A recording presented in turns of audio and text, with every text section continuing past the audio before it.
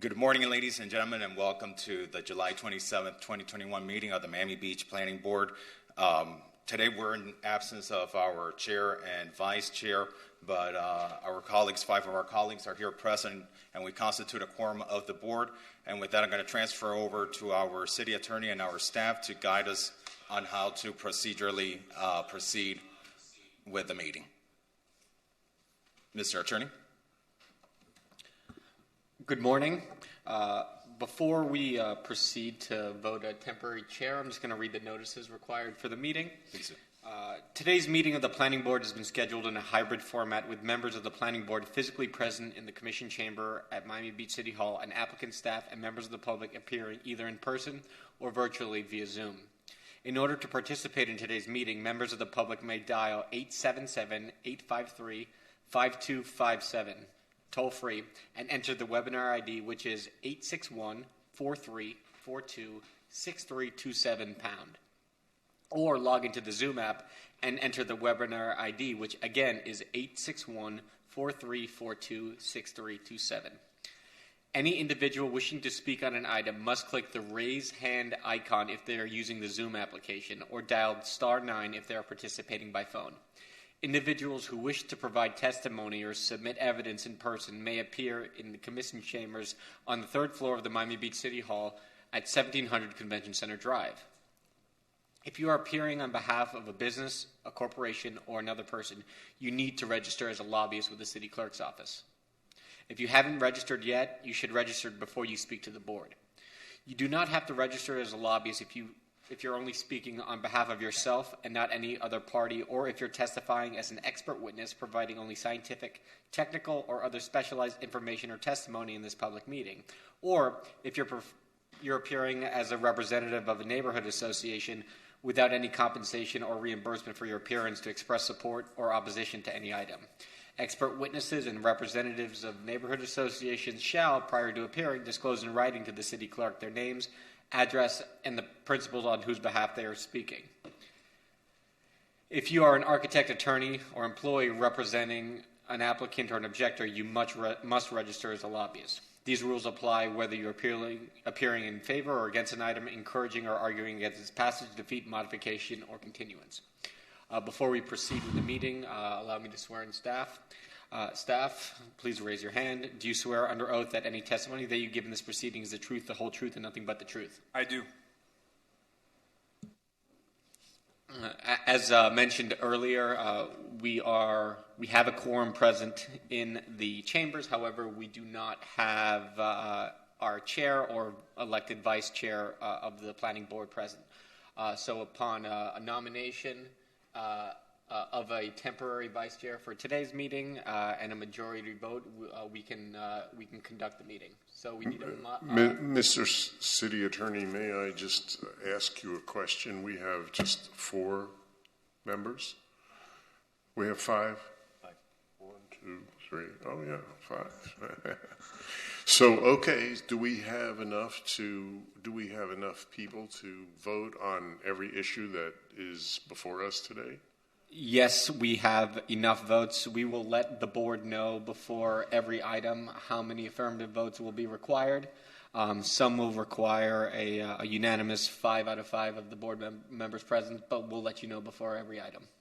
Okay. So at this time, is there anything else that needs to be read in the record, Mr. Attorney? Nothing needs to be read on the record, only a nomination for a chair, and then we can start conducting a nomination and a vote, and then we can, for the chair, and we can start the meeting. Okay. Are there any motions on the table for nomination of a chair for today's meeting? I'll nominate Nick. I'll second that motion. Any objections, discussions, opposition? All right. So without opposition, Nick, guide us in the meeting, please. Okay, thank you. So by acclamation, Nick Jalpi is the temporary chairperson for today's meeting. Yes. Thank you, everyone. I'm honored and dismayed. Okay, are we going to take these in order, Mr. Attorney? That's fine with us. Yep. Remind me how to do this. Do you want me to introduce the files by reading the file number? You can identify the file number, and then I'll start with my presentation for the item. Do we need to list withdrawals, item 2 on the agenda? I can talk about that. The item 2 was to set a revocation modification hearing that was noticed at the last meeting for 601 685 Washington Avenue.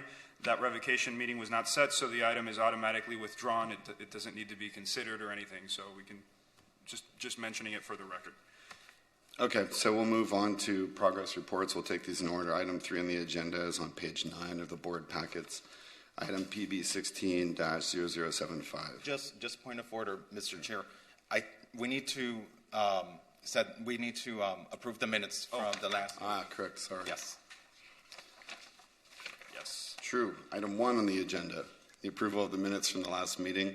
So moved. So moved by Mr. Fernandez. And do we have a second? I'll second it. All right.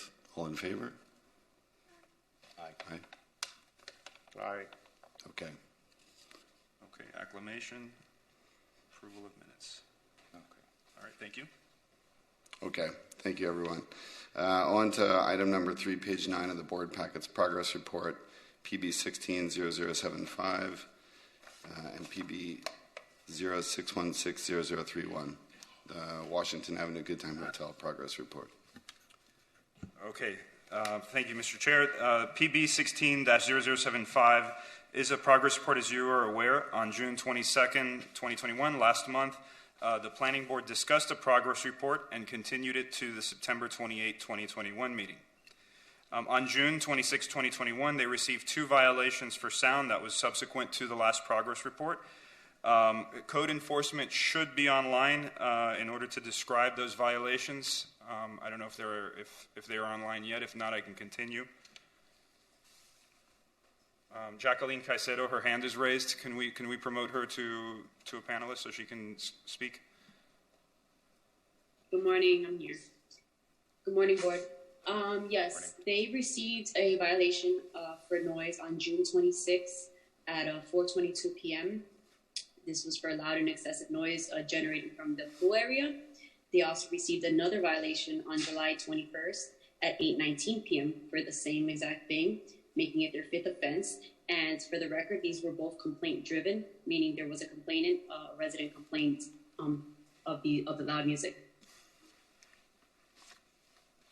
Okay. Thank Go you. ahead. Thank you, No Jack. problem. If anybody has any questions of her, but she'll be on. If you have any questions, but I'll continue. So at that last progress report, the Planning Board made it clear that if additional violations were issued subsequent to the June 22nd progress report, that staff should issue another cure letter, and we did. So the Planning Department did send a cure letter requesting that they appear today for another progress report. Since the noise violations at that location have persisted, staff is recommending that the Planning Board schedule a revocation modification hearing for the September 28, 2021 meeting. The applicant has represented that they intend to design and install a new sound system, and staff strongly recommends that the details of that sound system be incorporated into the CUP. They have, in fact, met with staff to discuss some potential options. Staff feels that including the exact location of speakers, as well as the testing location procedures and locations of audible transmission, be part of the conditions of a modified order. Additionally, as staff noted previously, certain existing conditions in the CUP regarding the location of sound transmission need to be updated for clarity purposes. That's the location of where the sound can be heard in order to be considered a violation. It is critically important to note that the recommendation, as well as those made previously, do not contemplate the shutdown of the hotel operation. That is not our intent. The hotel operation would be able to continue, as well as the use of the pool deck, and all accessory food and beverage operations would be able to continue. But given the pattern and the number of sound and noise transgressions, and the impact of quality of life on the area residents, staff believes that the board does need to hold the operator accountable and ensure that the proposed changes to the sound system are effectuated. And it is important to stress to the board that setting the revocation and modification hearing in September does not mean that the Planning Board will actually revoke the outdoor entertainment portion of the CUP. simply gives the board the flexibility to modify or revoke the outdoor entertainment portion of the CUP. So modifying being the key word. We're not necessarily asking you to close them down. We just want the order to be more specific in terms of how they're supposed to operate in order to ensure that they comply. So that concludes my presentation, and we have the applicant here to make their presentation, and then we can open up the public hearing. And before, do you swear under oath that any all testimony that you give in this proceeding is the truth, the whole truth, and nothing but the truth? Yes, I do. Thank you. Okay. Good morning, Mr. Chairman, board member, staff. Michael Larkin, 200 South Biscayne Boulevard, here representing the applicant. With me today is Avi Yesowicz. He's our general manager.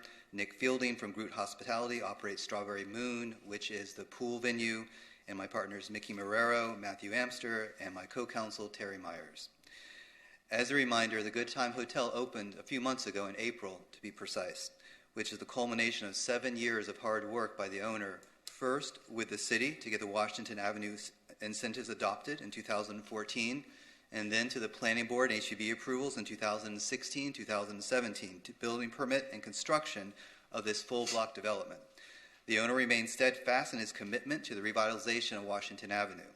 The Good Time concept from day one has always been about providing a daytime rooftop outdoor venue, not a ground floor venue, which when you had the ground floor venues, you noted that they darkened the street. Now we're going to replace the ground floor venues with flourishing commercial uses, which are much more suited for daytime uses, and bringing the entertainment use up to the pool deck.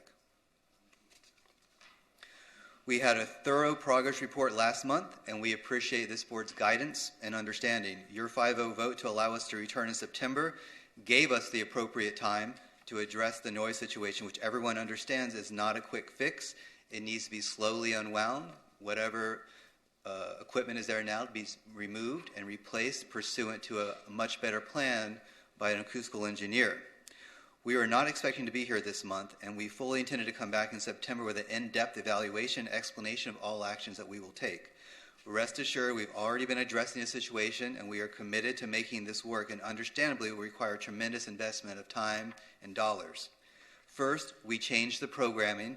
We stopped headlining DJ acts on the weekends and keeping music mostly, if not entirely, at ambient background levels.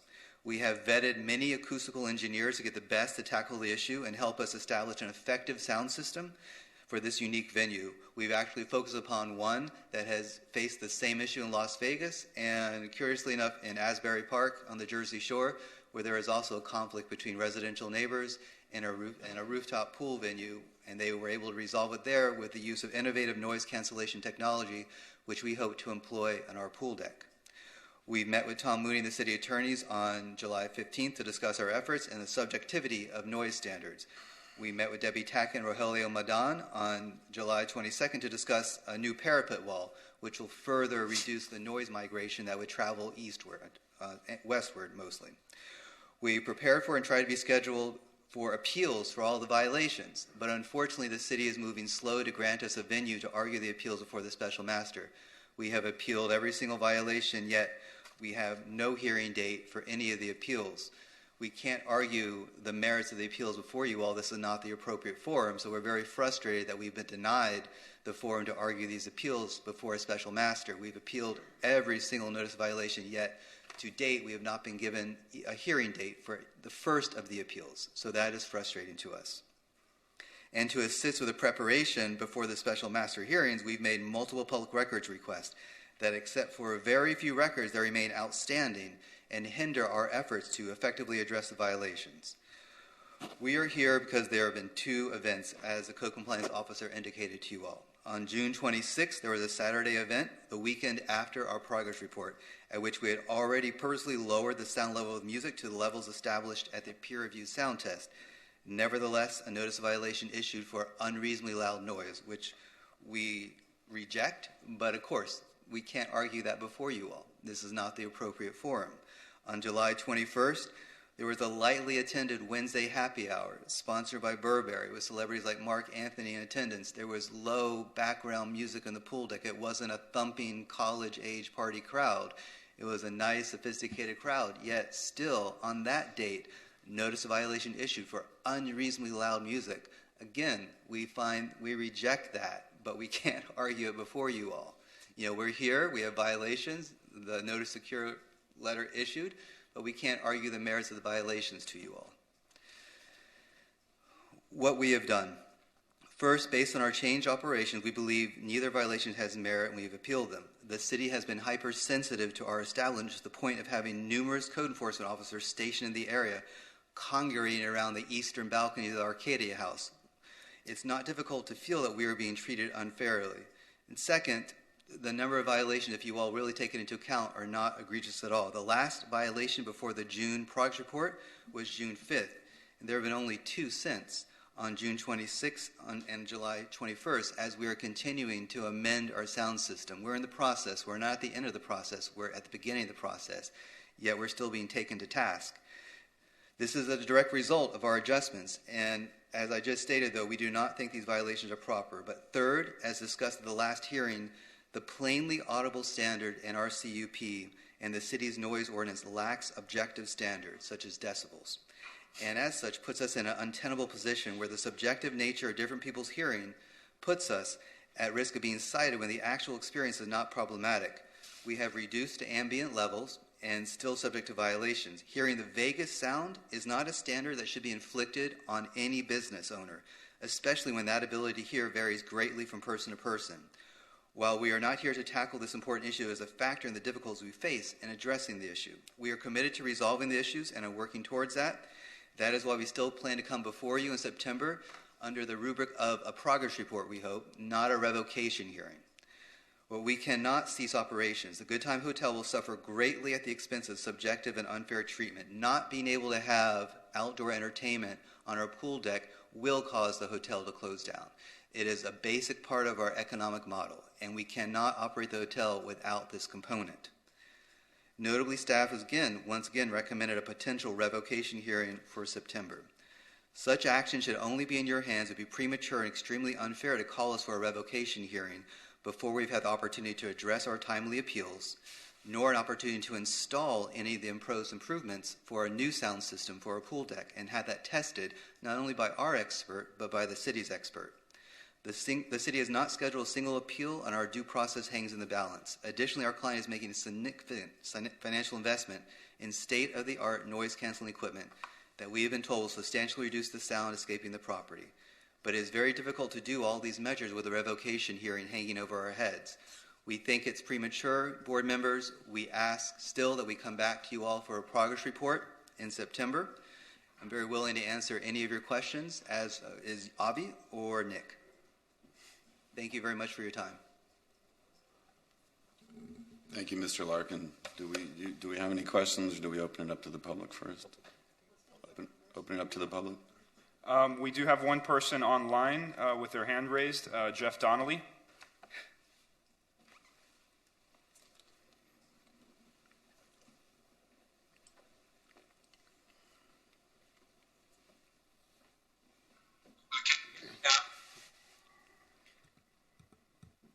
Can you hear me? Mr. Chairman, this is Jeff Donnelly. Can you hear me? We can hear you, yes.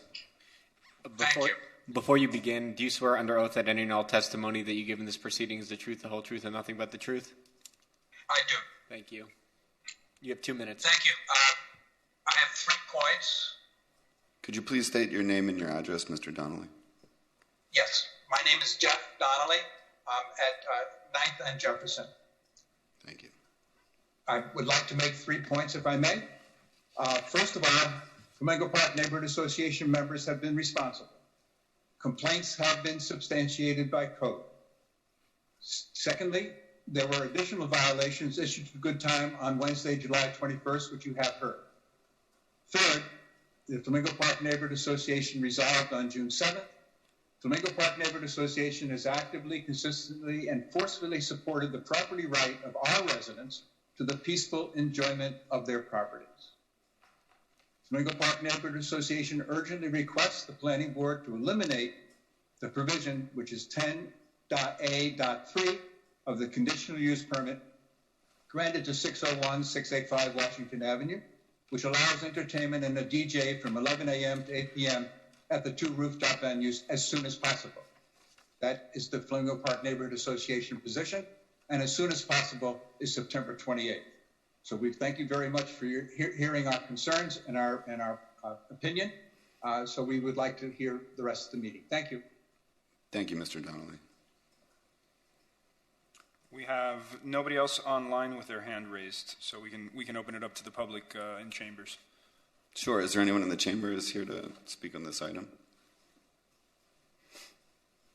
No? So should we close the public comment? Yes? Okay.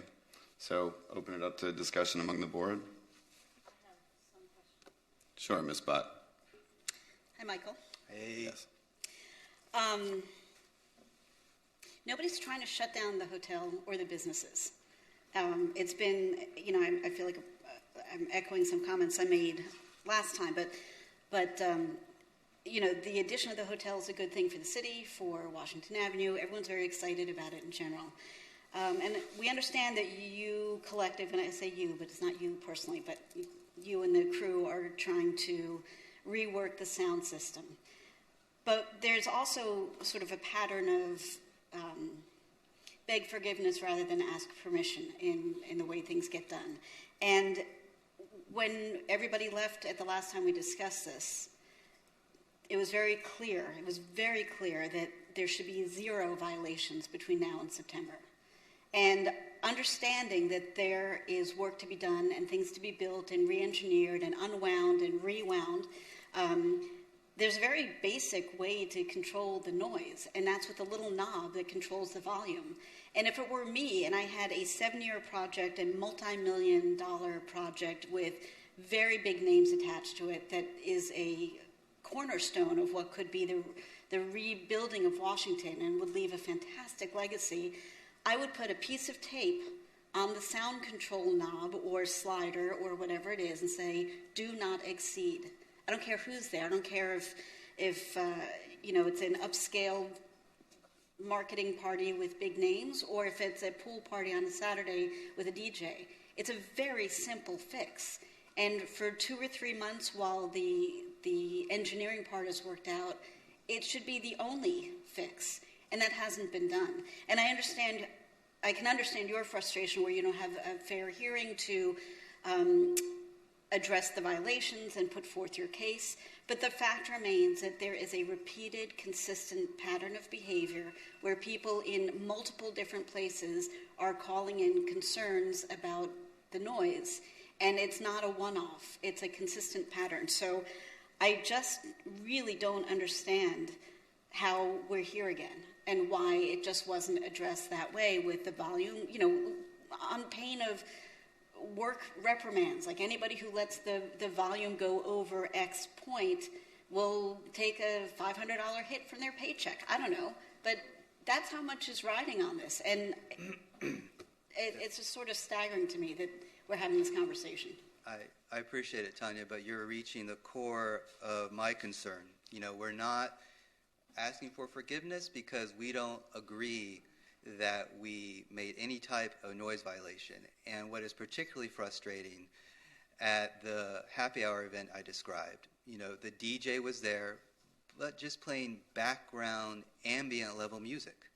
Yet, when the code officer was across the street, he recorded that as unreasonably loud. Unreasonably loud music is when you're on the beach walk and you're going past maybe the Shelburne Hotel or the other hotels south of there, and they have thumping, loud pool music coming out. That can at times be unreasonably loud. Very hard to defend that type of noise. But what we were doing on our pool deck at that happy hour is not unreasonably loud, and I cannot, you all don't have the authority to overturn that notice of violation. I can make all arguments to you all, and you can nod and say thanks, but that's it. So we are here because, yes, those violations issued, and then that empowers the planning department to issue a cure letter that brings us back before you today, but we cannot attack the merits of the violation before you all. It is the wrong venue. Unfortunately, we do think they're wrong, and I'm very frustrated to be back here today without having the venue of the special master to come before and to argue my case. But it's like a no-win situation for us. The notice violation issues. We think it's wrong. We can't argue the case for a special master, yet it empowers the planning department and has the authority to bring us back here today. It's a vicious no-win situation for us. Well, it puts the neighborhood and what could be a well-loved business at odds, and it has been for months. And so I understand that you feel that those citations have been in error, but at the end of the day, if somebody is hearing them who's not there and calls in code, it's an issue. Well, the other thing, I'm not just expressing frustration to you. There's always multiple paths forward, and we're not like putting our hands on our hips and going to the city. You guys are the bad guys. No, instead, we're trying to hire the best acoustical engineer we can in the States to address the situation. Rip out all the equipment that's there, bring in brand new equipment. So that's another path forward. Yes, one path is challenging the legitimacy of these violations and a special master for them, but in another path, we are hiring the best engineer we can to address the situation in a better way. We even went to staff, to Debbie Tack and Rogelio, talking about making parapet walls 9 feet above the pool deck. That will help. It won't be a great thing, but it will certainly help. So we are exploring multiple paths forward. We're not just arguing on the legitimacy of the violations. It's definitely sad to see you guys back so soon, before September. I'm not in favor of making a modification or revocation hearing. I think that does not give you guys the time or incentive to make these changes so that it's better soundproofed and sound can be controlled. I do think we've established that there's some people in the neighborhood that don't want rooftop music, period. And that's not going to change, but I do see an effort from the operator to do everything they can and invest more sums of money into this entertainment district to try to appease neighbors and make less noise. So I'm in favor of keeping September just a progress report and letting them get the engineering and everything done. And then if complaints are still going and site visits are proven that it's still unreasonably loud, I would say we can bring them right back for modification, revocation. Okay. Anyone else? Yes, I'm persuaded by Mr. Larkin's argument.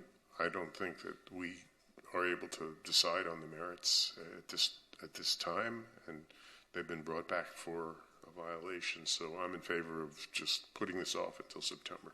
Okay, Alex. Yes, thank you, Mr. Chairman, and thank you, Mr. Larkin, for your presentation. I recall last month's presentation when Mr. Goodman stood before us, and he referenced the efforts that were being made, and that he had hired a noise cancellation and acoustic expert to help fix the problem. In fact, and the Miami Herald quoted him, and the quote was, I think I know sound really well by owning nightclubs, but I effed up on this one pretty bad, guys, to be honest with you. That was the quote on the Miami Herald. At the time of the last hearing, I went against the recommendation of staff. And I said, let's make the next one just a progress report. But I told Mr. Grudman that if there would be any additional violations, that our planning staff had the authority to bring them back before this board. And here we are. And I understand the investment being made by Mr. Grudman, and we need this hotel to be a success because it's that important for the future of Washington Avenue. We want the Good Time Hotel to be successful. I appreciate the higher standard in retail tenants that this establishment is looking for to activate Washington Avenue. That is so important for the future of our city. But I cannot sit here today and support not setting a modification and revocation hearing. Because we're not saying that we're going to revoke, but we're saying that we need to consider perhaps modifying so that those modifications are consistent with the corrections that Mr. Grudman himself is investing money in doing. Because today, Mr. Grudman owns the establishment, and it's the Good Time Hotel, but tomorrow could be somebody else. And we want to make sure that whatever corrections are done are recorded on the record so that they stay there with the property. So I am sorry. I do have to support it. I owe it to the residents there. I owe it to our community. They deserve quality of life. And any effort, additional effort, greater effort that can be done to mitigate this until September will be greatly appreciated, because I thought the commitment was there. I believed in the goodwill of Mr. Grudman. I believed in the goodwill of the Good Time establishment. And I want to continue believing in that. But we need to be responsible here for the community that we serve and we represent, and I will be supporting the staff recommendation. Just one quick comment, Mr. Chairman. Sure. You know, sometimes the easiest barometer of whether an applicant is acting in good faith or not is the level of immediate neighbor opposition. You know, at the last progress report, we did have immediate neighbors come out and express their concerns. Since that time, we have corrected our behavior. We have lowered the noise levels. And as you can see, Alex, there's not any neighbors here from the immediate neighborhood. Jeff Donnelly is a great guy. I've known him for 20 years, and he's a strong participant of Flamingo Park Neighborhood Association. He lives on the opposite side, closer to Alton. You know, none of the immediate neighbors are here. And I think you can take that to heart, that we have actually done many good things since the last progress report, and we will continue to do them. We don't need a threat or a gun to our head for a revocation hearing set for September to embark on these paths I described to you. We already have embarked upon them. And we will come back to you in September with a progress report showing all sorts of progress and different sound systems. Yes, we do want the CUP modified eventually. We do want to incorporate a decibel standard. That might require a change to the LDRs to incorporate a decibel standard and get rid of these subjective standards that are already in the code. I would be in favor of tossing them out the window and having you all consider decibel standards, which are objective and not subjective. And when that takes place, we'll be back before you with a modification request. Okay. Thank you, everyone. So, you know, I will just add, Mr. Larkin, I mean, when I read the notice of violation, I don't find it to be, you know, too specious. I mean, it seems clear that the code compliance officer approached Nick Fielding. They went to the location where the sound was being heard. It was not supposed to be heard, so the music was turned down to the point where it was not heard. And my concern is that I don't find that to be extremely subjective. I mean, do you agree that the definition is that it should not be heard from the location where the officer stood? The term of art is either plainly audible or unreasonably loud. And I think they're incredibly subjective. I think they're so arbitrary. And if I just go back to that happy hour that took place on that Wednesday, early evening, when the DJ was playing background music, yet it was characterized as unreasonably loud, that's a farce. And I do. Violation should not have been issued. I do agree with you. Unreasonably loud is very subjective. But if the sound study is conducted and you know, the public is not to hear the music at a certain location, to me that seems fairly straightforward, if not a little bit subjective. I don't know. I mean, I sympathize that the enforcement mechanism is fairly subjective, but we have to be able to enforce things. And, you know, maybe part of a modification is to more explicitly define these parameters so that we're not back here again. I wasn't present at the last meeting. I did watch the meeting, and I do believe that the owner will make the necessary changes to the sound system. But I agree, it's troubling to have this. I know you haven't had the chance to go to the special master, but you know we don't have the opportunity to wait for that. Mr. Chairman, the root of all the concern here are the standards. Mm-hmm. You know, we can do all the changes, and we will. And we'll make it so barely any noise will escape from our pool deck. But even if it does, and the standard would be plainly audible, sometimes the recorded music from the cafe that sits at the corner of 7th and Washington is louder than the music coming from our pool deck, but they're not subject to a CUP. We are. So that's why I'm saying that a progress report is the very best vehicle to bring us back. If we have been a bad actor between now and September, yes, go ahead then and schedule the modification and revocation hearing. But without having the appropriate standards in place, that are not subjective, we're traveling in a circle.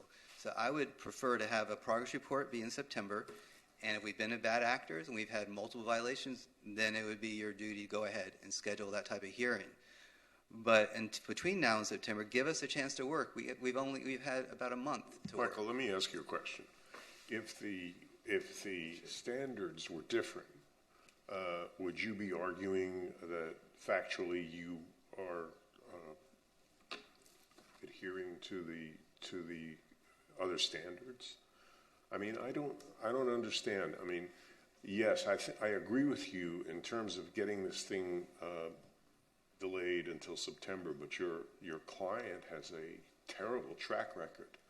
And so I think that the board has the obligation to determine all the facts at the revocation hearing, which is scheduled in September, and it puts a extra pressure on your clients to comply.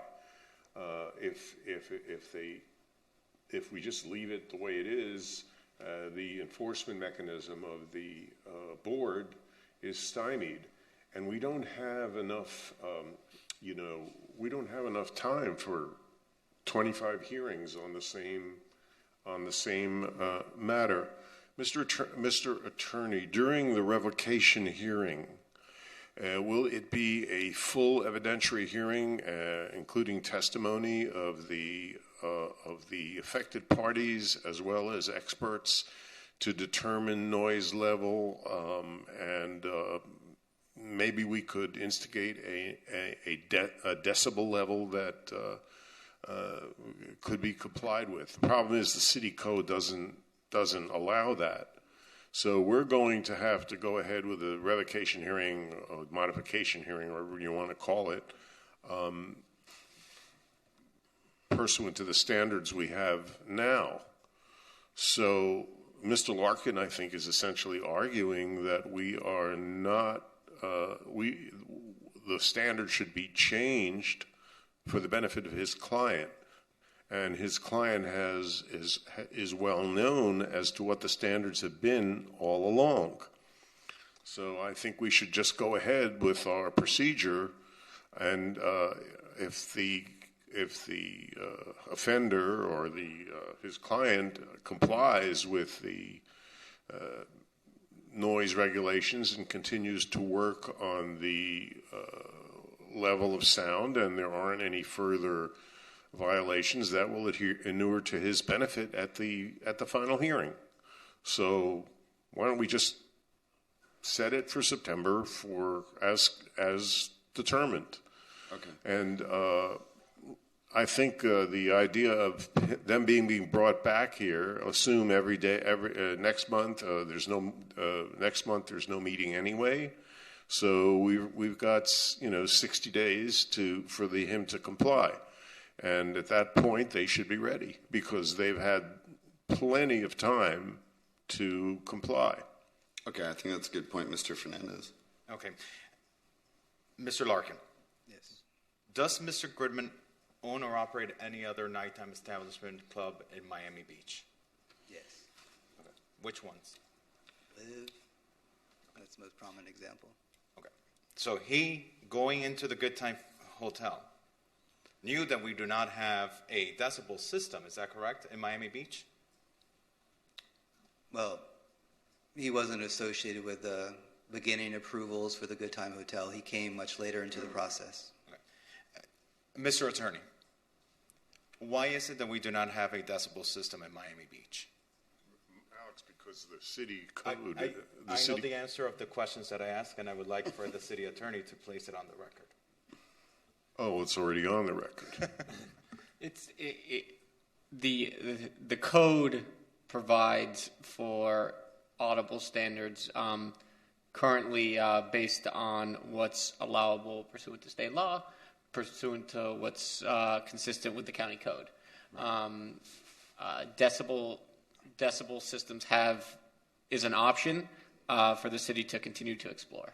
And it's been subject of litigation in the past in our city, which is the reason why today we do not have it in our city in part. Yeah, the city One of committee. the significant contributing factors to the current audible ordinance. Right. So I understand what you're saying, and I understand the challenges, but we have to do what's correct. We cannot sit here and talk about changing the code for one operator, as a result of the issues of one operator. Now, is it a worthy discussion to be had in the future? Because are the subjects the terms extremely vague in our code, and do we need more objective criteria? Most certainly. But the code is today what the code is today, and that's what we have to follow. And so with that, I have to move in support of staff's recommendation.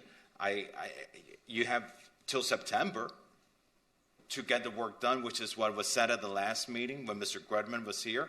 He said that by September, this work would be completed. And hopefully September, he can come here, and you can come here, Mr. Larkin, and say, we have completed the work. And I think that would weigh heavily on this board when in the past we've given you the benefit of the doubt.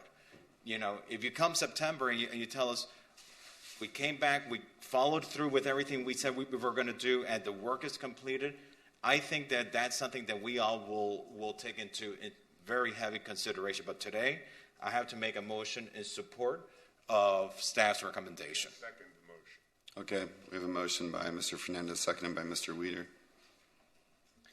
And for the benefit of the board, this will require four affirmative votes to set a modification revocation hearing.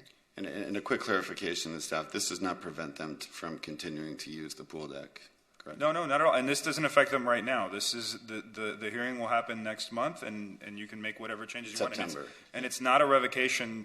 You don't have to revoke it per se. You can just modify conditions, or you could choose to not do anything and continue it to the following month. Okay. It's my understanding there's no meeting next month. Yeah, this would Right. be in September. The next meeting would be September. Okay, so There may be a special meeting in August, but it would just be for one item. It would not be to consider this. So, and just to clarify my motion through the chair, is to support staff's recommendation to schedule a revocation modification hearing for the September 28th, 2021 Planning Board meeting. So moved and seconded. Do we do a roll call vote? I'll do a roll call. The motion was made by Mr. Fernandez and seconded by Mr. Weeder. So Ms. Bott? Yes. Mr. Brantley is absent. Ms. DiPietro? No. Mr. Fernandez? Yes. Mr. Jelpi? Yes. Mr. Milan is absent. Mr. Weeder? Yes. So the motion passes 4-1. Okay. Thank you, everyone. We are moving on to item 4, page 28 of the board package, PB 18-0252, 928 Ocean Drive, Voodoo Lounge.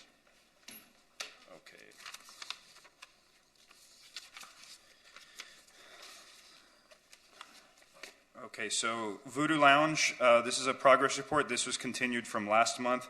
Last month, the Planning Board discussed the progress report and continued it to July 27th because they did have one violation prior to the June meeting. Prior to that, there had been a written notice, so staff had recommended that the progress report be continued an additional month. They have not had any violations or warnings since that were since the last progress report.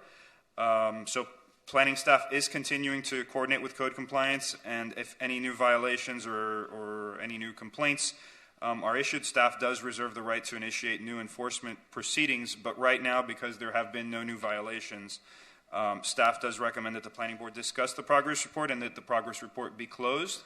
And similar to the previously heard item, if there's any additional violations, we'll send another cure letter and bring them back.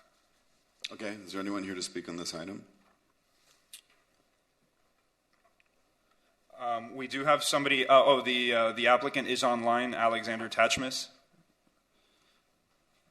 If we can bring him up. Good morning, Mr. Chair and board members. This is Alex Tachmis representing Voodoo Lounge. Mr. Chair and board members, we don't have a lot to add.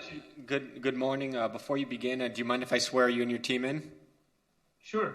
Do you swear under oath that any and all testimony that you give in this proceeding is the truth, the whole truth, and nothing but the truth? I do. And just so you know, I will be setting a timer for 10 minutes. Did you, Jason, did you want me on video? I'm not sure I can do that, but I can if you like. I don't think we have the ability to bring in video right now. Okay, no problem. Yeah. Mr. Chair, Alex Tatsmas with law firm Sutton Bowen representing Voodoo Lounge. As I was saying, we don't have a lot to add this morning beyond what the staff just indicated. We're happy to indicate to you that we have had no violations since the last progress report, and therefore we do think it's the logical next step to stop the progress reports due to the good conduct of the last 4 weeks. Naturally, the planning board retains jurisdiction over the item and our CUP, so you can bring us back at any time. But given that there were no citations in the last 4 weeks, we respectfully ask that no further progress reports be scheduled at this time. Is there anyone here in the public to speak on this? We have one person online with their hand raised. Marty?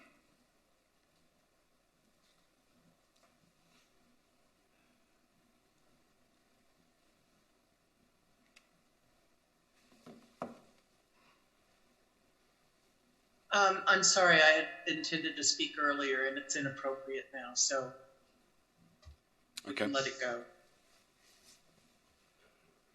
Okay, if there's no one else, we can close the public comment. Okay, open it up to the board. I have a question. Were we not going to have a conversation about, at this meeting, with a presentation from the police department maybe about procuring off-duty officers? Wasn't there some conversation about trying to understand that process? Because part of the issue is that the Voodoo Lounge had not been able to comply with the request to have off-duty officers, and so there was. I remember a conversation about us trying to figure out what the issues are and how to make it go better, and so that we could understand as a board. Am I misremembering, or did that just go by the wayside, or? My recollection from the last meeting that there was a discussion from the applicant that there were significant issues between the city's police department and the various county departments coordinating sufficient off-time staff to supplement Voodoo Lounge's police presence. So that's my recollection. So what happened to the conversation, so that we as a board could understand what the issues are? How do we then get a presentation made to us and to the public and to any and all operators so that we can all make sure that we're understanding the issues and there are ways to address them if they need to be addressed? We have reached out to the police department. We'll be reaching out again. I know there is an item before the land use committee to discuss the same issue about requiring alcoholic beverage establishments to have off-duty police personnel present. So that is being discussed, but we don't have anybody here right now. Okay, so can we make it happen for the September meeting so that we can not even discuss whether or not it should be happening, just discuss how it happens, how it's supposed to work, and what the deficiencies might be, so that we can, as a community, and be illuminated about what needs to be improved, so that the operators can get what they need, the residents can be, and visitors can feel secure that their best interests are being looked after, and that it is not an excuse, well, we just couldn't get one, and therefore all hell broke loose. So can we add that to? Yeah, could you say it from the beginning exactly what it is? An off-duty security officer, is that what it is?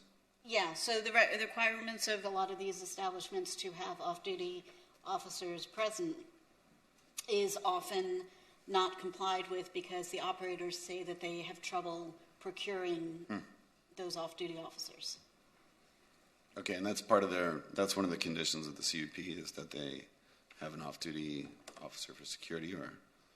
That was, I believe, and staff can correct me if I'm incorrect, but that, I believe, was the requirement of an attestation associated with a violation of emergency orders. And staff, I think the challenge here, the challenge here is that was an attestation directly associated to emergency orders that have since expired. That's correct. But it was not directly associated to the conditional use permit. It was just an avenue in which the city said you can reopen during the emergency period if you provide off-duty. Is that correct? That's correct. Okay. Nonetheless, it's like crossing state borders. I mean, you have one foot in one border and the other foot in the other border, and what's the difference between one foot and the other, except the state you're in? We went from state of emergency to, no state of emergency, and what's the difference? If it was required during the state of emergency, it was because there was obviously a need.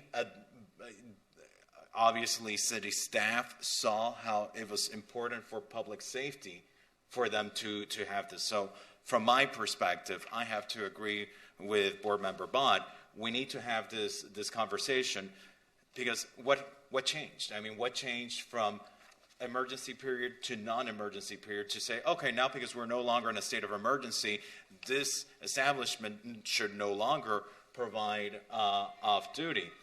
The owners should be on them to find it. And I remember hearing in the last hearing, well, when all the other establishments, nighttime establishments opened, it was impossible for us to retain off-duty. Well, I would be asking myself, well, why is it that off-duty wants to work in other establishments but not in mine? That to me would be a big red flag. Nonetheless, I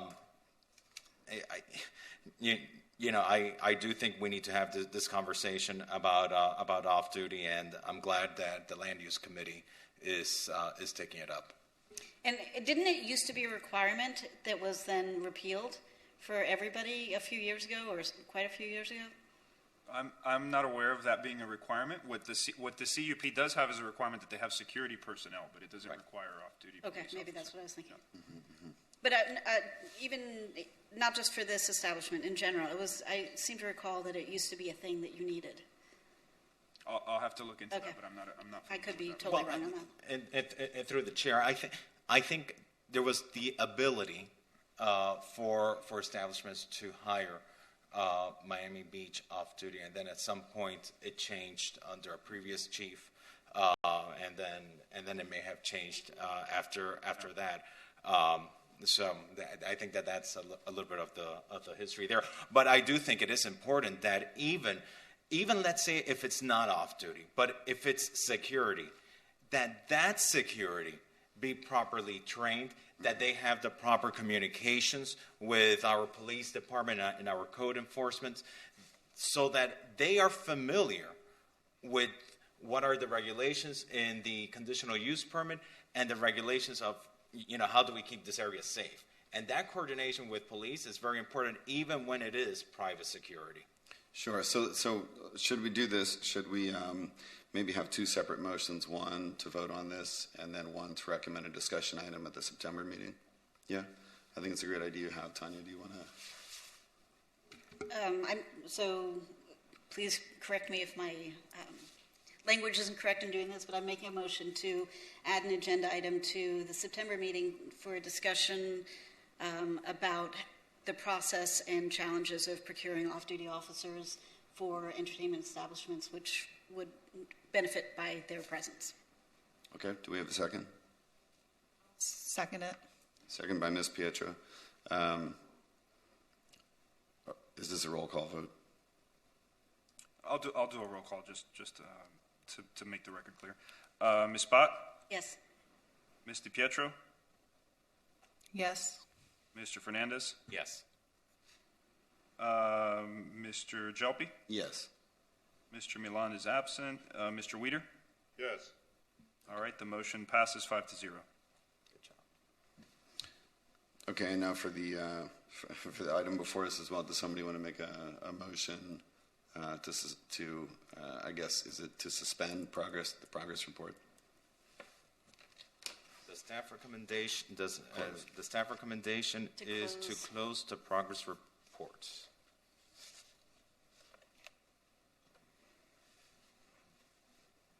Mr. Chair, Alex Tapsmas, just respectfully, Jason, you can comment. I don't think a motion is needed. If you're not going to call another progress report, I don't think a motion is needed at this point. Can you repeat the question? I didn't quite hear. Jason, they were just asking whether a motion is needed to suspend progress reports, and I'm just saying this usually dies of its own unless somebody affirmatively makes a motion for more progress reports. Well, I think for the purpose of the record, since it's been requested, we can pursue it this way. If the chair wishes to proceed as such, not a problem. Sure. Does anyone want to make a motion to close the progress report? How about I will move it? Does anyone second? Mr. Chair, point of order. Is the chair able to move an item? I'll file the motion. I'll move it. Okay. I'll second it. Okay, moved by Mr. Weeder, seconded by Ms. DePietro. All right. I'll do a roll call. Ms. Bott? Yes. Mr. Brantley is absent. Ms. DiPietro? Yes. Mr. Fernandez? No. Mr. Jelpi? Yes. Mr. Milan is absent. Mr. Weeder? Yes. The motion passes 4-1. Okay, moving to file PB 180238 on page 36 of the board packet, 1766 Bay Road, Daya Indian Kitchen. Okay, so on this is a new progress report. On January 22nd, 2019, a conditional use permit was issued for the operation of a restaurant exceeding 100 seats and 125 occupants. Just for reference, this is in the Sunset Harbor neighborhood, so the thresholds for requiring conditional use approval are lower than the rest of the city. Just so that you're aware, restaurants with alcoholic beverage licenses with more than 100 seats or an occupant content in excess of 125, but less than 199 persons, and a floor area in excess of 3,500 square feet requires a conditional use permit. So that's the reason they received the conditional use permit. On June 18, 2021, the Planning Department issued a cure letter. The reason is that they have two violations. Code enforcement is online. If you'd like to describe the violations. I don't know if Jacqueline's there, but well, I can proceed. So the two violations were issued on June 11, 2021. Jacqueline, are you there? I just saw you pop up. Yes, I'm here. Rogelio, you can go ahead. I'll step in. Okay, not a problem. So the first violation was for conducting a special event without a permit. They had a higher occupant than what they're typically allowed to have. And then the second one was for having a live band. Both entertainment is prohibited in the underlying zoning regulations for Sunset Harbor, and it is also specifically prohibited in the conditional use permit. And the conditional use permit also prohibits the applicant from applying for special event permits. So the fact that they had entertainment and they were essentially having a special event without without applying for it, and B, the fact that they're not allowed to apply for it means that they're prohibited on the site. So those are two violations that they have. Both activities are currently not allowed in their CUP, and one of the violations is not allowed in addition to that in the land development regulations. So with that, staff recommends that the Planning Board discuss the progress report and schedule a follow-up progress report for the September 28, 2021 meeting to make sure that that there are no additional violations and that they continue to operate. Okay, is there anyone here to speak on this item? Could you please state your name and your address? Hi, my name is Dara Maharaj. I'm the owner. It's 1766. Please speak up. Yes, my name is Dara Maharaj, the owner of the Indian Kitchen, 1766 Bay Road. This is my wife, Valerie, and my sister, head chef, Vidya Maharaj. And before you begin, do you mind if I swear in your team? Sure. Do you swear under oath that all the testimony that you give in this proceeding is the truth, the whole truth, and nothing but the truth? I do. Thank you. You have 10 minutes. Okay, so it says Mr. Medane mentioned that occupant level was over the limit as one of the violations. That's as long as we've been in the property, we have never hit over 100 people in capacity at any time. We started this in 15 days before COVID hit, and we in no way was trying to bend the rules or try to make any exceptions to our business. Our business fits the area just perfect with the yoga studio and everything else that's in there. We were simply doing what we saw at every other establishment. We don't attract a crowd, the masses. This was something, it's just a niche that we were doing to pretty much stay alive. If I can just clarify, there was no special event taking place, but again, we haven't been able to go before the special master to appeal that. We did send in the appeal. It was simple. We did have live music. It was present, but again, what Dharam was saying, it was present in the area. It wasn't something we were trying to get away with or doing separately. And again, this was no special event. This was regular Friday night, us trying to survive as a business and bring in some revenue for us. Could you state your name and your address for the record? My name is Valerie Sloan, and our address is 1766 B Road. And also to add to that, we did have law enforcement come out because someone complained about music, and they pretty much didn't find anything. So just put that on the record as well. We will find, when they initially code enforcement came out, it was for loud music, and when she did get there, she said, hey, there's no loud music here. However, the second day, she did come back with the live entertainment Yes, violation. we were not fined on the spot. I'm sorry, we keep talking over each other. I apologize for that. We were not fined on the spot. Please speak into the microphone. We were not fined on the spot. When the compliance officer came by, the violation was actually posted next day. So they said, according to your permit, you're not allowed to have live music. No problem. We ceased and continued about our business. We were not shut down for the night or anything like that. And again, no violation was given at that time. No fine or anything like that. Let me ask, because the enforcement officer's account states you refused to sign the violation, so it was posted on the door. Yeah, that's you. That was when the officer came in the second time. I was on the phone with my lawyer, and he said, just have him posted on the door. That's what I was advised to do. Okay.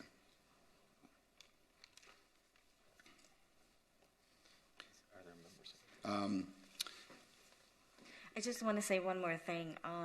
We opened this. We've been Miami Beach residents for 20 plus years.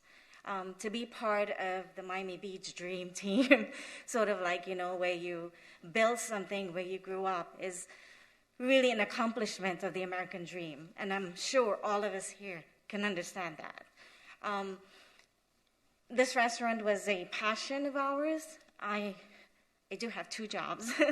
I'm the executive chef, but I'm also the VP to many biotech companies that my specialty is federal regulations for new drug applications and therapies. Sorry, it's the mask. I can't breathe. I'm an epidemiologist, so I'm going to keep this on. But I can tell you that, the work that goes into this is not unheard or unseen. The people in Sunset Harbor love us. We would not make it this far if not for them. We had customers come in and spend so we can stay alive today. And this is what we want to be part of, right? And I've been a law-abiding citizen all my life. The day I walked into the United States, and so have we. So this is something of a passion and doing the right thing. And whatever it is we need to do, we will do that. We just want to make sure that it is fairly given to us and, with no special, privileges, sort of to say, which we all know happens a lot. So I just wanted to put that out there. Sure. In regards to the fine, again, once the fine was posted, we did cease with everything. Pretty much it told us that we couldn't have music, period. Not only DJ, but just no music. Mm-hmm. So we had to go to that extent to just having a restaurant. We just have very ambient music. A lot of the neighbors come to our restaurants and they tell us, hey, since This property has been a restaurant. You guys have been the best operator that operated this property. And we look forward to carrying on that trend. I mean, I've been on the beach for 30 years. I know the craziness that happens with loud music and all these different things and the crowd it attracts. I've been a Feinberg Fisher student, a Nautilus Middle, a Beach High student. So I've been on Miami Beach my entire life. And, this is a dream of us. I'd like to continue doing business here, but I would also like a fair playing field for everyone. Sure. Before we open it for public comment, if I could just ask them a quick question, if the board doesn't mind. And if can I make one quick clarification in my presentation? When I said a violation of the special events violation, I misspoke. I said exceeded occupancy. The special event was because of the live band and the music. That's why they should have had a special event permit. However, that is a prohibited use in this area, so they would not have been able to obtain that permit. Mm-hmm. So I did misspeak. I apologize for that. And what was the live performance, if I can ask quickly? It was a local band or a rock band here on the beach, yeah. Are you aware you can't have live musicians? Well, we won't, until that time we won't, yeah. We are now. This is our first rodeo, so it's none of us has been in the restaurant industry. And ever. again, not to raise fingers or point or anything like that, we were only doing what others were doing in the area as well. We wanted to contribute to the Sunset Harbor outing dining experience. We weren't trying to do anything that, we were trying to get away with. We were just trying to be a part of it. Using the same business models as everyone else, pretty much. Yeah, Mr. Fernandez. Yes, thank you. By the way, I love your restaurant. I love your food. I enjoy going there. I love the vegetarian option in the neighborhood. Do you today understand the conditions of your conditional use permit? Because I do understand we are a city of many regulations, and then on top of that, being a small business owner, venturing out and being brave like that, and really is commendable, seeking that dream. But do you today understand all the terms of your conditional use permit, what it is that you violated, why it is that you're here, and what are the rules for operating in that location? Yes. Okay. All right. I'll tell you a concern that I have. There was an article written, about your establishment. The article references weekly live music. The article also references karaoke every Thursday, which sounds to me are some of the things that are prohibited in the conditions of your permit. As I've mentioned, I've been in your establishment a number of times. I've seen speakers holding a door open, with music pointed outdoors. This is a very important neighborhood for Miami Beach because it is a neighborhood where we need to protect its character. It's a very delicate matter, protecting the character of Sunset Harbor, and we really needed to continue being that very resident-friendly area that it is, and we don't want it to lose that character. And so I thank you for placing on the record that you today understand what are those conditions for operating there, and your limitations when it comes to loud music, to special events, because otherwise we're going to continue having issues that are not going to help you. And we do want every business in Miami Beach to be successful, especially when it has the passion that you guys have put into it. Thank you, Mr. Chair. Thank you. And a quick clarification, I forgot to open up the public comment, but before we do that, as Mr. Fernandez mentioned, it's not meant, live music is not allowed by your CUP, but it's also not allowed district-wide. Yeah. Just for the record, you mentioned karaoke. The karaoke that we don't have, we just promoted it. The article that you're referring to was something that was put out that wasn't, it was put out by our publishing team, where it said that we wanted to take the void of Purdue Lounge, which is something that we're not trying to do. We don't have the space for that, nor are we trying to set up a club in Sunset Harbor. The second thing is they're referring to the karaoke night. This is something that happens at another venue in the neighborhood. And they have live music. and we are the furthest away from any building. We are about 600 feet from any front door of any building. Mr. Chair, this is why I asked you, if you understood specifically the terms of your conditional use permit, because your conditional use permit applies to your establishment, which may be different than the terms that may apply to another establishment. In the same neighborhood. And that's correct, and that's why it's very important.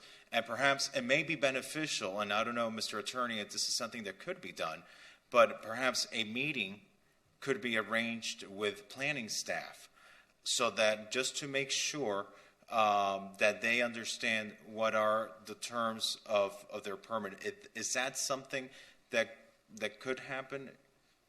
We have no problem meeting with anybody that wants to discuss the terms of their permits. We're very happy to meet with you and go through it. Thank you. Thank you. Because a neighboring establishment might be doing something does not mean that your establishment may be able to do that. And I sense that you want to do the right thing. And I sense the hard work you're putting into this. And I would hate to see you back here in a very different position. And so I would encourage you, please, this conditional use permit is extremely important.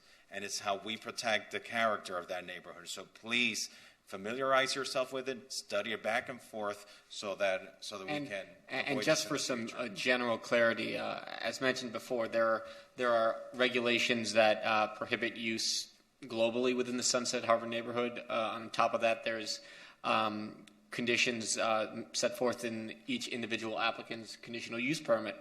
But also there are establishments that have grandfathered in uses. So you can't necessarily look to your neighbor and see what they're doing. You have to, because their use is just grandfathered in, and it's a right by virtue of the fact that it was there before the change. But irrespective of that, you need to be cognizant of the use in the neighborhood, the permitted uses, and the permitted uses contained within your conditional use permit. Can I just ask a question? Actually, if you don't mind, has their 10 minutes expired? I only say it because we had received some letters from members of the public, and ordinarily I would open it up to the public and then give you a chance to respond. Sure. Okay.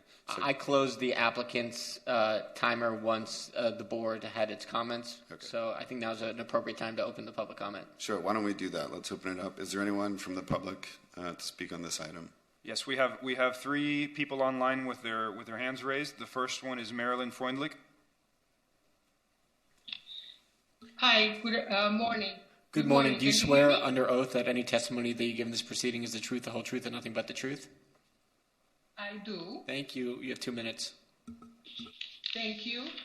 First of all, I would like to tell the people from Dija that we're very happy with the restaurant. We love their food, and we love that they are in the neighborhood and wish them the absolute best.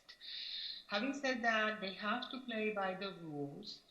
There is no live music or DJ in Sunset Harbor. There is no entertainment, and definitely we do not want a Purdy Lounge, which we fought for 15 years to get rid of.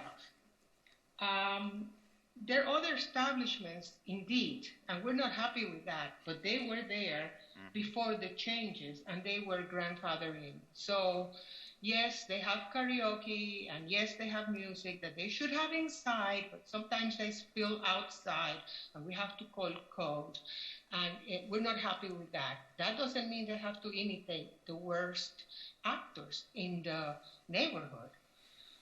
The other thing that I was part of a meeting the other day on Monday about the parklets.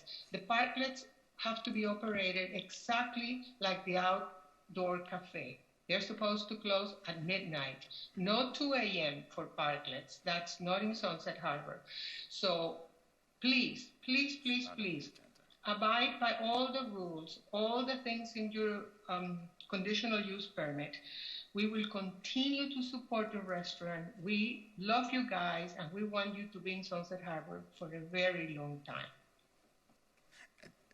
Mr. Chair, if I Yes, just may, just to build upon a little bit on what the caller was saying, and what the owners of the establishment were saying about the surrounding establishments. For example, Lucali.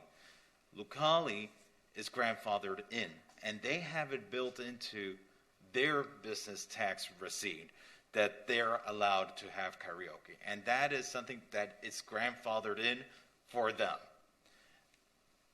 Icebox tried to do it. Icebox couldn't do it because they missed the window. And what does Icebox do? Icebox now plays by the rules. And so that's just an example that, one may have it, well, because they were grandfathered in, and they have it built into their license. Another one tried to have it, and they weren't able to. Okay. Okay, the next person with their hand raised is Wayne Roberts. Mr. Roberts, do you swear under oath that any and all testimony that you give in this proceeding is the truth, the whole truth, and nothing but the truth? Yes, sir. I just want to say that family, the Indian family, the owners are exceptional people. I listen to them and I listen to the wife, but, if I could do something for that family, I would. Unfortunately,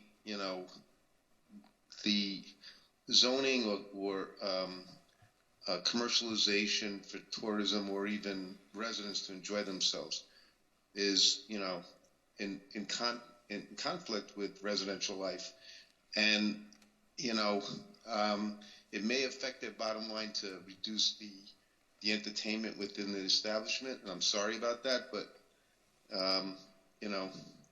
it is where it is. And it's a beautiful restaurant and it's beautiful people and they care about Miami Beach. But, I think Alex phrased it properly that, you know what you bought into and you know what you invested in, and we got to play by the rules. Thank you. Thank you, Mr. Roberts. The next person is Bruce Bachman. Good morning. Thank you. Good morning. Do you swear under oath that any and all testimony that you give in this proceeding is the truth, the whole truth, and nothing but the truth? I do so swear. Thank you. 2 minutes. I do want to point out, in contradiction to what the owners of DIA just said, that the South Tower, 1800 Sunset Harbor Drive, is well within 600 feet. I believe it's within 300 feet of the premises at 1766 Bay Road. This becomes an alarm not only because have they promoted the restaurant as a success, which the Pretty Lounge, not once but twice, both in the Community News, the Chamber of Commerce's paper, as well as the Miami Herald. In addition, this very location has been the scene of 2 illegal bars with entertainment, Mix and The Bitter Truth. So it has been a kind of a constant source from this one location of trying to open illegal nightclubs with entertainment. And the owners knew that entertainment was bound when they did this, and I believe the city, you can check with this, but I believe they are trying to fight even now for a BTR with entertainment, which is absolutely prohibited here.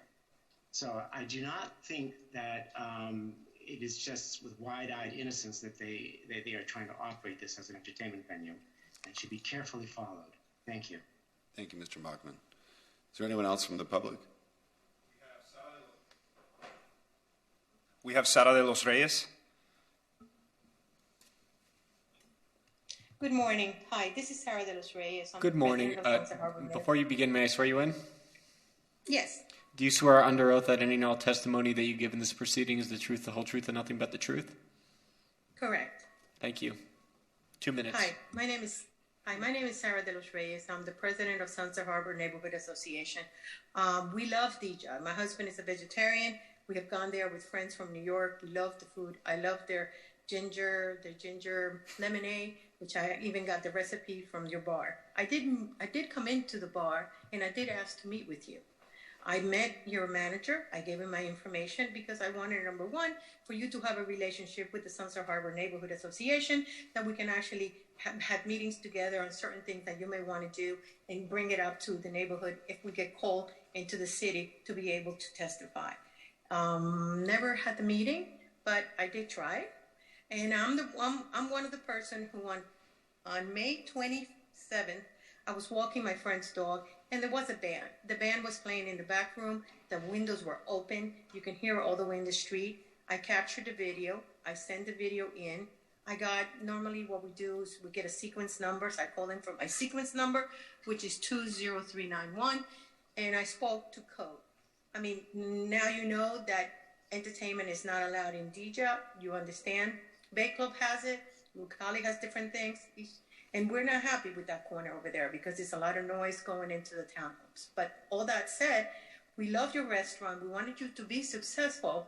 You can play music. You can play your ambient music, tape music inside of your place. Just make sure your windows are closed and people can be inside.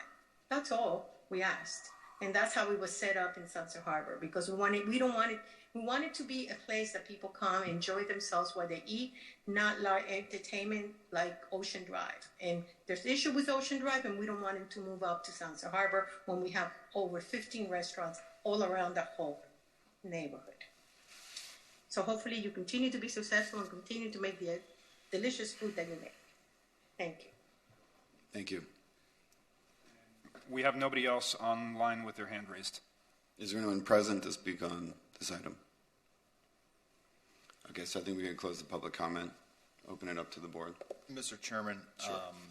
I'd like to go ahead and move to schedule a follow-up progress report for September 28, 2021, consistent with the recommendation from staff.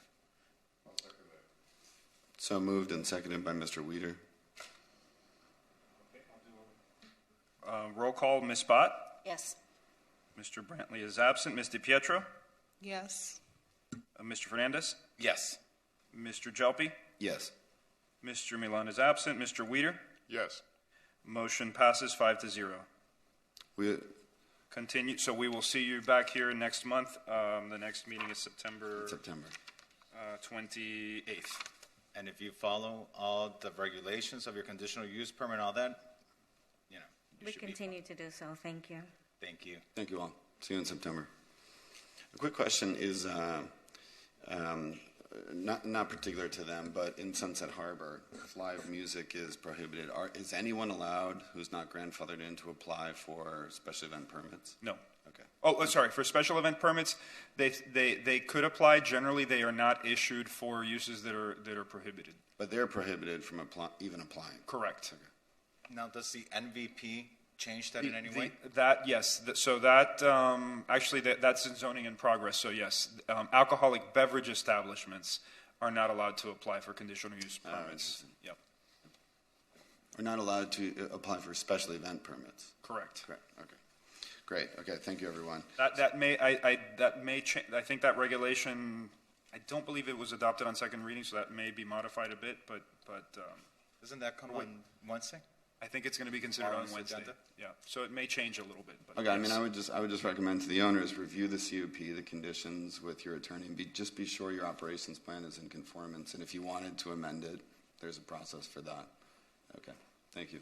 Everybody seems to love your food, so if you concentrate on the food, you should be very successful. So the only remarks were about noise, so we hope you keep turning out great food. Thank you. Thank you, everyone. People back. Good luck. Okay, moving on to item 6, PB 21-0448, PB file number 1764 on page 49 of the board packet. Okay, so this is a PB 21-00448, 235 23rd Street. So this is a request for a modification to a previously issued conditional use permit. Specifically, the applicant is asking for a modification to the ownership operator, as well as relinquishing a previously approved outdoor cafe that is on the site. The current establishment's name is Mokai Lounge, and it will be changing to Miami Loud Holdings LLC. Staff is recommending that an additional modification be provided. One is to allow inspection of the premises to ensure compliance with the terms of the CUP, and those would be allowed by the planning department, code compliance, building department, fire safety, etc. And then the other condition that staff is recommending is that in the future, and this is the same condition we've had in previous modifications, that if change of ownership take place, that they be required to submit an affidavit to the city. And then additionally, a progress report be scheduled 60 days after the acceptance of that affidavit to ensure that they are complying with the conditions of the CUP. And so staff recommends that the planning board approve the modification subject to the conditions in the draft order. Mr. Staff, just in absence of our temporary chair, if you could keep on talking for 5 more seconds so he can get to his chair. So, okay. So the project is very... he's here. Sorry, everyone. Okay, anyone here to speak on this item? Yes, sir. Mr. Chair, honorable board members, James Rao, law firm Greenspoon Martyr. The office is at 600 Brickell Avenue. Here on behalf of the applicant, here with me today on Zoom are my colleague Adrian Noto and our client's managing partner, Joseph Lahoud. Before you proceed, may I swear in your team? Sure. Have they been promoted to Zoom? Can we add Adrian Noto as a panelist, or allow her to speak?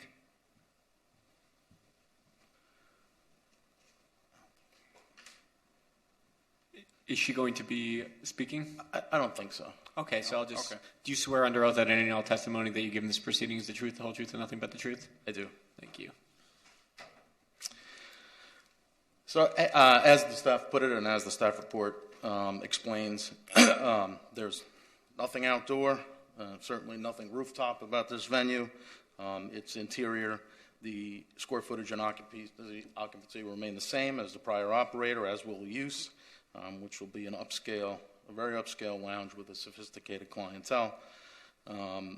They will be relinquishing the use of the outdoor area for operations, which was previously approved. So if anything, it's actually shrinking. Your professional staff recommends approval, subject to the conditions in the staff report, and the applicant is in agreement with all those conditions, including the new ones, to update consistent with recent orders.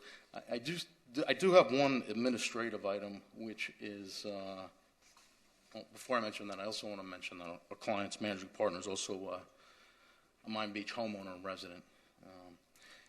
But with regard to the administrative item, in number 3 of the conditions in staff report, I just noticed that that was a condition that related only to the outdoor area. And I know the staff struck anything else that related to the outdoor. I just wanted to ask that that be stricken as well because it pertains to the outdoor. Number 3, are you referring to the occupant load? Yes, sir. That relates only to the outdoor. If the occupant load was 171, they wouldn't need a CUP, so I know it's not related to the indoor. Sorry, so it's not proposed to be 171 persons with 151 seats? No, that's a prior condition that related to the outdoor area. So I just asked that that be stricken because they're relinquishing the outdoor area. Because there is no outdoor area. Yeah, because they no longer have the outdoor area, that condition's not needed. Okay. Yeah. And as mentioned, we reviewed the conditions in the staff report, and what else the board approved, we're here to answer any questions that you may have. I would move, Mr. Chairman, that we suspend any board discussion. Sure, I have to open it up and let me open it up to the public to see if there's anyone here to speak on this. Questions afterwards. I doubt it. We have one person online, Ray Breslin. Hello, this is Ray Breslin. How are you? Can you hear me? We can hear you. Perfect. I just wanted to let you know that... Before you begin, may I swear you in quickly? Oh, sure. Do you swear under oath that any and all testimony that you give in this proceeding is the truth, the whole truth, and nothing but the truth? Yes, thank you. I actually spoke with James about this, and I said, you really don't need any approval from the Collins Park Neighborhood Association. It's just a name change. But I felt I wanted to speak today because I did tell him about some problems that I saw with the property, the delinquency of the homeless out front, the condition of how dirty the building was, and all of that. He immediately, whether it's with the owner of the property or with the new management of Mokai, they cleaned up the area. They built up protections so that the homeless can't sleep there. And they really took to heart one of our concerns about this building and the way it was maintained. So I am thrilled that somebody will hopefully take care of the building on the outside as well as the inside. And I recommend that you accept this name change and condition change. Thank you. Thank you, Mr. Breslin. Anyone else? Anyone in the chamber here to speak? Okay, so I think we could close the public comment and open it up. Mr. Fernandez. Yes, and thank you, Mr. Breslin, the mayor of Collins Park, for calling in and for your testimony. This is the benefit of this process. If it were not for this process, Mr. Breslin probably would not have been in contact with you or with your client, and this issue would have not been solved that Mr. Breslin just spoke about. Staff, I have a question. If in the future there is another change of operator, will they be coming back again to this board? Will there be that public notice process that occurred in this case, which helped Mr. Breslin be in touch with this operator? So the way our proposed condition is worded, they would be coming back 60 days after the acceptance of their affidavit. So it would be coming to the planning board for a discussion after 60 days after they're operating. However, the notice would be the notice of the agenda being online. It wouldn't be a mail notice at that point. Okay. How do we keep it consistent with the way that it is today, so that I do think there's some benefit here. How do we keep that consistent with the way that this one was done? Just ignore our proposed condition and keep it as a modification to the CUP. Ignore which one? B? Our proposed change to condition A. A. There. I don't know if board member Weeder, who had made a motion, would accept that as a friendly amendment, because I do think that there is benefit to this process. And a couple of meetings ago, we heard from another neighbor of another change of ownership where some issues were able to be addressed. Today we heard from Mr. Breslin. And so I think that there is benefit to this process. And so very much supporting this new business and just making that minor friendly amendment to Mr. Weeder's motion. So our proposed condition was intended to make it simpler if somebody's buying a business, because getting to the board is a 3-month process. And so sometimes when there is a purchase, we delay it 3 months because it takes 3 months to get here. So that was our intention of modifying this. So this would require a formal application for future changes. So just so that the board is aware. And I understand that concern. This has been a long-standing practice for many, many, many years in our city. Maybe something can be done legislatively so that perhaps it doesn't require necessarily a mailed public notice. Maybe having it placed on the agenda as an approval could be the notice, but so that we still have this practice in place.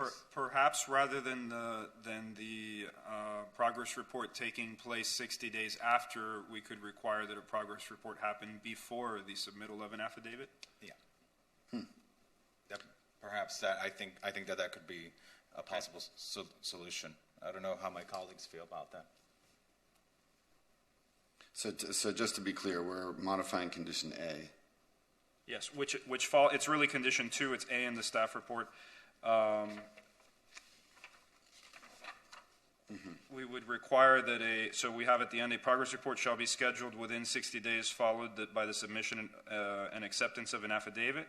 We would modify this to a progress report shall be scheduled prior to the submittal of the affidavit. Yeah, I think that's better. Thank you.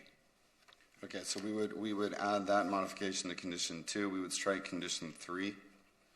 And if you're okay with that, yes. Mr. Weeder moves that. Thank you. Thank you, David. Sure. Does anyone want a second? I'll second the motion. Second by Mr. Fernandez. Okay. The motion was made by Mr. Weeder, second by Mr. Fernandez. Give me 1 second to write that down.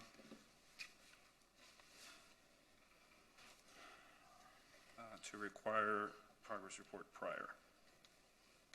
Okay. Ms. Bott?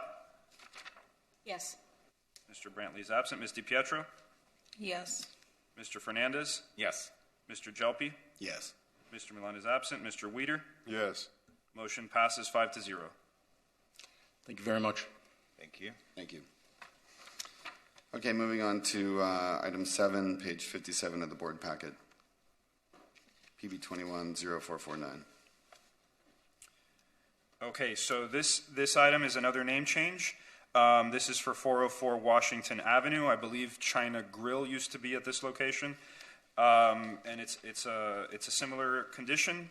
We're recommending that that the board add the additional condition to allow for inspections of the site by staff, and then we had the condition modification to require that a progress report be scheduled 60 days following the submission of an affidavit for future modifications, but we can continue the same recommendation that we had in the last one, that we'll schedule a progress report prior to staff accepting the affidavit for a name change, if the board chooses. Okay. Anyone here to speak on this item?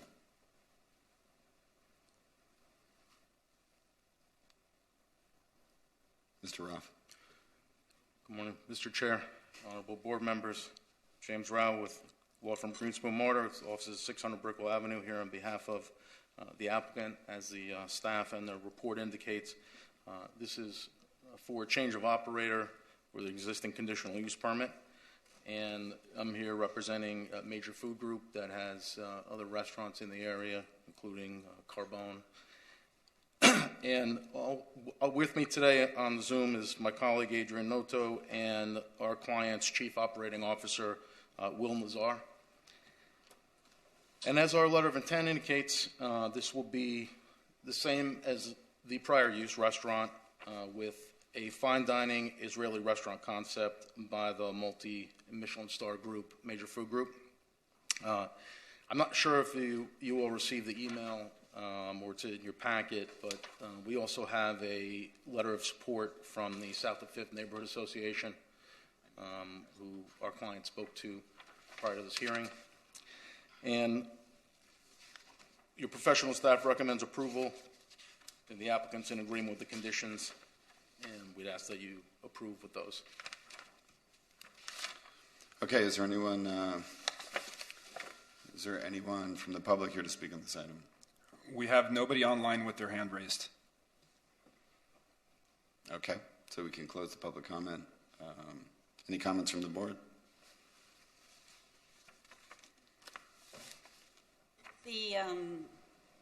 The recommendation with point A would be modified to match what we just did? To be consistent? Yeah. Sure. Yeah. So I would be happy to move approval of this item consistent with the amendment that we made in the last one.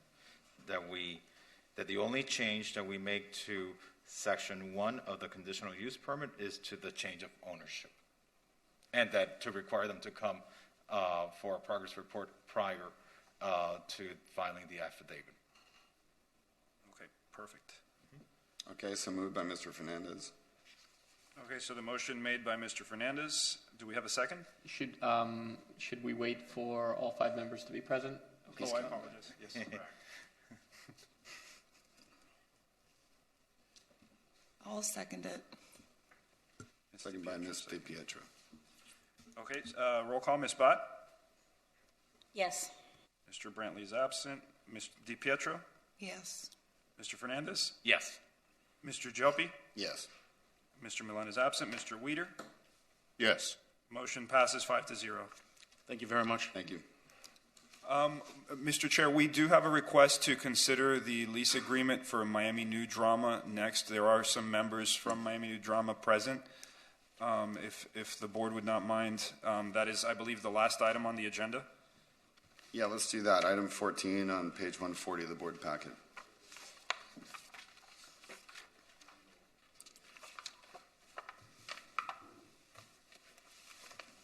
Morning.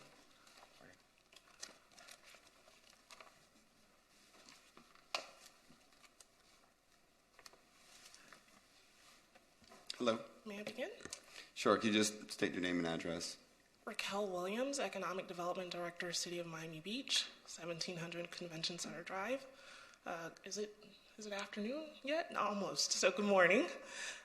Today we have an item before you. It is the negotiated term sheet for Miami New Drama's cultural arts facility that was proposed as an unsolicited proposal to the City Commission. Just for a little bit of background, the Miami New Drama Theater Company is a nonprofit organization that has been working with the City of Miami Beach through a management agreement since 2016 for the Colony Theater on Lincoln Road, and they have successfully operated and managed that facility. And so now Miami New Drama is looking to expand their presence in the City of Miami Beach. And the Collins Park Garage, which was recently developed, has a ground floor that is currently unoccupied and unfinished. It's 16,000 square feet of space. And Miami New Drama proposes to occupy that space with a theater and other ancillary uses, including a cafe. So Miami New Drama and the city have been negotiating a lease agreement, and the terms before you would be the essence of the lease agreement. So the City Commission in January of 2021 authorized a waiver of competitive bidding and also directed staff to negotiate this term sheet that you have before you. So the terms are listed in your package, and I can go over a few of the salient terms, including the initial term of the lease. It would be 5 years with 2 renewal options of 5 years each, with an additional 5-year period upon mutual agreement of the parties. The rent would be $1 per year. Operating expenses would be the sole responsibility of Miami New Drama. The city would maintain major building systems for the facility, but Miami New Drama would handle all of the day-to-day maintenance. The cultural center build-out would be the responsibility of the city, and those costs would not exceed $4.75 million. In addition, Miami New Drama is committed to investing $250,000 for the design and the architectural services related to this project. The uses, as outlined before, includes a black box theater, as well as open space for a gallery, for folks to come in and lounge and to take advantage of the facility. Miami New Drama also proposes several benchmarks for their performance standards, which has been vetted by our Tourism and Cultural Department. So it would include 125 cultural or community activations per year in the first year, 25,000 patrons, 150 students per year, 75 seniors, 50 pro bono or nonprofit community rental hours per year, and 500 discounted tickets. And those performance standards would escalate each year in the first year through the 5th year, and then stabilize at that 5th year. And then going forward afterward, those standards would be upheld throughout the rest of the lease term. So I'll take any questions that you may have on the proposed lease terms, and Jason Jacobson from the City Attorney's Office also worked with us on developing the lease.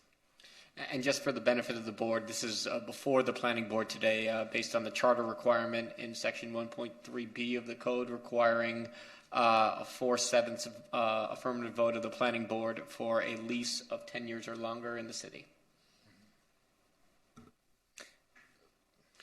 A question about that. So it's an initial 5-year term with the option to renew 2 more 5-year terms. That's correct. And at that point, it would go through this process again. Well, there is another 5-year period that could be exercised upon mutual agreement of the parties for a total of 20 years maximum. For clarity, the first 2 renewal options are a matter of right by the tenant in the event that they're not in default and they can meet their benchmark standards.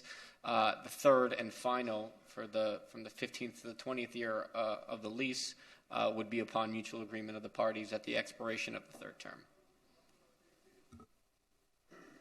Okay.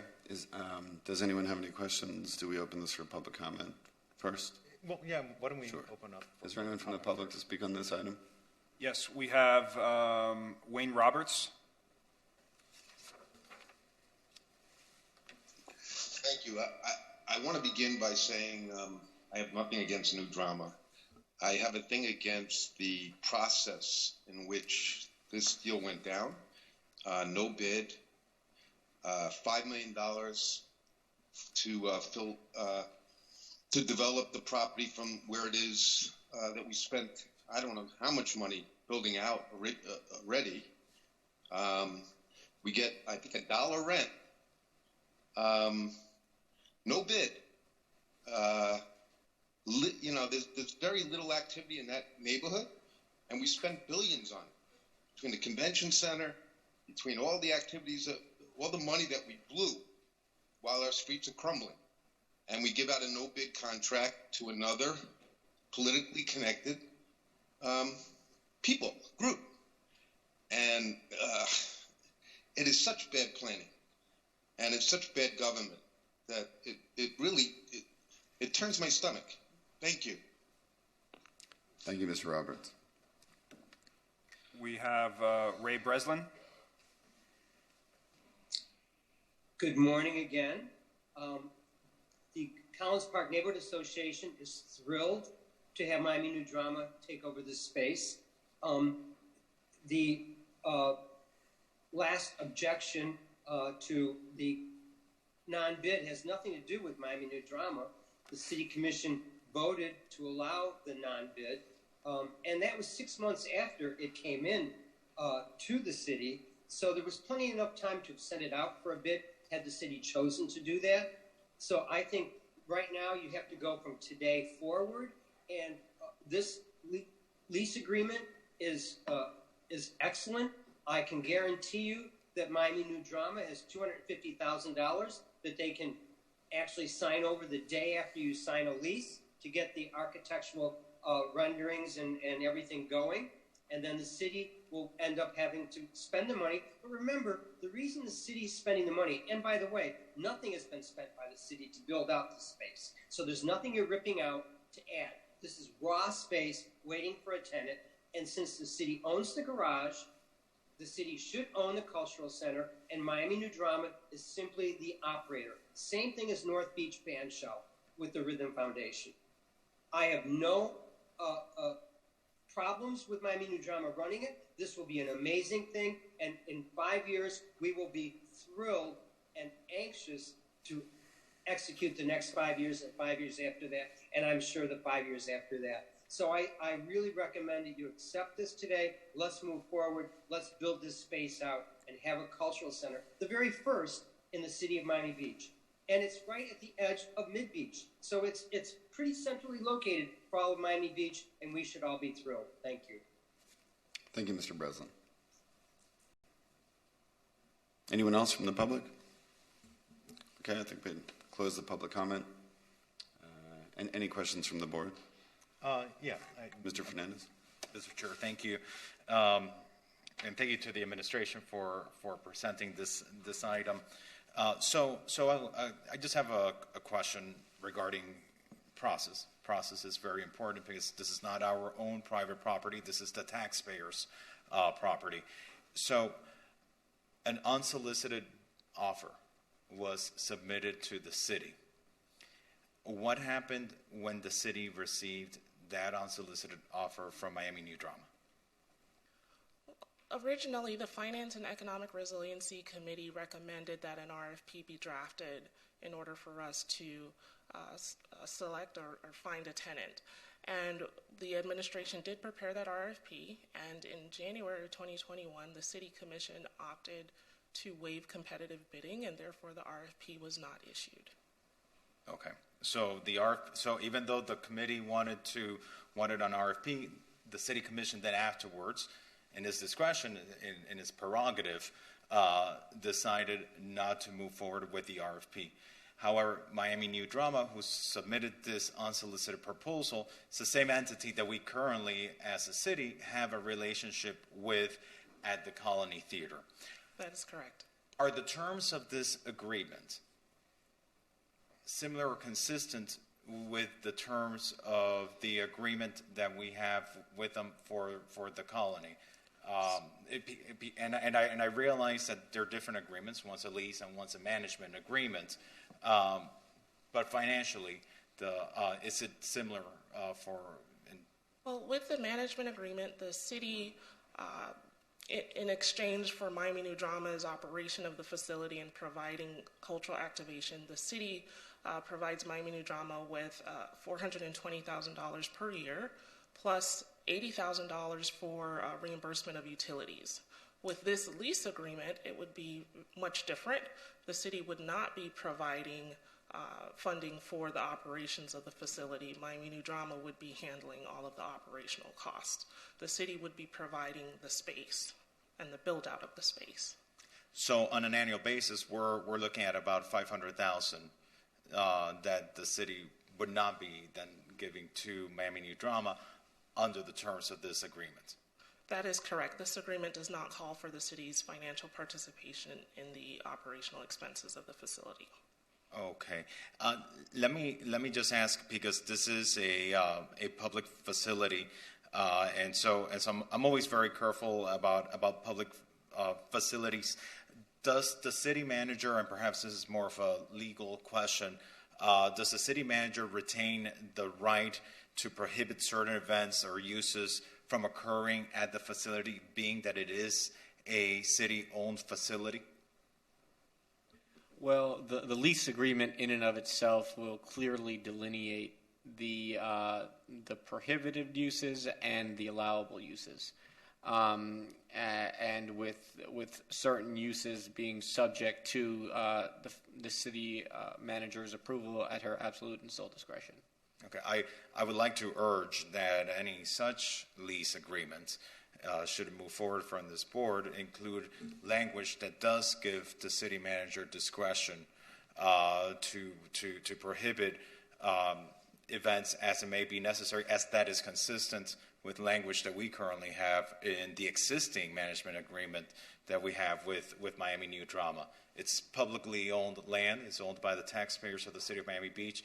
And I think ultimately we should give our chief executive of the city that. With respect to the use component of the facility, we intend on mirroring the language from the colony to make sure that the youth, with respect to the programming, is consistent. Wonderful. And pricing, because I understand that even though this is a lease agreement, it almost also acts as an operating or management agreement as well. Not management agreement, but an operating agreement as well. So I want to make sure that Miami New Drama is able to schedule performances here and be able to generate the revenues that they need in order to operate. But are there any regulations set in place or any language regarding pricing of tickets to make sure that this also remains accessible to our community, that the segments of our community don't get priced out of being able to visit and enjoy culture in this public facility? So at this time, we do not have any terms related to pricing for tickets. We do have community benefits outlined where we get a certain number of free tickets or discounted tickets. We're also working with our tourism and culture department to greater delineate what the community benefits will be. For example, Miami New Drama has offered to do a summer camp and a spring camp and things like that. So it's hard to project what a good price for tickets will be based on the types of performances. I would leave it to our tourism and culture team as well as the Miami New Drama team to see what's competitive. For example, if there's a matinee sort of activity or show, that may have a different price range than a show that takes place on the weekends or at night. So I think that it's I think that it's prudent for us to not get into that level of specificity at this juncture. Okay, and that's fair enough. And lastly, about the funding that the city is providing for construction, I believe it's 4.75. That's correct. That the city is providing. Does that include? So I mean, unlike construction, the building's already there. There's a shell there, and this is, I guess, for the interior build out. That's correct. And does that also include equipment? Because when I see the square footage, it seems like that's a lot of money per square foot. I think when I did the numbers, roughly $300 something per square foot. So does that for a space that's already there that we're not building from the ground up. So does that include equipment and that type of stuff? Yes, furniture, fixtures, and equipment would be included in that cost estimate. As you may know, theaters require specific types of equipment to be functional and to be, technologically equipped. So, and we do have Nick Richburg here with us from Miami New Drama, and he can expound a little bit on the FF&E requirements. Sure, and just lastly, this is a fixed price. So anything, any cost overruns, it's not going to fall back on the city. Or Miami New Drama. This is a fixed cost, so the taxpayers are not exposed to any additional cost in this case. That's correct. We'll be using a guaranteed maximum price delivery method with a construction manager at risk that is going to be assessing the design at the 30%, 60%, 90% mark to ensure that the design is in line with the budget. So it's a build-to-budget type of project. Also, we're going to have a 10% contingency, and if that contingency dips below the 20% mark, we are going to look at the FF&E budget and see what can be adjusted to make up for any shortfall. So our intent here is to protect the city and its resources as best as we can. Thank you, Ms. Williams. I appreciate it. Thank you, Mr. Chair. Thank you. Tanya, Ms. Bond? Oh, I think Tanya's fine. This is slightly tangential, off topic, so I'm just really struck. I love it, and I'm glad for the questions about the process, both from the callers and from my colleagues, because I think that's really important. I'm a fan of the organization, and I frankly would love to see you up in North Beach as well. I'm really struck, though, by the caution and eagerness. They sound like opposing ideas, but they are both being exhibited by the city. The eagerness to bring a cultural resource to a different part of the city and provide the funds to do that. And the caution with which they are protecting taxpayers by not having major cost overruns, where we have, literally in tomorrow's commission meeting, the exact opposite happening, which doesn't apply to you, of course. And Raquel, it's not your issue per se, but I'm just so struck by it because we have a project that was budgeted at $50 million and is coming in at over 100, and so the city is trying to sell off property now to fund the difference. And several months ago and ongoing, the residents of North Beach were working with the commissioners to try to find a way to save the Byron Carlisle and repurpose that as a multi-purpose arts facility, of which perhaps this organization would be a tenant as well in some capacity, as well as others from around the Miami metro area. And that has met with complete resistance, where you have another building that is built, although needing some assistance for bringing it up to code and then reconfiguring the interiors, but it's not a wildly dissimilar scale of project. And I would love to know why this one is being embraced and the skids are being, that's a bad analogy. It makes it sound like something untoward is going on, and that's not my intent. But why this is being facilitated and thoughtfully moved through the process and embraced, where these other things are happening at the same time and not being embraced or being impeded. And I don't know who here in this room would have an answer for that. It's probably a question for the commissioners who are meeting tomorrow. I hope that that's something that is addressed, because I think this is great. I'd like to see more of it, and I'm really concerned and distressed, frankly, at the moves that are happening and being discussed tomorrow and ongoing. So just wanted to get that out on the record. And if I may, Mr. Chair, I just want to clarify that the City Commission has yet to identify funding for this project, and we have set a deadline of October 1st, 2024 for the city to identify and allocate the resources for this project. So this project will move forward if and when the City Commission identifies and allocates the funding for it. Mm-hmm. Okay. Anyone else? I mean, I would just add, I'm familiar with Miami New Drama. Nicholas, Michelle does a great job, and I'm a big fan of the productions, and I've had nothing but great experience at Colony. So great. I'm excited to see you coming here. I would just add that we had a similar item, I think, with the Boucher Brothers lease term, where I think they were identified as the only vendor that could really operate the beachfront kiosks, but there was no sort of competitive bid process. And I think we had recommended at that time that we still ought to do that, just, for sort of, if nothing else, transparency in public process. And so, I'm an advocate. I think this is going to be a great arrangement, and I think everything looks great. But I would recommend that we do that in the future, utilize the bid process even, and give others the opportunity at a very minimum.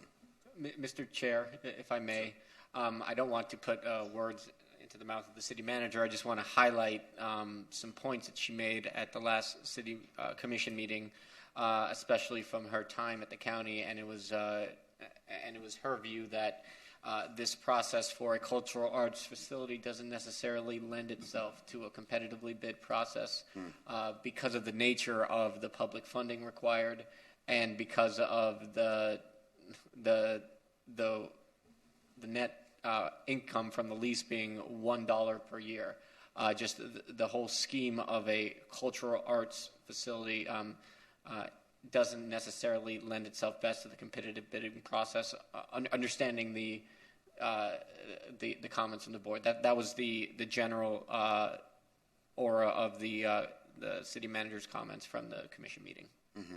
Mm-hmm. I understand that. I mean, I wonder, were there other cultural arts institutions with interest who may have wanted to put something together for this? I don't know.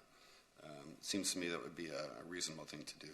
And Mr. Chairman, just to follow up on some of your comments, a few months ago, putting aside the cultural institution issue, which I have to agree with our Madam Manager, it is difficult for cultural organizations to do a solicitation like this. However, a few months ago, we did get an item come before this board for a concession for the Carl Fisher clubhouse, and that was a waiver of competitive bidding. And so to the extent that these items do come before this board, I think, and I'm hearing some consensus along the members of this board, that we do believe that it's important to procure these items to ensure that we get the best benefit for the taxpayers. Nonetheless, I do believe that Miami New Drama is and has demonstrated to be very well qualified to be operating this facility, and hopefully the city can identify those $4.7 million necessary for the construction and build out here. To that extent, I just want to ask two final questions. So there is space within the 16,000 square feet that is being leased by the tenant for them to sublease. And those subleases won't be for nonprofit purposes, but for cafes that would engage in for-profit activity. Those would then generate property taxes that would have to be paid. Under the lease agreement, who would be required to pay those property taxes? Would it be Miami New Drama? Would it be the city as the property owner? Or will it be the responsibility of the tenant? I want to defer to the city attorney on that one. The lease makes it very clear that the city of Miami Beach will not be required to pay property taxes, whether that is borne by by Miami New Drama or its subtenant is subject to that arrangement, but it will not be borne by the city. Okay. And then should at some point Miami New Drama no longer occupy the space, but the subtenants wish to continue staying within those spaces because I believe they're cafes and that type of stuff, would those tenants automatically revert to becoming tenants of the city of Miami Beach so that we do not end up there with empty space? That is correct. Those leases would be assigned to the city. would then be assigned to the city. Okay, great. Because if they ever leave the space, we wouldn't want just for Miami New Drama and all the subtenants associated to Miami New Drama to leave the space. We would, I think, would be to the public's benefit for those to remain there as well. So, thank you, Mr. Chair. Sure. Tanya? Just two more thoughts there. After 20 years, what happens? Well, I think at that point, the City Commission will explore all options for continued activation of the space. And, you know, I'm sure Miami New Drama would continue to desire to be a member of the Miami Beach community. But we don't know in 20 years if they will or they won't, but we hope so. But it's not a situation where 20 years, time's up, get out. It's a mutually discussed, open to discussion, depending on the circumstances, sort of. The lease term will have terminated, and it would be incumbent upon the parties to discuss a new arrangement or to look for a new tenant at that point. It's a policy decision of the City Commission at that point. The other thing, just building on points that have been made, you know, obviously I also am a fan of Miami New Drama, but I also just want to add my 2 cents on this desire for improved transparency. Even if an RFP is prepared, and it's prepared and people think that it might be hard to get respondents, I think the exercise should still be taken so that, you know, you never know who's going to pop out of the woodwork of some scrappy young company who has beach chairs, or in the case of the Boucher Brothers, or, you know, a new organization that just needs a break, and this could be their lucky break. Not that we don't want to see, in this case, you in this space, but the idea of an RFP is not the convenience of it. It's the opportunity to let people take a shot at something. And so if there are no respondents, then you close it down, the work is done, you've extended the opportunity, so be it. But going forward, you know, in this case, it's easy. Everyone loves Miami New Drama. It's a great idea. Done. What if somebody came in and said, you know, and it wasn't such an easy sell because it was somebody that nobody had heard of, or somebody that wanted to do something that wasn't so embraced by the community. So I think the RFP process needs to really be carried out to its logical conclusion going forward. We don't want to make it more difficult for you going retroactively, but going forward, I think, you know, it's a process that industries and organizations and municipalities use for a reason to great success, and I think we shouldn't impede the possibility of what could be. You know, if there's a front runner, it's highly unlikely that that front runner will get knocked off its pedestal and not win the bid. But you never know who might pop up with a really cool, exciting, wonderful idea. So those are my 10 cents. I said 2, I gave you 10. Thank you. Thank you. Thank you, Tanya. Nicholas, did you want to say anything? No, I think Raquel did a good job of presenting it. You know, I did want to mention Miami New Drama is projecting an expenditure of almost $30 million over the lease term in programming that space. So we love being embraced, and we certainly appreciate the investment of the city in building out that space, which the city will own. But as opposed to the Colony, where we do receive a subsidy of $500,000 roughly, we operate $4 million a year, so that covers a portion of that. In this space, over the term, we will be investing between $25 and $30 million to create the level of activation that will really transform that neighborhood in the way that we've transformed the Colony. Great, thank you. David, anything? Or we can move. I just want to second that. I think these things should go to an RFP, even if it's for a specific type of use. I don't like to see anything that comes through that didn't go to bid. And I like your new branding, by the way. I have nothing to add. Thank you. It's a work in progress, but we're committed to putting Miami Beach front and center. Okay. If anyone I'll wants to move make the a motion. Okay. Moved by Mr. Fernandez. I'll second it. And just for the benefit of the board, as a reminder, this will require 4 affirmative votes from the board. Great. So this is a motion to approve the lease agreement. I'm going to do a roll call. Ms. Bott? Yes. Mr. Brantley is absent. Ms. DiPietro? Yes. Mr. Fernandez? Yes. Mr. Jelpi? Yes. Mr. Millen is absent. Mr. Weeder? Yes. Motion passes 5-0. Okay. Thanks for your Thank you very much. consideration. Thank you. Okay, so do we return, I think, to item 8, 633 Alton Road on page 67 of the board package?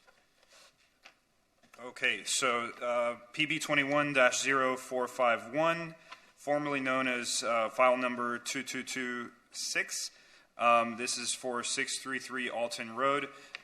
Similar to previous items, this is a request of a modification of a previously issued conditional use permit. And the applicant specifically is requesting to modify the ownership. This is for the storage facility that is located on Alton Road. The facility is being sold, so this is for the new applicant. Staff was recommending that the condition be modified for the change of ownership so that they come back for a progress report 60 days after, but similar to the way we've been doing it, you may change it to require the progress report prior to the submission of the affidavit. Sure. And also the additional condition to allow for inspection of the site for CUPs. Okay. Before you begin, may I swear in the applicant team? Do you swear under oath that any and all testimony that you give in this proceeding is the truth, the whole truth, and nothing but the truth? Yes. Thank you. 10 minutes. Hopefully I won't need that much.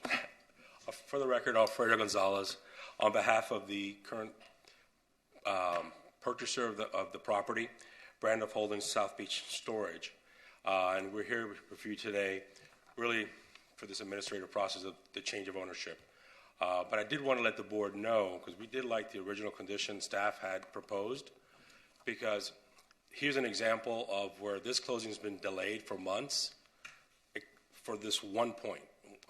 My client's been held up by his lenders because of this one condition that required a noticed meeting that took basically almost 3-4 months later. So we've been waiting for this item to close on the property, which really has no impact on the operations. Just for the record, CubeSmart Self-Storage, which is currently operating, they will remain. There's no change in operator here. It's strictly change of ownership. The board may want to consider if they want to put a condition, the one you've been doing the last couple of items, for operators, but allow at least owners to continue to be able to not hold up a closing with having scheduled these meetings. I mean, I know the history. I remember when this condition was never imposed on CUPs, and unfortunately some bad operators came before the board and would cry ignorance and not know what the CUP conditions were. So this board, in response to that, created this condition. So, but with that, here to answer any questions. Okay. Anyone from the public to speak on this item? Nobody with their hands raised. Okay. I think we close the public comment. I apologize. We have Ray Breslin with his hand raised.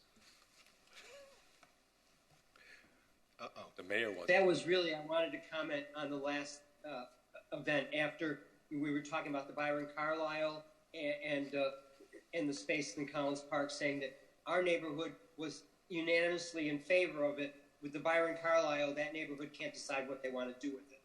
And that's not, you can't compare apples and oranges, but that's beside the point. Anyway, thank you.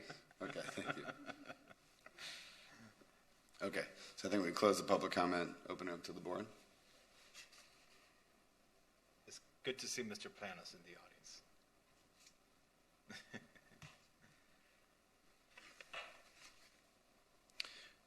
I'm trying to consider what you were saying that we could consider as an additional condition to facilitate closing and financing.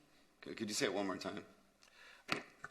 I was just going to suggest that you leave the original language as proposed by staff for owner transfers. But if you want to add have come to a public meeting first for any operator, which is really the one that's going to be potentially would have an impact. And this is not a club whatsoever. This is a storage facility that hasn't had any problems. It really comes, it's getting a CUP, as a result of the zoning classifications and that requires anything over 50,000 square feet to get a conditional use permit prior to building permit. Mr. Chair. Mr. Fernandez. I think given the nature of this item, that it's a storage facility, you're really not dealing with traffic, with noise, with the other issues that usually affect people. I think what the applicant is requesting is reasonable, and I think it'd be fine if it's a change of operator, not necessarily the change of ownership in this specific item. So for this item, I think what Mr. Gonzalez is requesting surely is fine. Okay, Rogelio, do you know where we would we modify condition A? Condition A, which is really condition 1 in the board order. So it would read: a progress report shall be scheduled within 60 days, followed by the submission and acceptance of an affidavit for a change of operator. Sorry, for a change of owner. No. Is that right? Yeah, for a change of owner. And then we will add: a progress report shall be scheduled prior to the submission and acceptance of an affidavit for change of operator. Right. Okay. Correct. Sure. That's fine. I appreciate it. Thank you. Great. Asa? I'll move it. And I'll second. All right. Second. You thirded. Second. Okay. Seconded by Mr. Weeder.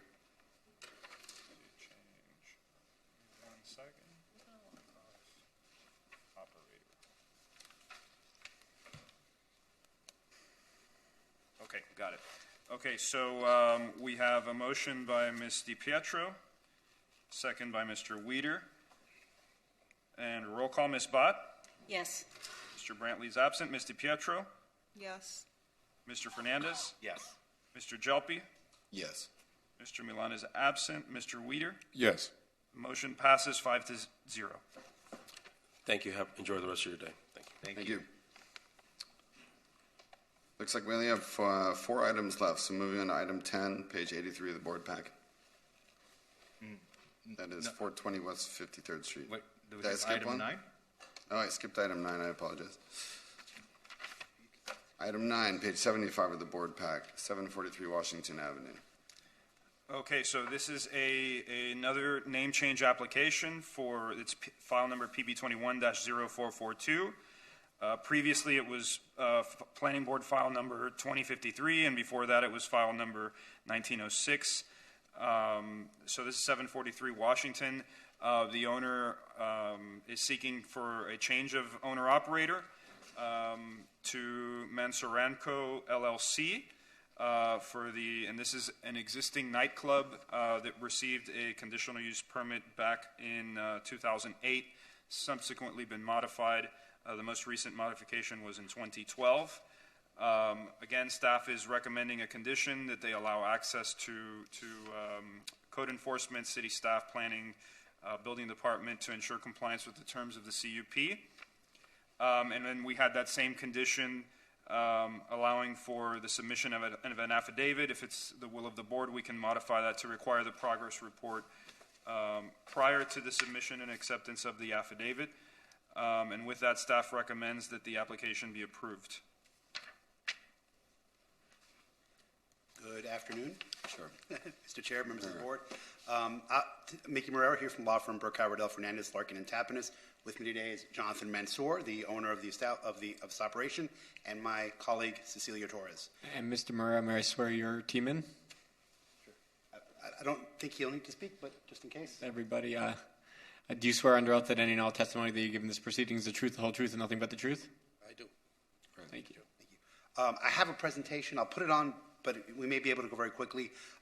We're certainly fine with all of staff's recommended conditions. This is, unlike the last one, a nightclub.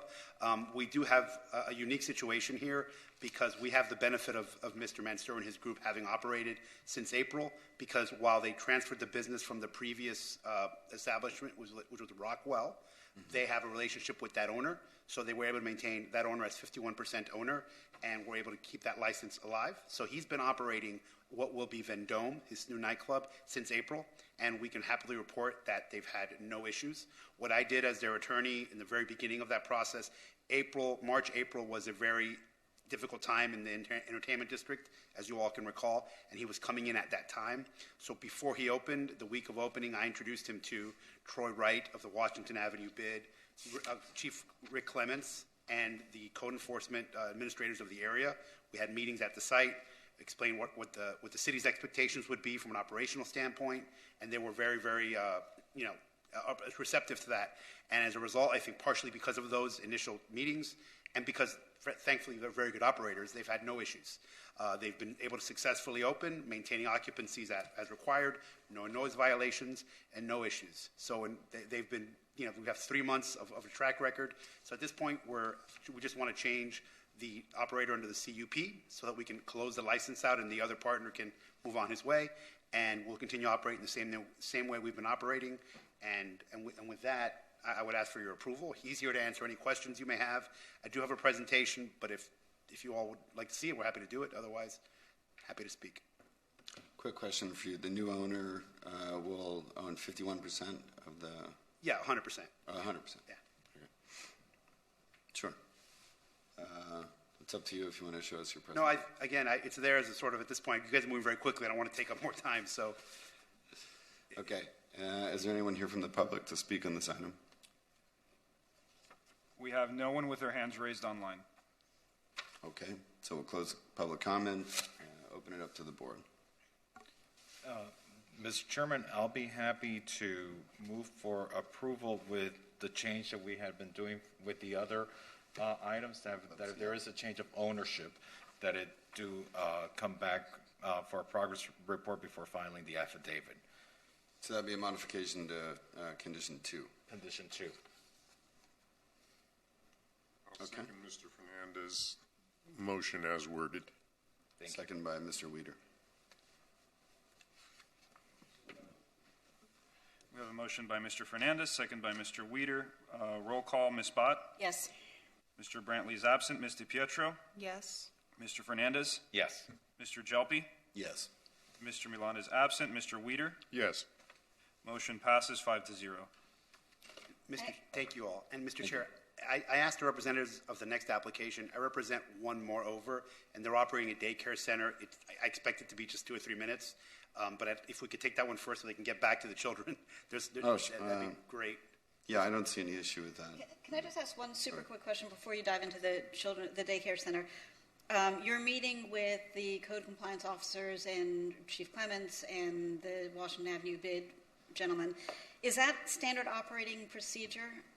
It probably isn't required.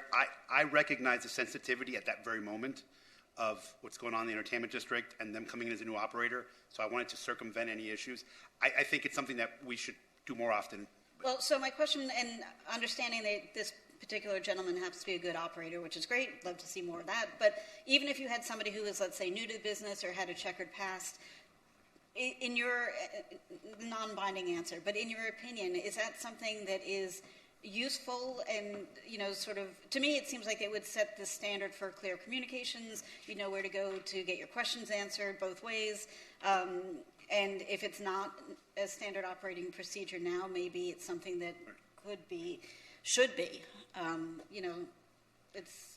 wanted to hear your thoughts on that. Sure, and I can tell you, it certainly I thought was beneficial here. I would say on a case-by-case basis, depending on the location of the venue and so forth. I don't want to overburden staff with more meetings and requirements, but I think I would like to do it more when I have operators in these neighborhoods. I would think it's a good idea. It worked well here, and I think it created a relationship that if there were problems that would have arisen, there would have been a line of communication existing. So you're saying in sort of high-impact neighborhoods that sort of have a history of chaos at certain times of year. in a non-binding way, I think it's a good idea, yeah. Okay. Thank you. My pleasure. Great. Okay, so if everyone's comfortable, let's take item 11 out of order. That's page 98 of the board pack. Okay, so that's PB 21. 1211 Marseille Drive? Yes, 1211 Marseille Drive. So that's PB 21-0443, formerly file number PB 2035. The address is 1211 Marseille Drive. This is another name change. It's a modification to a previously issued conditional use permit for a daycare center. The applicant is, again, simply requesting that the ownership be changed from Kids Choice Learning Center to Miami Hebrew Activity Center, LLC. Staff has that condition regarding future name changes, that the progress report be scheduled within 60 days. Again, if it's the will of the board, we can modify it to require that progress report prior to the submission and acceptance of an affidavit. And then we have that additional condition as well to allow for staff to inspect the site. With those additional conditions, staff recommends that the application be approved subject to the conditions in the attached draft order. Good afternoon again. Okay. Chair, members of the board, for the record, Mickey Marrero from the law firm Burkhardt, Riddell, Fernandez, Larkin, and Tapinas. With me today, again, my colleagues Cecilia Torres and Sharon Eichberg and Katie Horowitz, the operators of Gan Catan Miami, which is a daycare center.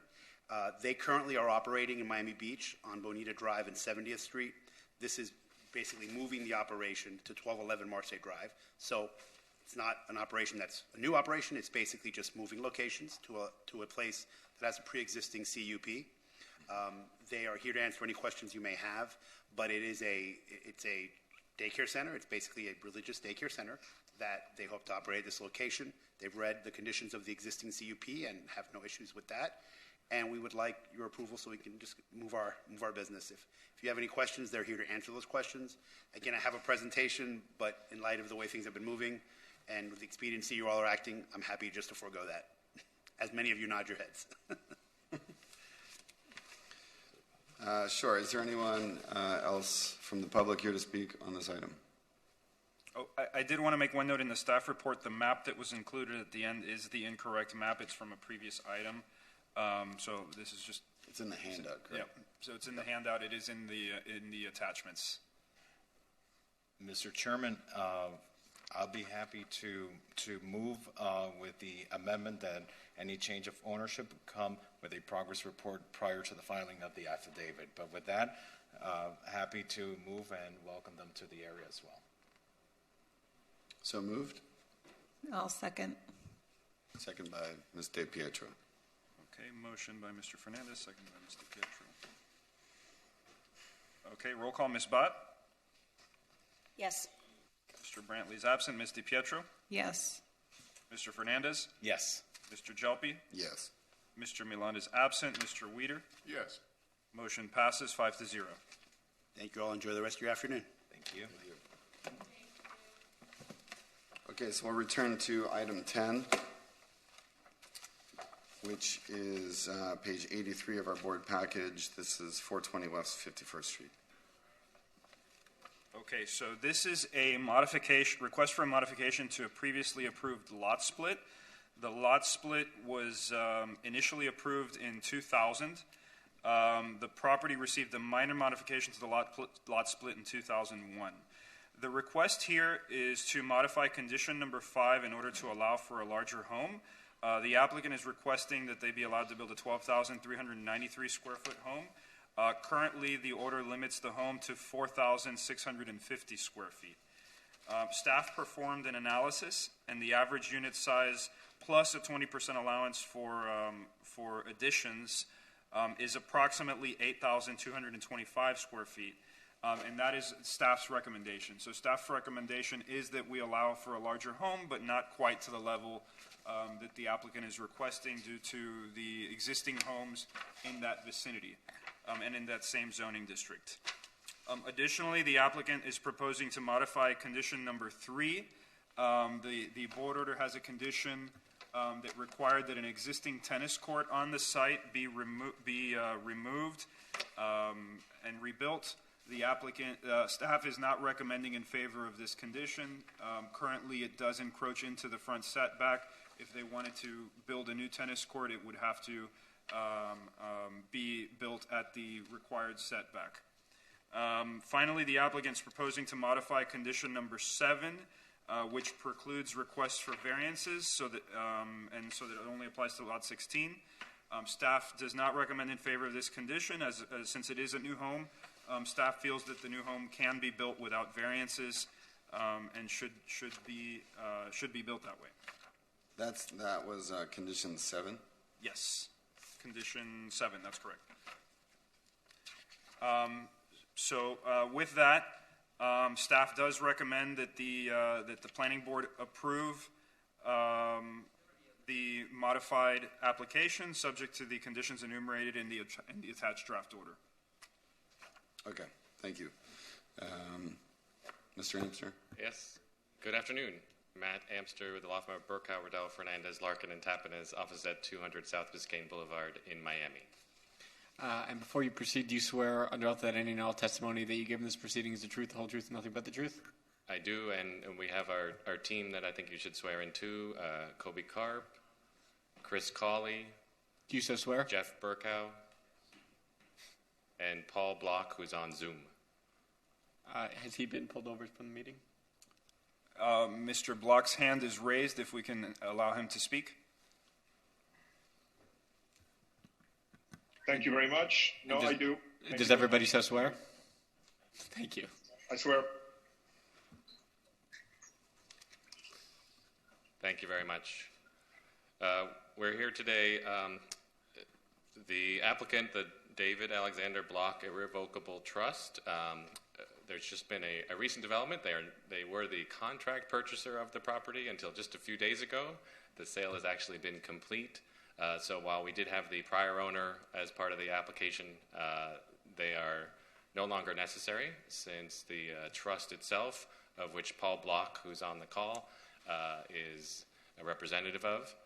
So just want to make that clear that is now not just the applicant but also the owner of the property. It shows their commitment to this. Paul is building this for his family, very much likes the neighborhood, already a resident of Miami Beach. In fact, he's also a trustee of Mount Sinai, very heavily involved in the city and in Miami-Dade County. So looking forward to establishing a really nice home at this long vacant lot. As I mentioned, we have our architects, Kobe Karp, landscape architect is Chris Cawley, and from my firm, partner Jeff Burkow, and our colleague Cecilia Torres Toledo. We have a presentation too, if you could call that up, please. How much time do you think you need, Mr. Amster? We do, I think 10 minutes might be on the quick side. If we may need a few more minutes after that. Sure. Yeah, why don't we start with that? Thank you. So while the presentation is being called up, again, the property's on 51st Street, just around the corner from the Lakeview neighborhood. It is waterfront, and nearby is also the Pine Tree Drive, and across from that are waterfront properties as well.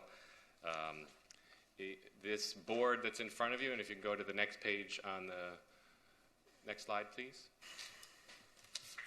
We have two images, one on digital but also in person, is from a lot split. I'm taking you back in time to 2000, 20 plus years ago, when the property on the right side, as well as the one on the left with the tennis court, were actually a single development, a double lot situation.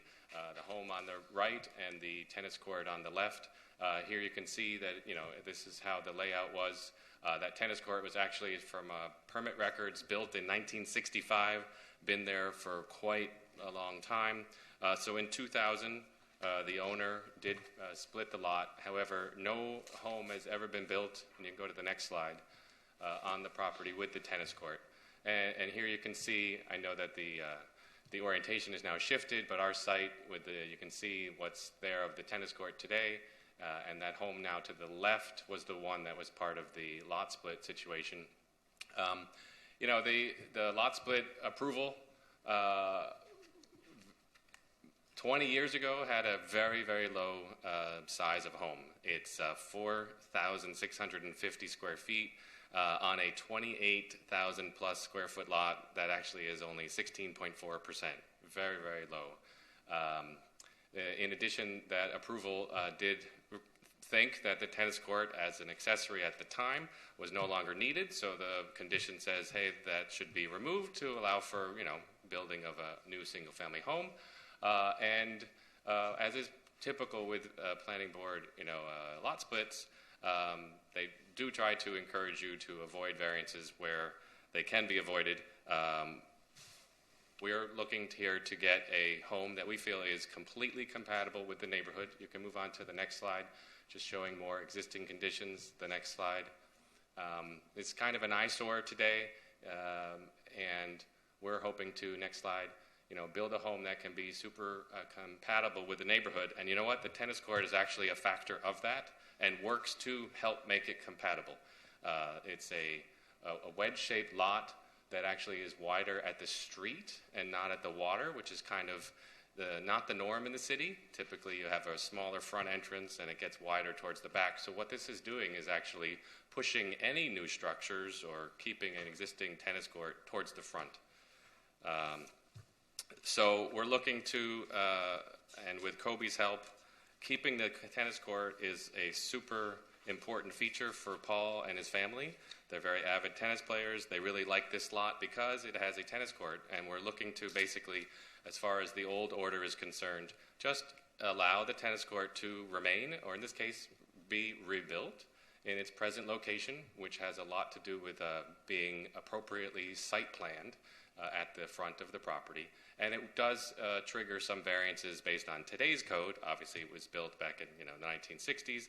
The code has changed a little bit, but what we'll see is that it can be and helps with push the massing of the home towards the back, helping keep it compatible with the neighborhood. Next slide, if you go to the analysis, right? Lot split analyses are done. We have our numbers. The slide is not really very clear, but what we presented in our analysis, all these red properties are RS2 lots along the waterfront. There's 8 of them. And they do, again, they're similarly situated in the same zoning district and on the water. And our analysis comes up to be 33%. I know staff used a subset of this. They used 5 properties that are to the west of Pine Tree. We've included 2 others that are on Pine Tree to get to that 33%. Interestingly, also on Pine Tree, the northern one is a vacant lot today. And we had basically kept that out of the analysis. If you add that in with staff's numbers and the way the analysis is done, you get up to about 38.7%. That would be assuming that on that vacant lot, number 8, if you did develop to the full maximum unit size of 50%, that does bump up the average of these 8 similarly situated properties. So what we're planning to do, next page please, is the home is in white, and it has a low scale 1-story portion out at the front. Not only is Paul very interested and excited about tennis, he's got a great car collection, and this is going to be a show garage, a 1-story nice architectural feature out front that's also low scale. And what it does is it pushes back the 2-story home, the rest of the white that you see, as a separate structure. It's halfway into the property, 126 feet from the front property line. And you can see how, again, this is the massing of the other area homes. They also have, many of them have wings that reach out towards the front and push back at least towards the center, if not more to the rear, like us, the massing of the home to help them be compatible. The ones around to the right side, the purple ones, I will note that the lavender one is a combination of a recent approval by the DRB. So it doesn't look like that yet today, but that's what their approval is. It is a mix of saving a architecturally significant home and adding new construction. And what I want to do is turn it over to Kobe to help to show you the layout of the home and, again, the low-scale nature of our design.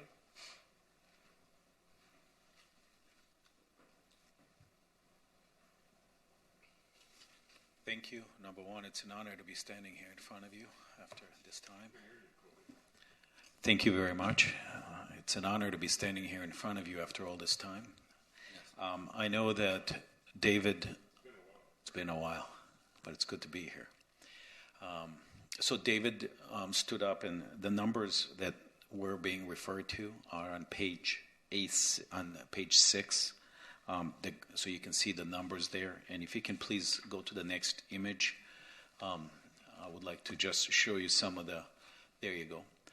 So that graphically shows you, based on our discussion with the neighbors, how it is that people felt that a lower structure towards the north is appealable, is desirable, which is why we got some letter of support.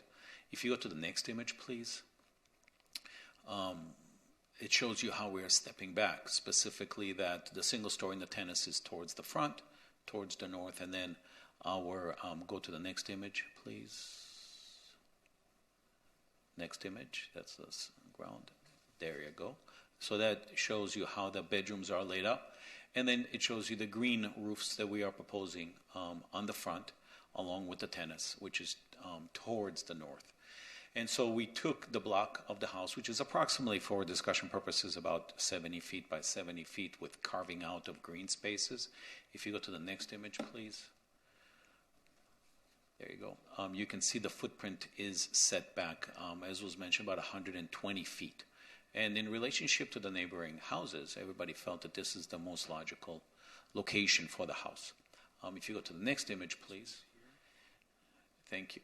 You can see how the house is set back from the street, and closer towards the water and closer towards the bridge. If you go to the next image, please. Specifically, you can see the relationship where it pulls towards the bridge, and it will be more visible from the bridge than it would be from the street. If you go to the next image, please. It's what it would look like from the street with the single-story green roof in the front end. And obviously, we don't have all of crisp landscaping on it because you wouldn't see the house. We have mature plant material in here, and that's really the desire of the client. And go Kobe, ahead. yeah, we can. If you could go back to 13, that one more. Yeah. That plan is actually showing you the proposed landscaping all along the perimeter, especially at the front. And it definitely, there's a requirement in the code, which we're meeting, to screen the tennis court, both on the side and at the front. So you can see not only the street trees, but behind there is a very full hedge, the 10-foot minimum height requirement. And then there's additional trees both in front of the garage as well as all along the side for privacy for not only us, but our neighbors. Sorry, Kobe. And that's okay anytime. And historically on Lakeview in this area, there are tennis courts that have historically been placed there in the front. And folks and neighbors in the community liked it. So that's why Paul and his family, who do like to play tennis, kept it. And that's the direction that we would like to move forward on. A key design here too, Kobe, right? We've broken up the massing very importantly. The front garage, yes, is 2,550 square feet, yes, which is 9% of the lot. And as a garage, it's not actually fully up at maximum freeboard, so it maintains a low profile. And then the house, which I mentioned, is 126 feet setback. It's halfway into the lot. Itself is 9,843 square feet, which is 34.7%. And that is the habitable space. That's the habitable house. And it is in line with that minimum percentage, that analysis that the neighbor and staff's analysis comes up is at 30. Our original was 33. And then if you add in, a potential 50% home at the Pine Tree, it gets up even higher to 38 and higher percentage. So we've definitely taken that into consideration to, again, and like I was mentioning, the tennis court being in the front, which is extremely low profile, is helping with the massing. It's where it's been. Our neighbor to the east of that actually has a very tall wall already on their property, which is helpful for privacy, but also I think just a direct relationship with that tennis court, and so we're keeping that same experience. There's really tall lights there today. It looks like over 20 feet tall. We're going to take them away and put in 10-foot tall lights, which is in... What is the zoning variance in terms of setback that you're looking for? In other words, what's the permissible... I think it's 35%, isn't it? Right now? For unit size? What do you... I think it's 35% of the lot size. So unit size normally is 50%. Lot coverage is 30%. But this is this restriction in this 20-year-old lot split approval is for unit size, and it's all the way at 16.4. So let me understand this. The percentage of the existing lot, including the tennis court, will be what percentage? So if you're talking about lot coverage, the tennis court is not a factor of how they calculate lot coverage. I believe we're at 28%, which would be the two buildings. That's the lot coverage. We're within the required 30% at about 28. So you're talking about simply the building footprint. The building footprint itself, and you don't include the tennis court or the other appendages? Correct. That's not how... So you're only talking about the habitable area? No, there's a show garage in the front, the two-story main residence, and then there's an accessory structure, an outdoor but covered area at the back. That's also, some of that is counted and towards how many lot square coverage. feet? How many square feet is the house? The house is 9843 square feet. The garage is a smaller portion and also lower scale. And you did ask about the variances. The variances have nothing. The home completely complies. We don't need any variances for the new home or the garage. We don't need any waivers either for that design. That's all fully code compliant. Rebuilding the tennis court, though, in its long-standing location, it's too close to the front, so we need a front setback variance. It's marginally a little bit closer to the neighbor to the east, who we do have support of. I'll show you that when we get to some further slides. So there's a variance needed for the edge of the court and the lights to be where they're going to be, which is actually better situated than the current ones, which are really tall. And then the front open space. The tennis court is in the front. To your point, it's not part of the building footprints as far as lot coverage, but there is a separate requirement for open space, and so we have a need of a variance to keep the court in its long-standing location. So those are our variances are only associated with the tennis court, and that's all we're asking for. And this board just is here to try to give its best guidance for, again, compatibility. You're not actually approving the variances that we need. That's a power of the DRB. All we're asking for is the opportunity to be able to take these tennis court variances to the DRB. And there's no guarantee that they'll approve them, but it's a very important feature, and it also helps with the way that the building is the design and compatible. So we want to just be given that chance to go to the DRB and ask for those variants. It just seems to me that from the drawings, I certainly don't question your representations about the compliance figures, but it just seems like it's so large compared to the other houses. It doesn't seem like the massing is consistent. So I don't know. I mean. Well, to that point also, many of these older homes have very small setbacks. The code used to allow 5 feet. I believe that our one neighbor is at 5 feet and another one's at 8 feet for their homes. We, under today's code, have much larger. We have 13 feet on one side and 16 feet on the other.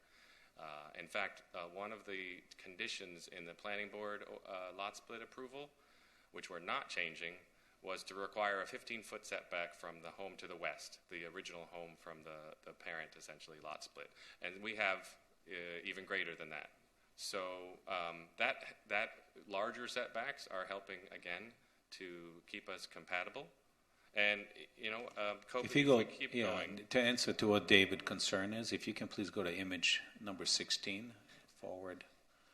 Yes. So, no, go back, just so he has a perspective. That's it. So if you go to this one right here, you can see more what it looks like from the street, because aerial axonometrics are not necessarily the correct perspective. Yeah, I think it's a very pretty design, Kobe. And again, I didn't even put the trees on there. I wanted to expose the full. And if you go to the back, the next image, 16, this is a close-up, right, of standing on the property at the drop-off. If you go to the next image, again, it just shows you, go to number 17, that's from the backyard, right? So it becomes more like a normal house, which is what hopefully we'll be able to take to DRB. But if you go back to image number 14, it shows you what it is. Oh, that's perfect. Sorry, 15 is perfect. Yeah, the aerials are misleading, and the ground level is a little bit better. But at the end of the day, we have to comply, and as was mentioned by Matt, we're looking for a design, as of right design, for this home. We are seeking the variances, the relief on the existing tennis, which has been in context for quite a while. Just as an aside, the roof is what, poured concrete with some kind of coating on it? Correct. And we're looking to green roof the lower structure, and we also are looking to green roof the upper structure. Does your green roof match the size of the tennis court? Does my green roof match? That's no. It because can there's. be. Well, I was just wondering because you said that the main issue is not having the open permeable space. Was that the logic behind the green roofs? Was to add it elsewhere? We liked looking down at the front yard and seeing the tennis court. We liked looking at the front yard and seeing the green roof. And yeah, I think that the more they can match or be in similar hues, it'd be better. What's the David? Actually, David, let me interrupt you real quick. I just want to know about the carbon footprint. We should take all the time we want to ask this code, but we should let them finish and open it up for the public first, and then we'll come back to the board. All right, thanks. How much more time will the presenters need? Probably 3 minutes, but maybe not even. Okay, let's do that. 3 more minutes. If you could move on to intruded on their time. 18. Thank you, Kobe. This and then is the current street view. We wanted to give you also not just the rendering that we were showing, but here's the existing condition of our lot in the middle, but the two neighboring properties on the sides. And if you move to the next one, you'll see that this is now the street view from across the street, typical pedestrian level. Here is what you're going to see with our proposed landscaping, meaning you can't see the tennis court or its lights at all. You have, beautiful landscaping and street trees in the front, and you can see a little bit of the darker colored show garage, but then the two-story home is much further set back. This, again, is another helpful perspective to show that we're being compatible with our neighborhood. Next slide, please. As we mentioned, we've done and received lots of neighbor support. All of the colored numbers are people that we've reached out to. We did this in various ways through relationships that we had, but we also invited many people to a Zoom meeting because that's what the times call for. We had a well-attended Zoom meeting. All told, at the moment, we have 8 written letters of support. There were others. Those are in blue. The ones in green were people that expressed support, whether to our representatives or on that Zoom meeting. We've been trying to get actual written support from them, but again, it was well received. We did not hear any objectors. Everybody was in support of our full design and our requests. Next slide is our letters. Next slide after that is also 2 more.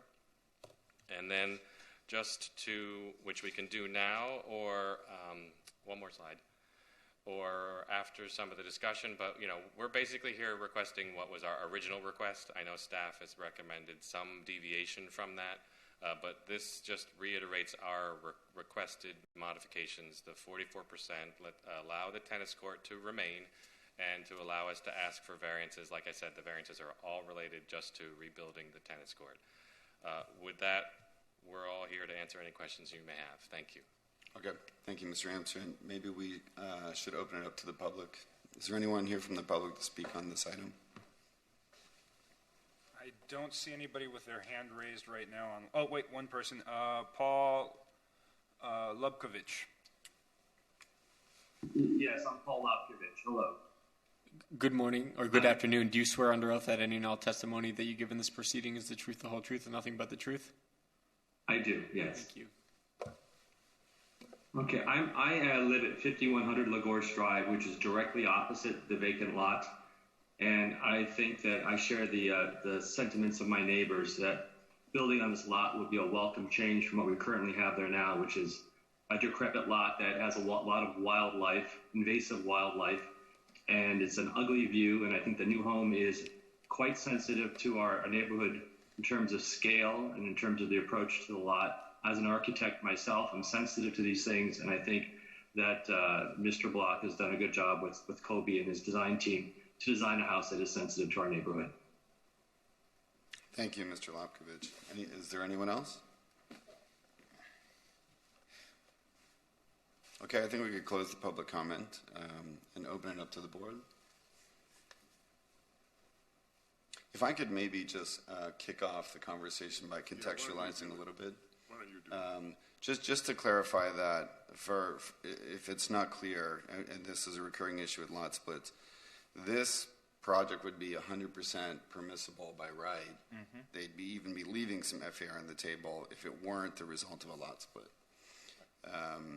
So, with that in mind, in the history of those things were that the larger lots, historically, they would buy up larger lots, build smaller homes, not max out their envelope like they did, like we tend to see now, so that when lot splits were split up, if they were split into, say, 3 parcels and maxed out, you would see a kind of really intense change in density as a result of that. So that's why historically there's been a limitation put on the unit size that was allowable as a result of the lot split. A few comments I have. I think there's a little bit of subjectivity in terms of which of the neighbors we include in the context study. I think the additional parcels make sense to consider in relation to this one. It really is a kind of extension of that shoreline. These are waterfront properties. I like the massing. I think it's a great massing, the way it's set back from the street. And there's a little bit of a difference between the aerial and the landscape plan, Kobe, and the front rendering. I know you're showing the structure, so you turn off the trees, but in reality, it's really going to be screened from the front, which I think is a good idea.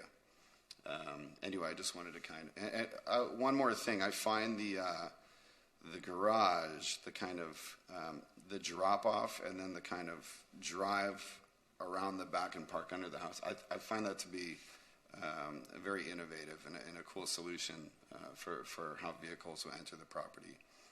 So I think there's a lot to admire about the design. It's just a conversation about, we're not supposed to consider this as a typical parcel.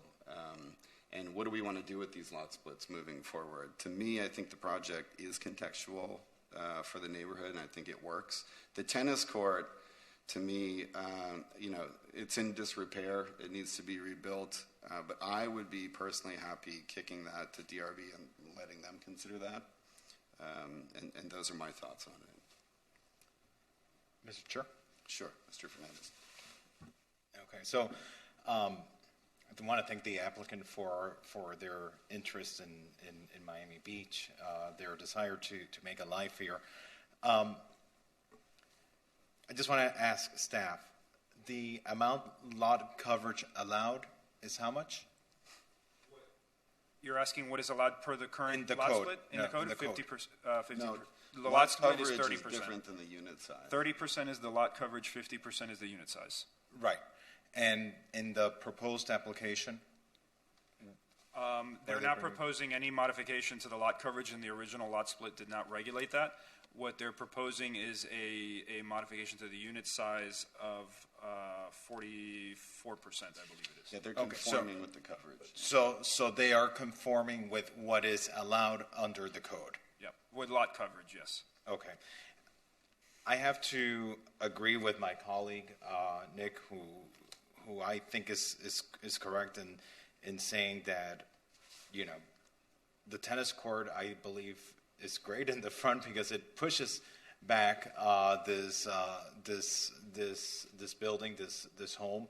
It doesn't put it at the pedestrian, close to where pedestrians would be. It's recessed, and because of that, I don't find this massing offensive in any way.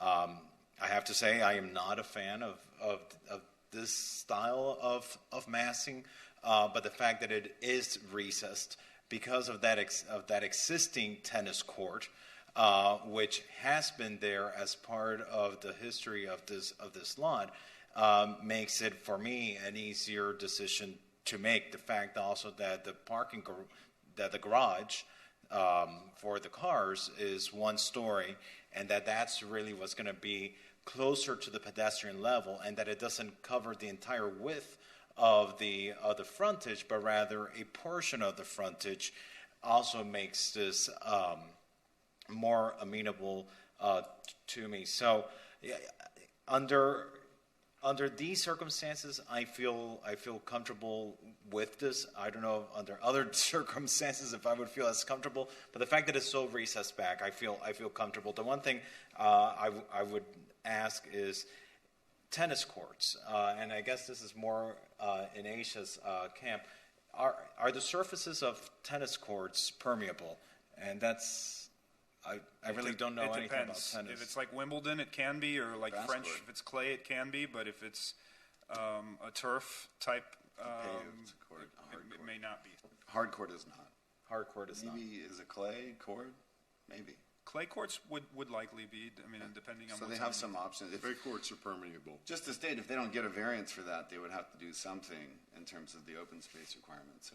Right, and the only other thing, I mean, and not to be completely unrelated to this application, I just feel that, when this goes to DRB and items that go to DRB of this nature, we do need a diversity of style of architecture in Miami Beach. We can't be homogeneous in our style of architecture, and but that's independent of this application. I just would like to see more diversity in what comes forward in terms of design. But other than that, I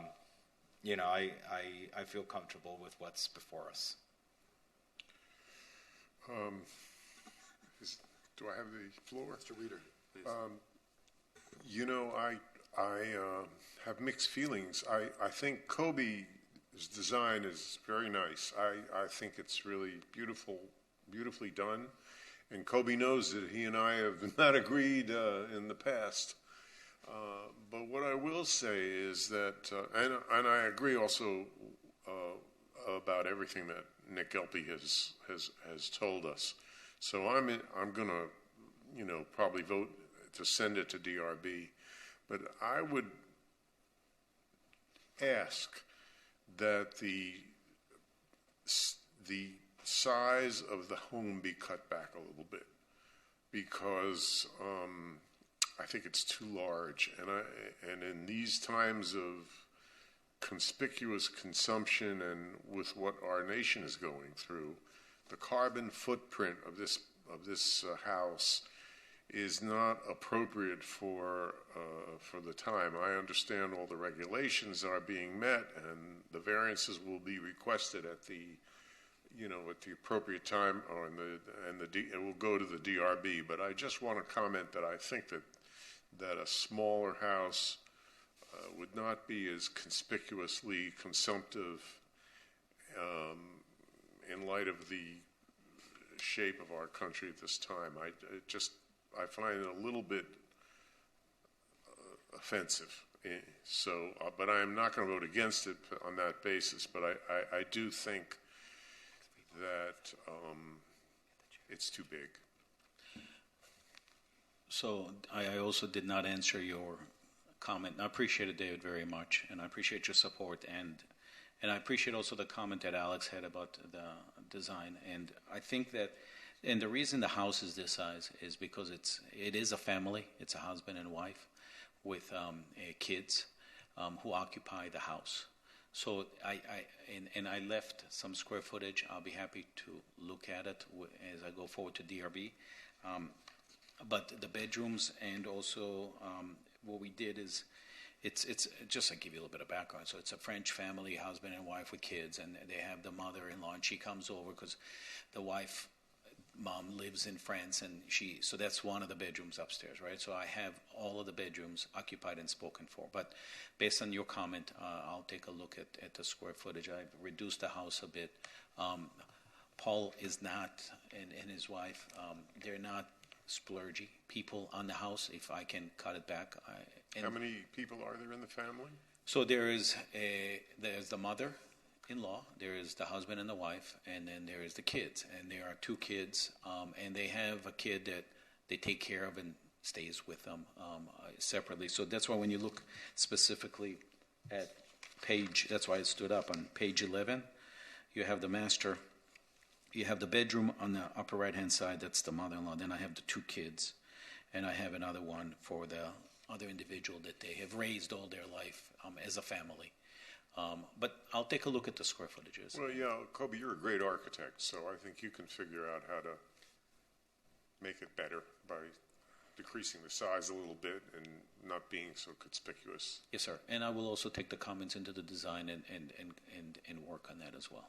I want to add 2 things, though. We are being very resilient. The house itself, the 2-story, is going to be raised up to the maximum of freeboard, and it has the open area of the understory underneath, which is helpful for any water flow. It's up to Kobe, No, but I want to just mention that by doing that, there are areas that are in that understory, essentially below the first floor of the home, that you're not going to perceive from the street in any way. That it is counted towards unit size. There's a roughly 700 square feet already in that way. It's for access and a small amount of enclosed parking. That really, when I say that the home is 9,800 square feet, what you really, from this first floor up, it's only about 9,100. And the home next to us, the parent essentially from the lot split, is at about 10,000 today, and they have. The way that the analysis for these lot splits, the staff will add 20%.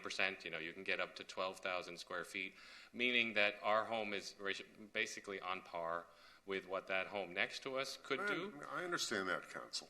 I understand all that. But the carbon footprint, David, because on this house we're looking to put solar panels on the roof, low voltage wires to the battery by Siemens and/or Tesla now, which is common. And specifically, this is a business transaction. That's what I try to promote it, because then I can take you off the grid. The battery packs, if that package costs $50,000, you get the money back in less than 5 years. And you basically are off the grid. And also, if when there's a hurricane, the power is good for 48 hours, and then the sun usually comes out after the hurricane. We don't even need a generator. So those are the kind of things that I just want to let you know on the sideline that I'm pushing and implementing on this house. Thank you. Thank you.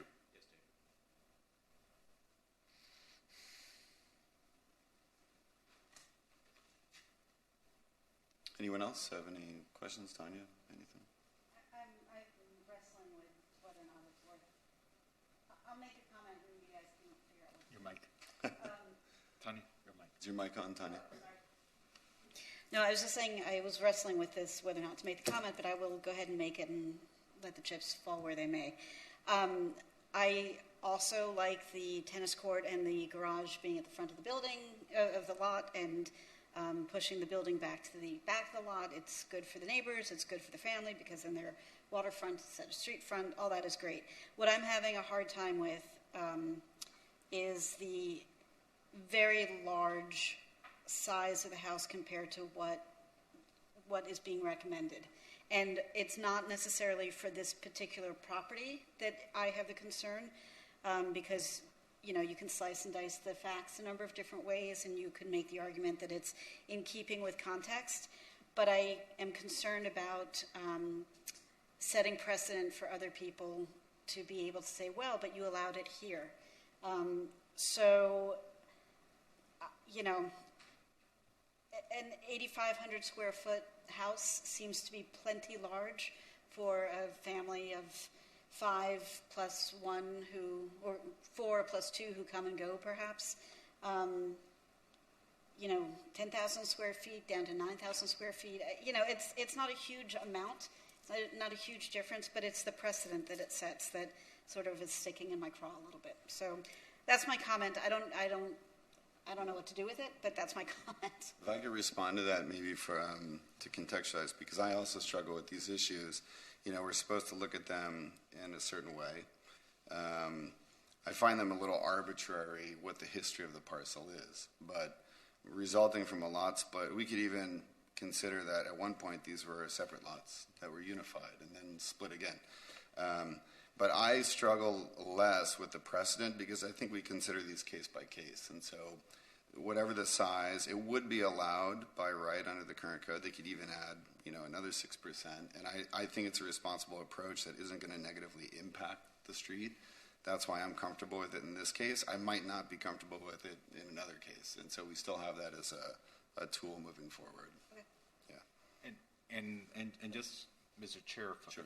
if I might, because I do share your same concern about this. I mean, it is a big structure. I mean, and I grew up in a 5-family household, and we barely had 2,000 square feet out in Westchester, and now we're Miami Beach. And so I think about it this way: in some other lot that were it not a lot split, with the circumstances of this lot, this would be allowed as of right. Yeah. This one being a lot split. And because it has that lot split, it also has that tennis court in the front that DRB is going to have to discuss. But it's recessed, further recessed from the frontage, where the pedestrians experience it the most. And I have to say, with these massive homes, what I find most offensive is, as a pedestrian, someone that likes to go out and walk a lot, is like having these big structures so close to you. And here, if they were anywhere else, it wouldn't be so recessed back. But here they are. And so, is it what I would do if it were my home? It's not, but it's not my home. When it comes to where people live and want to live and what they want to do, where they want to call it their home, I'm very respectful of people's rights when it comes to that. And so, but I share a lot of your feelings. I agree. And I would just add one thing: if you do go to the DRB, I mean, this is kind of massed pretty tight around that existing tennis court. If you don't get that variance, there's going to have to be some modifications to the layout to shift the tennis court in if you still want to retain it. So they still are going to have to think through some of those issues. Nick, did you express an opinion as to contextuality? I think it works well. I even have, on occasion, quite a few kids taken a boat into Surprise Lake, and you tend to see a kind of, a larger frontage onto the waterway there. And from the street, I live in this neighborhood, I walk by it often. I think in terms of a street frontage, it's not going to be so noticeable. Maybe, I don't think you'll be hosting tennis tournaments, right? So maybe it's in use a couple hours a day, but it seems screened well with landscaping and to push the house more than halfway back on the lot, I think, is really going to mitigate any street presence. Can I ask another question about the tennis court surfacing? Presuming that you get the variance to keep it where it is and just rebuild it, the same way that Kobe has come up with suggestions on how to make the house itself greener and less reliant on the grid, I've got to believe that maybe it's not in use on tournament level courts, but I've got to believe that there are companies out there making more resilient tennis surfaces that are, low maintenance, water permeable, whatever it is. So the same kind of care and thought that's gone into the thinking of the battery packs for the house, for the lights for the tennis court, obviously would be a good tie-in, but the surface material itself would be great. And then, who knows, if you find something really good, then it becomes a test case, and Flamingo Park and North Shore might be able to learn from what you put out there. So just a thought. No, thank you. And we have been exploring, and we have more research to do. And again, when we get to DRB, that could be a factor as well. Okay, great. Thank you. So, Mr. Chairman, procedurally for staff, if we vote to send this to DRB, let's say, if that passes this board, it goes to DRB. What happens if DRB does not approve what the applicant is requesting, is taking to them? Well, procedurally, you're approving the modification to the lot split. Then it's up to them to file the application to DRB separate from this application. They're two standalone applications.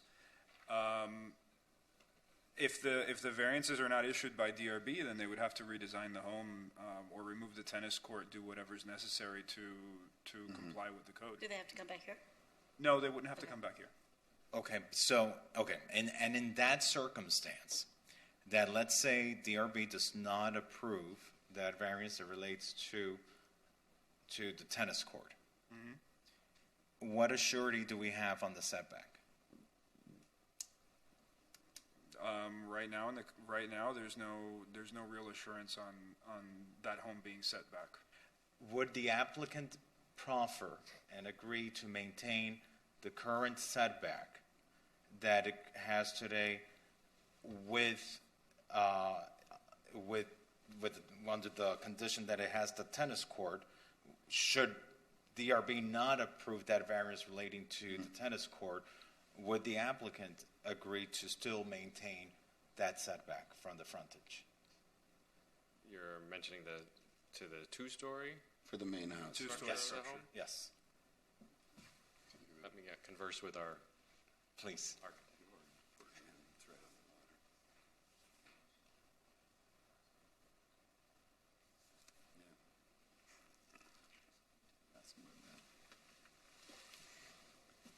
That is an interesting point, because when we're presented with a design for contextuality, are they free to change the design later? Yeah, they could. You're just approving the lot split. Yep. We are approving We're not approving the conditions of the lot split. The modification. The modification, okay. Yeah. Yeah, but in what way, in what way is it binding to this design? The lot splits are not binding to design. The original lot split that was approved didn't have a design attached to it at all. So the lot splits typically are not, unless they make some sort of a proffer. Yeah, on that issue, it's helpful, we think, to get you a fully designed project, not just to show you the owner's intent to actually go forward and build a home, right? We've actually already applied to go to the DRB, but it helps, massing can be a broad stroke that unfortunately can be a bit too cumbersome. But we can, back to the setback, I think we can commit to, should we need to modify because of DRB not granting or lessening our variance requests, we can keep that current setback proposed for the main residence. Okay, and then for whatever reason, if DRB doesn't approve this variance, you're saying you would keep that same setback. Is that correct? Yes, look, if after redesigning it's not going to work, that would mean we would have to come back to this You'll come board back then at that point over here to see if there's a way table. to work it out. Okay, I feel comfortable with that. If you're willing to proffer that on the record, I feel comfortable with that. That way we preserve that setback. Just to clarify, David, if I could, so what are you proffering, that they will return to the planning board with the design? Or they'll just maintain the front setback? So if the DRB does not approve the variance under what they've designed now, and let's say they can't keep that tennis court there, then any redesign still keeps the setback from the separation of that massing from the street level. Yeah, we just want to know you're not going to push the house there. Exactly. Because you already have the one-story parking garage already extending towards the front, but at least you don't have the entire building right at the frontage of the property. Right. So we'd be agreeing to keep the two-story setback at, it looks like approximately 126 feet. Right. Great. For the two-story. Yes. Yes. Correct. I don't know how the one-story might Yes. shift around, but that's already low scale at the front anyway. Exactly. So in looking at this plan again, I see that there's virtually, for a house of this size, no backyard, and you have more space devoted to the cars and the tennis court than you do for the residents. So hats off to Kobe for making the design. I don't know, I just think it should be rethought, though, in terms of,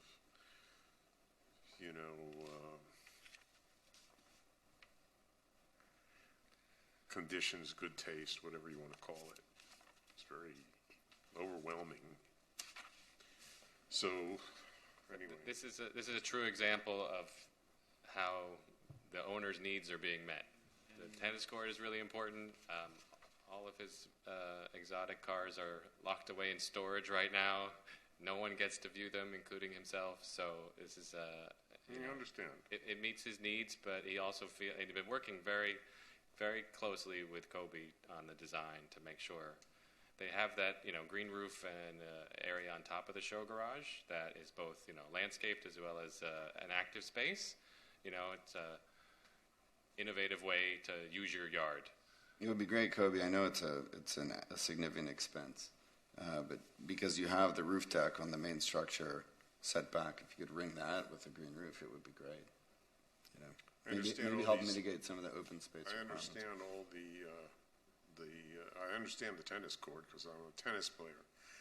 But all these cars, I mean, what's the deal with this? Is like Jay Leno, who's going to bring people in to look at all these cars? I mean, is that? Yes, it's similar to that. This is my cars? Right. Because the actual parking of the vehicles they use every day are underneath the home, underneath the two-story home. This is truly a show garage, a little museum piece. I doubt he's going to have a TV show and drive all around and do interviews, but... Okay. I think if anyone's ready to make a motion, one way or another. So just to clarify, the condition that you were discussing would be a requirement that any two-story structures be set back a minimum of 126 feet. 126 feet? Yes. So that will be sort of permanently written into the. Yeah, we would add that in as condition 13. And to be clear, that's being presented as a proffer from the applicant? Yes. Right. And along with our other original requests for the home size, the tennis court, and the ability to ask for the variances. And I just want to be very clear, and perhaps we may need legal input here. When we say two-story structure, we mean that area there, because of the size of what's being proposed, is that 126 feet is open space there. It's not that the two-story structure, so you're going to be able to have one-story structure within that 126 feet. It's that's going to be open space there, that 126 feet, to recess the massing. Will the garage do one-story garage? Right. Well, yeah, and the exception would have been then the one-story where the garage is at. Okay.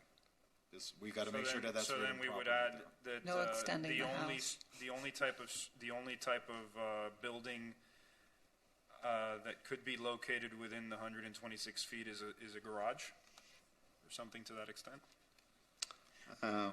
Nick, we need your guidance here. It's not even really a garage. I mean, it's a one-story building with cars in it. There's another garage in the house. Right. And at the understory? I mean, I think probably the way to do it is to say we want to, maintain the open space of the tennis court. I mean, I feel I feel that even if they don't get a variance, they could make it work by shifting some things around. But I feel they'll make it work somehow. So yeah, I don't know. I mean, in what way could we? I guess, yeah, we just don't want that to be completely. I have a suggestion. So somehow, and guide us legally here so that this makes sense. If the variance for the tennis court is not approved, that then that area is maintained as green open space. If the variance for the, okay. Well, why can't we have if we are able to rearrange and move the tennis court, Or a why tennis can't we court. still have a tennis court? They would have to basically Right. shift the tennis We, court. we may get told, sorry, no variances at all, have to redesign, but we still would like to include a tennis court. So in that nature, there'll still be a tennis court. It'll be in the front because obviously 126 feet is precluding us from having a two-story in the front.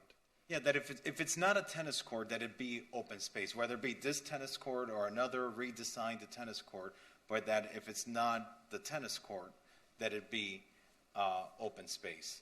So I we think the preserve lot that coverage recess. requirements kind of cover you for that in the requirement of open space. I guess I thought your concern was that they not move, orient the garage in such a way that it would be offensive to the street frontage. But No, I think that would be, even if they were to rotate, I think it would still be okay. Maybe we say the open space shall be used as a tennis court or open landscape, something like that. Right. So So that gives them that flexibility. If your client had to choose between the tennis court and the automobiles, because if you move the tennis court perpendicular to the lot and just had it in front of the house with some green open space before that, what would he choose? Both. I don't think that the tennis court necessarily needs to be shifted, 90 degrees.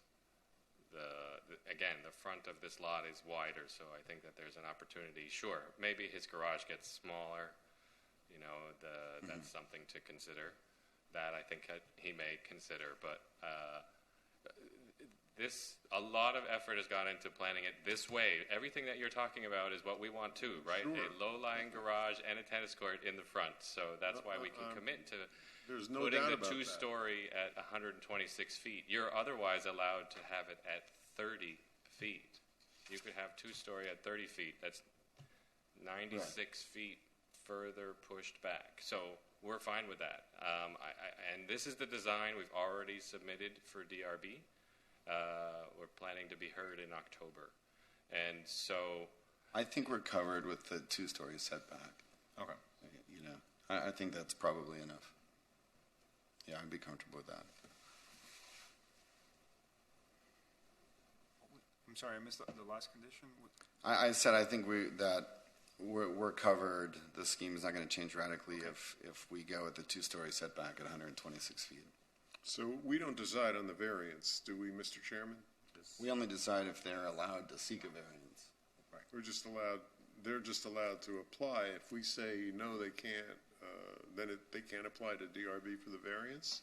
Correct. So we have purely administrative. Which is the way it's worded today. Yeah, that's historically been the way that lot splits have worked. I'm comfortable letting these other boards opine on these design issues. Otherwise, it's kind of, we're required to do it. And I think we have good boards capable of doing that. And that's their jurisdiction, their purview. We have to respect that for our fellow boards. You want to move it? I'll move. It's a complicated one to.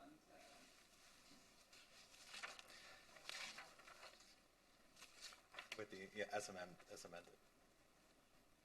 Okay, I'll move it as amended. Okay, can I just go through the amendments? Okay, so the first amendment will be to modify condition number 5 so that no variances shall be permitted for new structures to be constructed on, it would would say, so this is lot 17, so we would be only prohibiting variances on lot 16, which is the other lot that already has a home on it.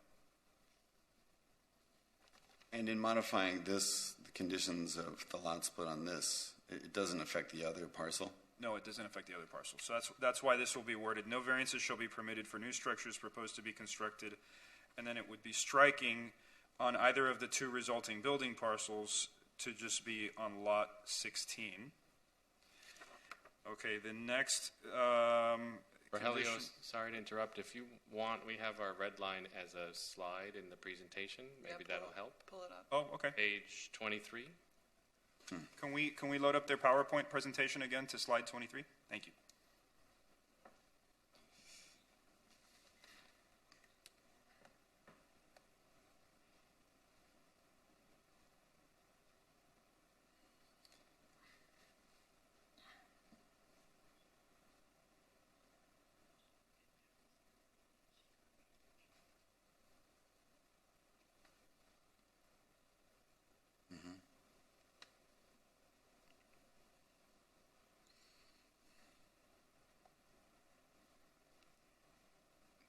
To be clear, this house is on lot 17.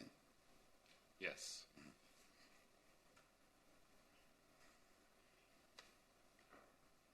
Is there a way to distinguish, Rogelio, between variances on the building versus variances on a tennis court? I suppose you could say that the applicant can only apply for variances not related to physical buildings. We could add that. Not related to buildings. Could you repeat that, Rogelio? I can't hear you. That the applicant shall be prohibited from applying for variances related to the building. I think that would be good. Why don't we add that if you're comfortable with that? I'm sorry. Would you please? We wanted to modify your number 7 to say no variances shall be permitted in relation to the building on this lot, only for the tennis court. Sure. If that's worded correctly. You could keep the same language, right? No variances shall be permitted for new structures proposed to be constructed on either of the two resulting parcels except for variances associated with rebuilding the tennis court. And its fencing. In its current location. Yeah. I like that. Maybe we need to include the fencing so it isn't excluded. Sure. The tennis court and associated elements. Sure. Because that's those lights as well as the fence.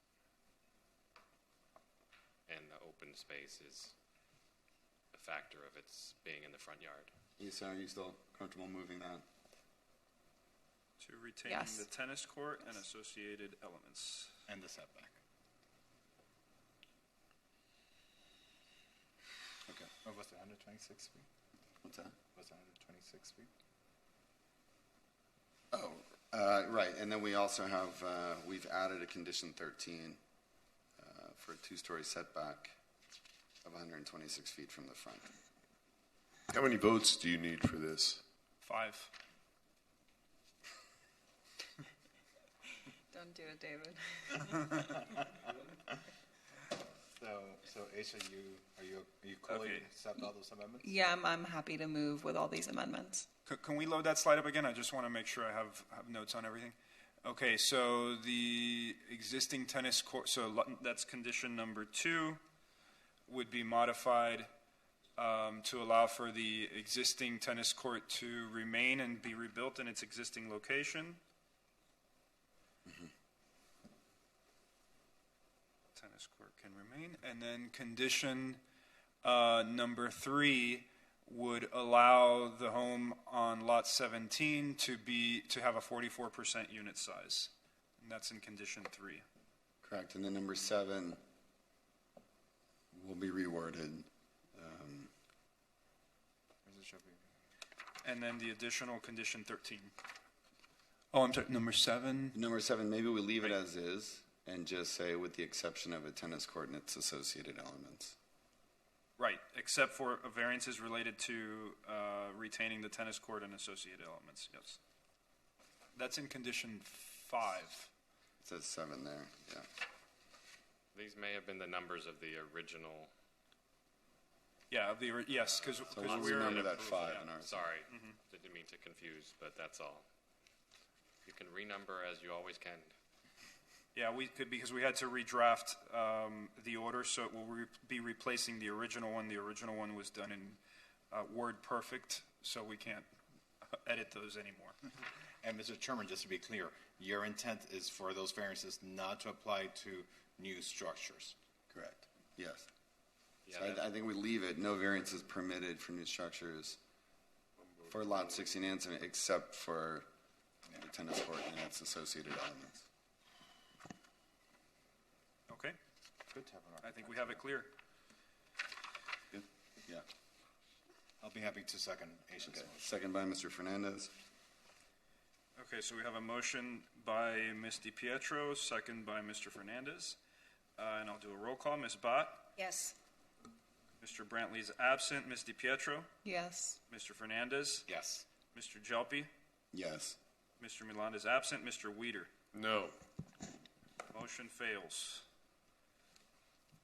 America, we got to build what we want on our land. Mr. Chairman. Yes, Mr. Fernandez.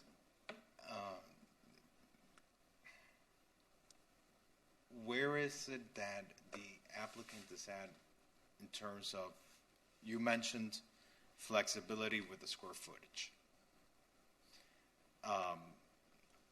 Where is it that you are with that flexibility?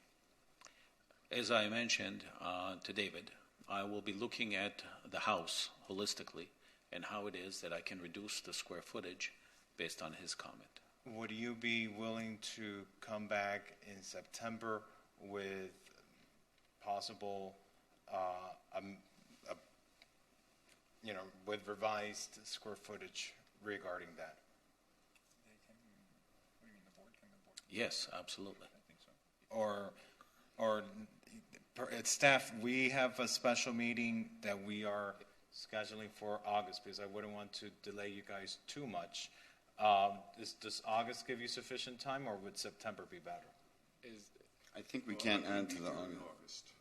I mean, and the governor is not allowing virtual appearances, so I will not. Oh, you're not going to be here. Okay. So maybe they're going to be happy here when I'm not here. Well, let's time out 1 second. David, do you want to offer an alternate motion? Yeah, because your concern was the size of the house, So, for example, if I look at a room, right? A room is 12 by 12. It's 150, So maybe I'll take a look at reducing it by 300 square feet, right?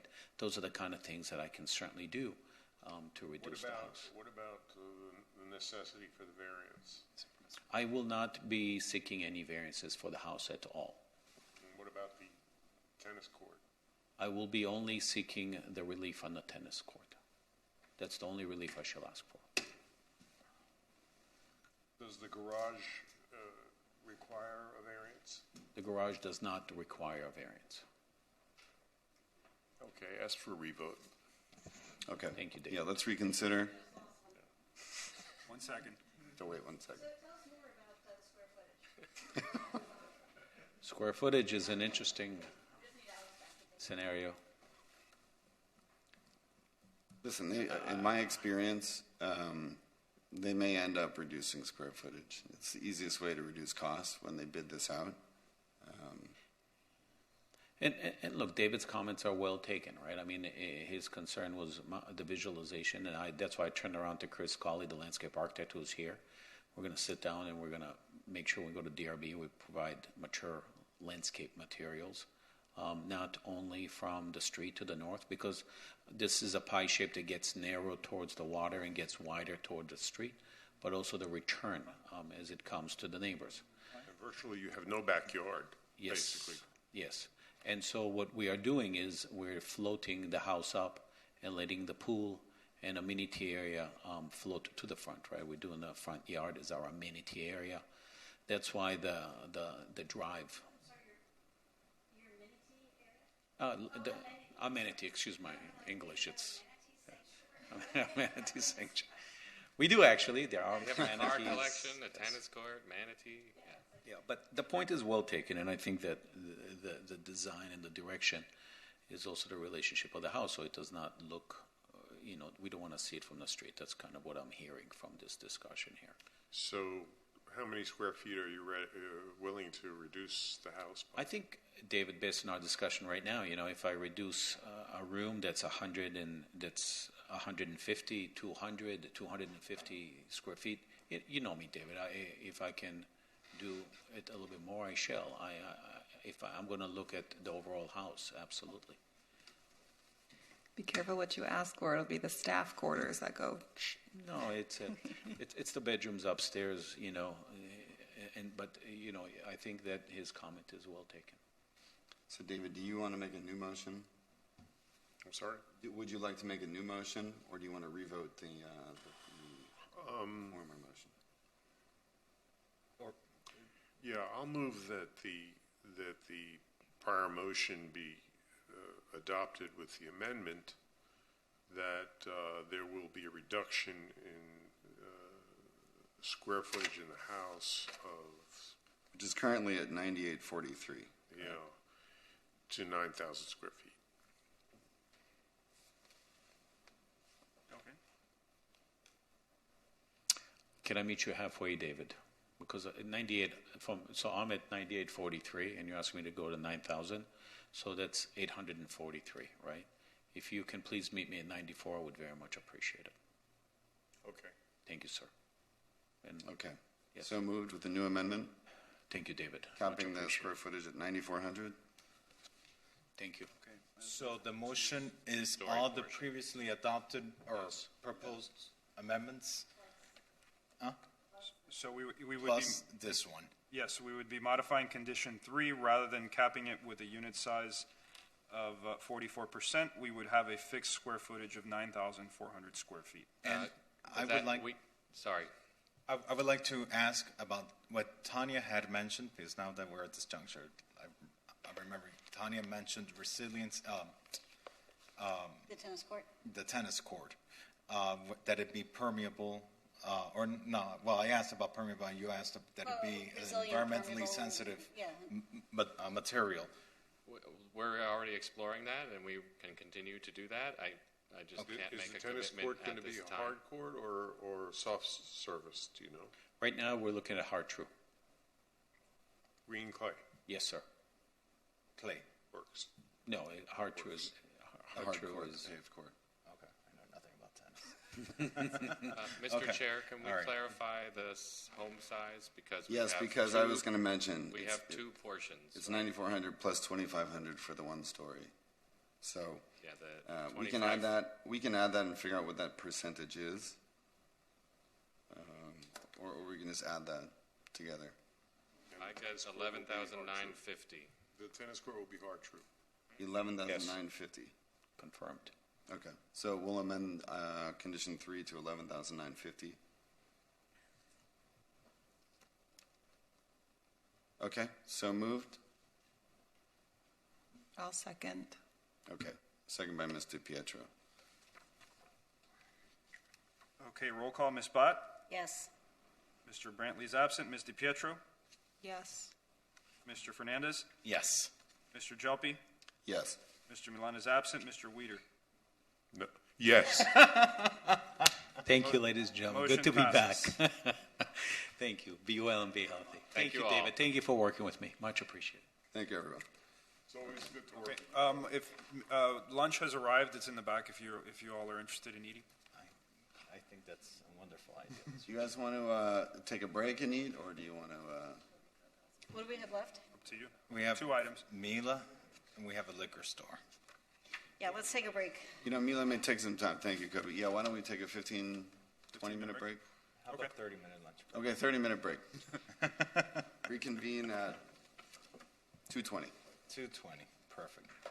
And good job, Mr. Chair.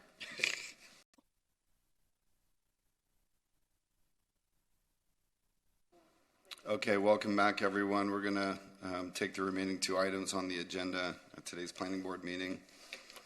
The first one we'll take is item 12 on page 1 of 6 of the board packet, 800 Lincoln Road Restaurant. Okay, so this is file number PB21-0446. formerly PB 20-0391 and formerly PB 18-0253. The address is 800 Lincoln Road.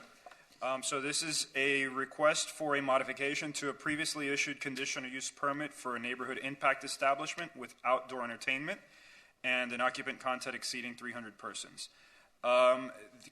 What the major request here is the applicant is requesting the introduction of entertainment on the second floor. They're expanding to include the second floor. Currently, they are using the third floor of the building. This is for the Milo restaurant. And that third floor has an open air component, and it has entertainment, but they are limited to DJs and playing at ambient levels. What they're seeking for the second floor, which will be fully enclosed, is to have full entertainment in addition to the restaurant. And so that will be a fully enclosed space. They did prepare a sound study for that. The sound study shows that sound won't be escaping as a result of the second floor entertainment. Our sound consultant reviewed that and concurs with that. The applicant is requesting to be allowed to remain open until 4 in the morning. Planning staff has concerns with that, particularly with people leaving the establishment. It is very close to the Flamingo Park neighborhood in a residential district.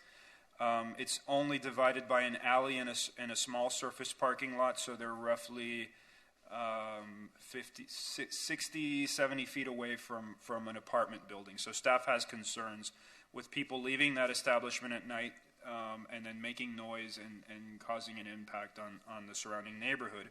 So as a result, staff is recommending that any entertainment that exceeds ambient levels cease at 1 a.m. and that the establishment be closed by 2 a.m. In order to limit the potential for noise impacting the neighborhood. Staff did look at some code-related issues related to the existing operations.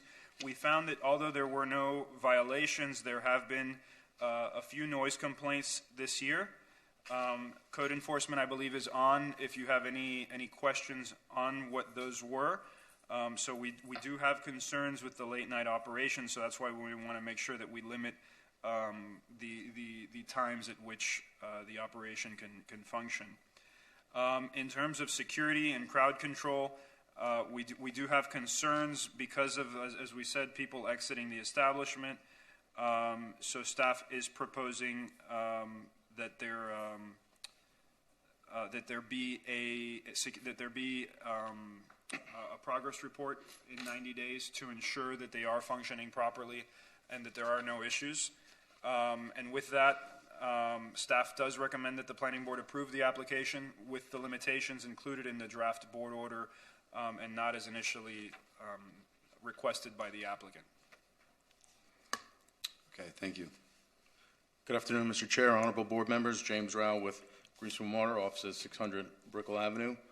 Here with me today are my colleague Adrian Noto, our client Greg Gailey, our project architect Todd Tragash, and there may also be someone from the Lincoln Road Business Improvement District on the line as well, who is supporting our application. As Rogelio mentioned, the application is for the second floor, but Milo currently operates an upscale restaurant on the third floor, which was previously approved by this board as a neighborhood impact establishment, and has become a success both from a cuisine and a design perspective, having received several Historic Preservation Board approvals and recently an award from the MDPL for its design. At this point, this application doesn't relate to the third floor. It only relates to the second floor. And that second floor is completely enclosed in interior. It's an unused retail space right now, and there are no openings to the outside. In other words, you have to go up an elevator and into the third floor restaurant in order to get to the second floor. So it is completely locked out from the outside, and that's one of the reasons that there won't be any concerns regarding noise escaping or causing any problems with noise in the outside areas. What if there's a fire? A fire? Yeah, what if there's a fire in there? I'm sure there are fire exits. We're not going to be worried about the noise with the fire, but you know. But I'm sure they have the proper fire exits. It's not so locked in that you can't get out of there. Being a fire, we want loud, past the loud fire alarms. department's standards. So, as the staff report and our application indicates, the existing infrastructure is more than enough to support the increase in the capacity, and that's analyzed and confirmed in those reports. And the entertainment component, in part because there's no direct connection to the outside, and the materials, both in design and construction being used, were analyzed by our sound consultant and the city's expert, and the conclusion is that that won't have an adverse impact, or will there be any noise from the second floor that's audible outside the premises at all. There is one unique aspect of this application, and there's one issue that we are not in line with yet with the staff, and that's the closing hours of 2 a.m.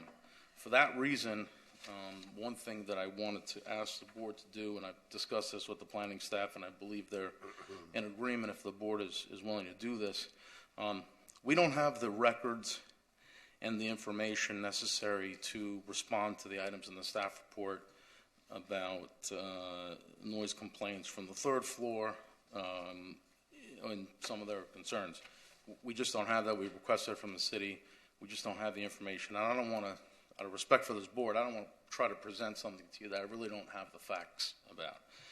So for that reason, we wanted to ask the board to bifurcate the hours of operation portion of the application and just consider the expansion of the restaurant into the second floor. Now, the real reason I'm asking for that is because our client is trying to obtain a building permit in order to stay on their schedule for construction. If they wait until after September 28th to get a building permit, they're not going to be able to meet that timeline, and they're going to lose the season. So that's really the reason why I'm asking for that. Otherwise, we wouldn't have a problem, coming back, say, in August if that was the case. But given the current schedule of the board and also their construction timeline, and they understand that it's the applicant taking the risk, if they get a permit and build it without the final hours being addressed. But if the board is willing to do that, ultimately I would ask for that. Mila provides a unique elevated experience, and this second floor addition will do so even further. And the Lincoln Road Business Improvement District has passed a resolution supporting this application, and it's at this point, Mila is one of the few restaurants left on Lincoln Road and really provides something that brings up the entire area. So at this point, if the board has any questions or would like to hear any more about the concept, I would turn that over to our client, Greg, but I think you'll have a better understanding of what we're asking for if Todd Tragash, the project architect, could just run through the second floor for you and explain what it is that we're seeking. Sure, that'd be great. Todd? Todd, how much time do you need? I believe Todd's hand is raised, if we can add him as a speaker.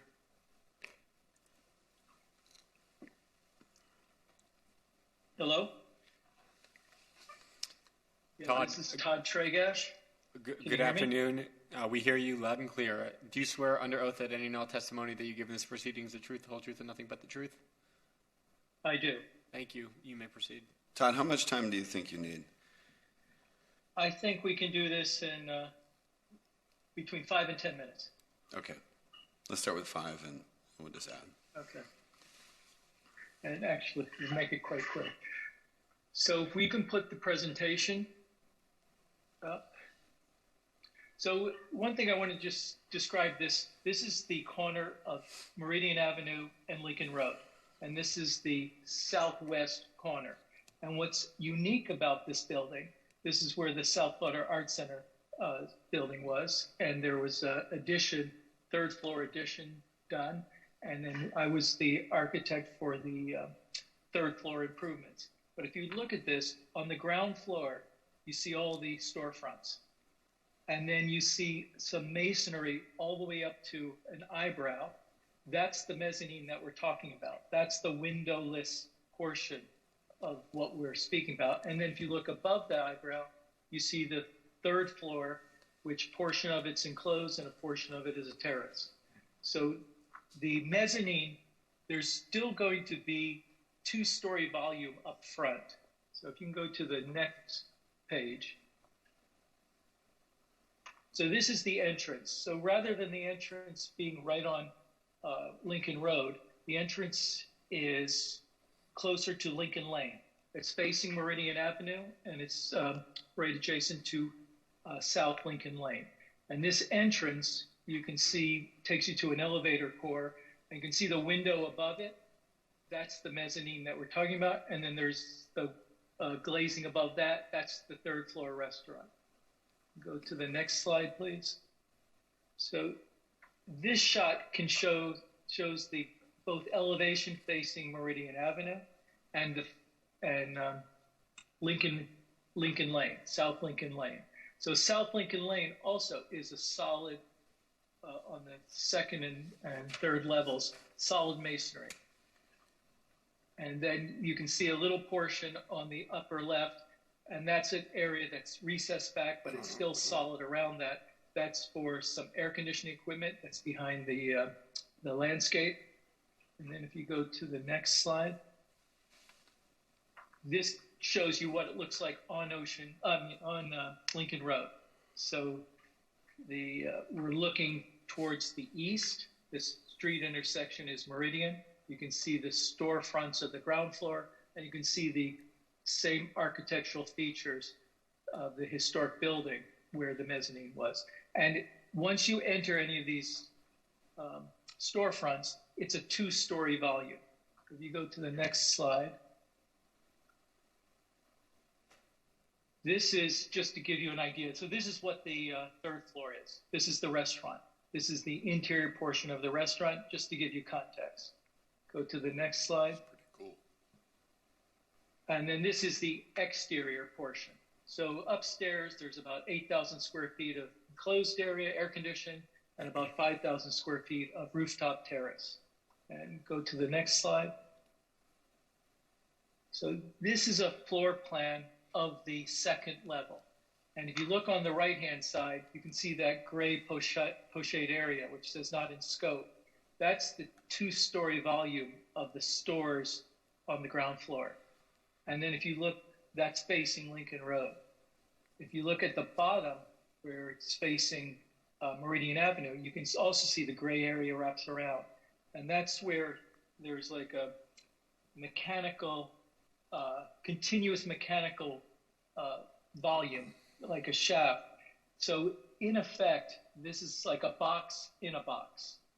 And all of the walls, the perimeter walls on the east side, the north side, the west side, and the south side are all solid masonry. And there's only one window, actually. And if you look at the bottom left, you'll see the fire stair. There's a glass right there, and that's a fixed impact glass and quite sound resistant. But the areas that are going to be open to the public are what's highlighted in color. The other areas in white are the back of house. There's food and beverage, so there's a large kitchen. There's some other storage areas and what have you, back support areas. But you would come up, if you see on the lower left, just above the staircase, are two elevators. So when you enter from Meridian, that's how you would arrive. You go up those elevators and enter off of here. The pink area that's there is a salon. It's all open plan. You go directly up. It's omakase, which is like a sushi bar. And then on the right-hand side is the lounge. And so this whole area that's being rented is approximately 7,000 square feet. But you can see the area that it's about half that of where the the assembly occupants are going to be. and approximately a little over 130 seats in this area. And one of the other things is you can see at the center on the bottom, there's a staircase. And that's a new staircase that we're putting in. It's an L-shaped staircase, and that will allow you also to enter not just by the elevator, but to connect the third floor with the second floor. So if you go to the next slide, this just shows the restaurant above. You can see the new stair as it goes down to the landing, and then it would turn to the west. So for the most part, the restaurant is intact with this incorporation of this one stair. And this shows you a good example of where that curved wall on the left-hand side of the curved wall is the enclosed air-conditioned space, and on the right-hand side, or the north side, that's the open terrace, which has a lot of garden defined by the green area and water features defined by the blue area. And then go to the next slide. And this just shows our lines of sight. So on the right-hand side, this is Lincoln Road. We're looking at it 20 feet back from the building, the lines of sight, and also on the other side, the north side of Lincoln Road, that all of what's happening in here. And this is, if you look at the second level of this, it goes up to where that railing is, and then there's going to be a wall where that railing is. So all this is enclosed between the ground floor retail and the third floor restaurant. And there won't be any visible elements on the rooftop. In the back, where you can see where the alley is on the left-hand side, there's the line of sight. But the mechanical equipment that's there, we're going to be adding some equipment there, but it'll all be screened off and outside the line of sight. And the next slide. Mr. Chair, the 5 minutes has elapsed. Yeah, let's give him another 5 to finish. Okay. And I can do it in one more minute. We're almost finished. And then this is just for Meridian. So for Meridian Avenue, you can see as you walk through, there won't be any visible changes to the building within the line of sight. And they go to I think it's the last slide is the next one. And this just really captures again how this building looks now, how it will look after it's done, and how we have this unique situation of this enclosed area, box in a box. And lastly, I'll just say that in terms of means of egress and fire exits and all of that, we have 2 stairs, one in the south east corner and one in the southwest corner that exit directly out to the alley, and it meets all of our life safety requirements for proper exit of the people. So while the sound is enclosed there, the people can exit safely through those exits. And if there's any questions, I'd be happy to answer. Great, thank you, Todd. So there are 3 levels, essentially. The windows on the ground, and then the concrete area is an enclosed area which you can't see out, but there's a restaurant inside, and then there's the roof terrace? No, the roof terrace is on the top floor. So there's 2/3 of the top floor, the third floor, is enclosed. That's where the interior portion of the restaurant is. And 1/3 of the top floor is an open terrace, roof terrace. So the restaurant is essentially 2 levels? Right. Is that correct? Yes. No. The restaurant currently is 1 level. Well, it all occurs on the 3rd level. Will be. What we're doing is creating the 2nd level underneath the restaurant and making it an extension of a lounge, salon, and omakase. And that's what we're here today to present, that 2nd level. Has this been before the Historic Preservation Board yet? This was before the Historic Preservation Board when the rooftop addition was built as a shell, and it was approved. And when we did all of the improvements, it was approved. It's been well received. We got unanimous approval by the board, as well as the Miami Design Preservation League awarded the restaurant an award for its compatible design for this historic structure. Yeah, it's a great design. Yeah, I love the design. Thank you very much. And just to wrap up the operational aspects that Todd touched on, to be clear, our application, although it's seeking for the second floor venue to remain open until 4 a.m. or a maximum of 4 a.m., the third floor existing restaurant closes at 2 a.m. and we're not seeking for that to stay open any later. So the capacity is going to be automatically reduced at 2 a.m. Regardless of how it's approved. On that issue, so I was asking for that discussion to be bifurcated and continue to September because I don't have a lot of information about some things that were addressed in the staff report. Counselor, will you be going to the 2 to 4 a.m. Period? Will you be Personally? attending I hope so. Between 2 and 4 a.m.? I would hope so. How exactly do you suggest we do that? Are we approving part of this and continuing part of this? How would we do something like that? It's entirely up to the board, but that has been done in the past where the board approves a portion of the CUP and continues the remainder of it and then discusses that portion in the following meeting. Okay. And the purpose, and I'm sorry, Mr. Chairman, to the applicant. Yeah, please. So you want to, you're requesting us, we decide to move forward with this, to bifurcate the hours during which this would be allowed. And again, what are the purposes for the bifurcation? The purpose is because they've already submitted an application for a building permit, and they need for that to be approved and to start construction, not finish, but just start before your September 28th meeting.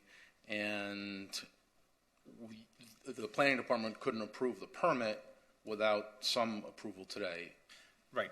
But That's from all it your is. end, what was the information that you were hoping to receive? Sure. That you didn't receive, for which reason you are asking for the bifurcation? Sure. There's a chart located in the staff report of basically looks like a noise complaint history or code compliance case history, and we don't have any of those records. We requested them. I don't believe there was any noise violation issued regarding this matter. It was around the time when there was enforcement under the emergency order, but I don't have those documents to basically substantiate what I would tell you and try to explain that there's no noise problem. We have staff. Is that a code on the line? Yeah, that's code enforcement online. Hi, board, again, good afternoon. If I may, just to put on the record, yes, we did actually issue 7 verbal warnings to the location. It was under the emergency order, and at the time, the emergency order was, it required ambient level music only. Shortly after that, the city was being very lenient at that time because we were under emergency order. But shortly after that, the city was giving 0 tolerance. So actually, and a violation was issued on March 12, 2021. And it actually carries a fine, and that fine has not been paid and is now in city bill invoiced. I don't believe that violation was under the city's noise ordinance, though. That's what I was saying. Right. It was. I believe it was under the emergency orders that were implemented by the city manager by direction of the city commission. So after the 7th warning for loud music, your client, I guess, received your first violation on March 12, 2021, and that violation was not issued in error. It was a proper violation because it was a violation of emergency orders. And I would just add the emergency order called for ambient level music, but the CUP as well calls for ambient level music. So it's essentially the same standard would have applied. And to add to that, before the CUP was last modified, we had a site inspection, even before we came to a hearing, with code compliance and planning staff. I don't think anyone here today was there, but we had the operator turn the sound system on. We stood at different places, including to the south and to the north, and they essentially set a level. So I'm not sure what happened, but I don't know that whatever went on during the emergency order inspections, I don't think that was inconsistent with the sound inspection that we conducted with co-compliance and the planning staff. So again, I didn't want to try to submit to you things that I didn't have a lot of information about, but that's the gist of what I wanted to explain was that, well, one, there's been no violation. If there was a violation on March 12th, there's been nothing since then. We don't believe there's any sound or noise problem, but obviously this chart doesn't look good on paper. So I wanted to respond to you all with some facts and explanations. But be that as it may, the real concern raised in the staff report about the hours of operation was the potential for, I guess, patrons that leave the venue that make noise. So to date, that's not been a problem. Number one, it's, as you can see from the venue, and if you've been there, it's an upscale crowd. This is not the kind of place that someone that's on spring break could afford to go. I mean, just practically speaking. And there's been no problems with that to date. So we have no reason to believe it's going to be a problem in the future. Naturally, we'd have to come back for a progress report and explain to you all what's going on. But the second level would be the only area that would have extended hours if the board approved it. And at this point, we don't believe there's any relationship between something that could impact the surrounding area and just the hours of operation. We did receive a few letters from the public. Do you want a few more minutes, or could we open it up to the public now? I'm done. I haven't seen those either. I think we saw a video emailed or something. Could we open it up and see if there's any members of the public here to speak on this item? The only hand, Todd's hand is raised. I guess he spoke. We have Tim Lincoln RD with a hand raised. That's me, Tim Schwan, Lincoln Road Business Improvement District. Good afternoon. Good afternoon. Do you swear under oath that any and all testimony that you give in this proceeding is the truth, the whole truth, and nothing but the truth? I do. Thank you. Thank you. So this item came before the Lincoln Road Board of Directors at their July 23rd meeting, and the board was fully supportive of this, recognizing that first-ranked cities today have these unique entertainment venues, dining and entertainment venues. And for Lincoln Road and for Miami Beach to, continue to be competitive in the dining and entertainment world, this sort of elevated dining experience is one of the things that's going to help us get there and stay there. So the board voted unanimously in support of their request for a change to their CUP. Thank you very much. Thank you, Tim. Is there anyone else? That's the only hand raised.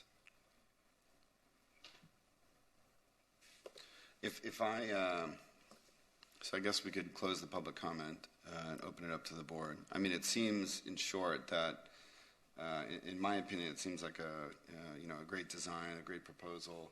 It seems like the potential for conflict is the exit, which is on Meridian to the west of the building, with residential close by. And so I think that noise could be contained within the second floor. Is there anything that you all are proposing to mitigate sound if people are going to be exiting the building at 4 in the morning? Well, yes, there's security staff, one. There's a well-designed elevator area, which you saw in Todd's renderings on the first floor, where patrons leave from and get their cars, whether that be a car or an Uber, right on Meridian before you get to the alley. The only residential use is to the south across the alley. The entire venue is behind that masonry wall that you saw. It's like a concrete wall, so it's substantially separated. I understand people are going to leave the venue, but They're probably going to park in that lot right on Lincoln Lane, which is right in front of residential. I think that is the concern. Probably more get picked up by a car, especially if I'm leaving somewhere at 3 o'clock in the morning. I'm probably not going to be getting in my car and driving somewhere, but it could happen. And there's a valet stand right there, so that's why it's functional in terms of if someone is. Not everyone drinks, so if someone is leaving, they get their car right by the valet stand as soon as they come out of that elevator bank on Meridian Avenue. So, and again, to date, the venue closes at 2 a.m. We have no record of there being any problem with people, nor do they intend to attract the type of patrons that would be anticipated to create a problem. Okay. Ms. Bond? Is there somebody from the management team available on the phone or the operations to sort of flesh out what the concept of use is for that enclosed lounge? Sure. If Greg is on, if you could add him in, he can explain the operation in more detail. Antonio, if you yield, it'd be good to also hear a little bit more about the entertainment, the type of entertainment. That's part of what I want to ask. Yeah. Excellent. I don't see a Greg on the attendees list. 1 second.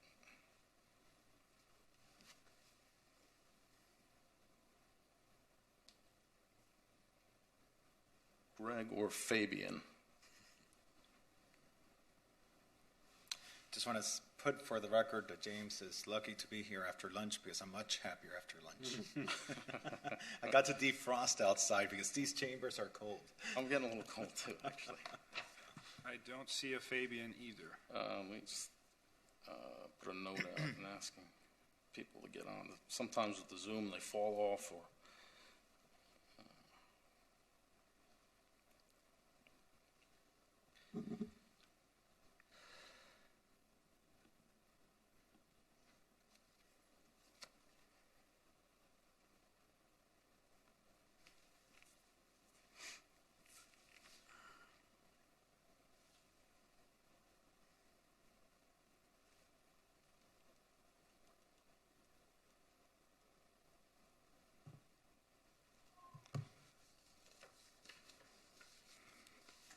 In the meanwhile, is there I might be able to have Todd.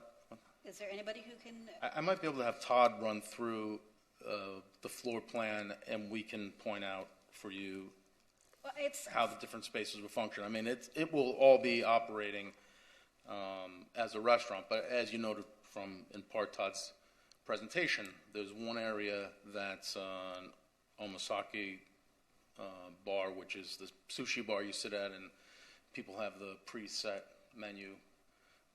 There are some in Miami Beach.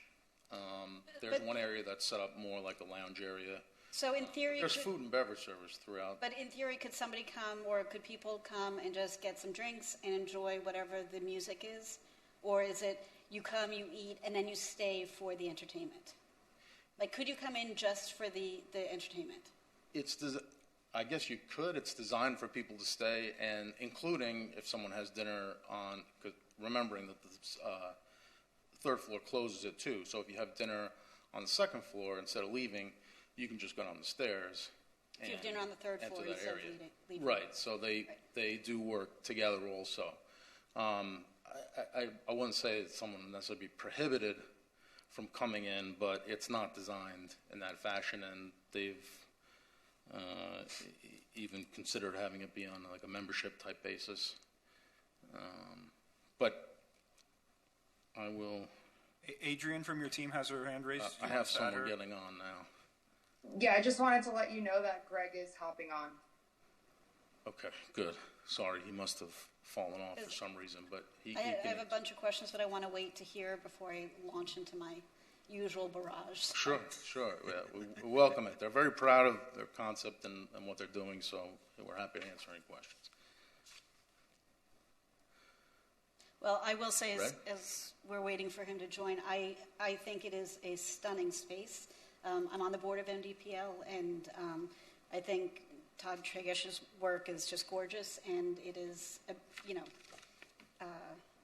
visually arresting, and so compliments to the architectural chef.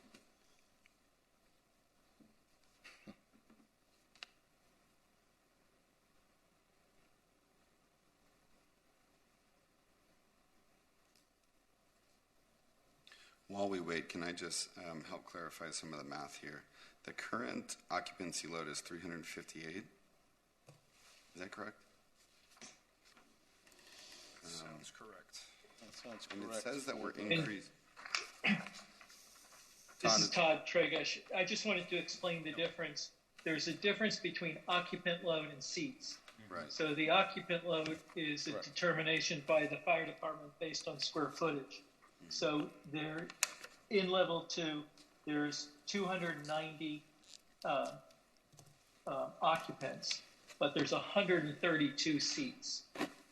So I think the representation of how many people will probably be there, it'll be around 132.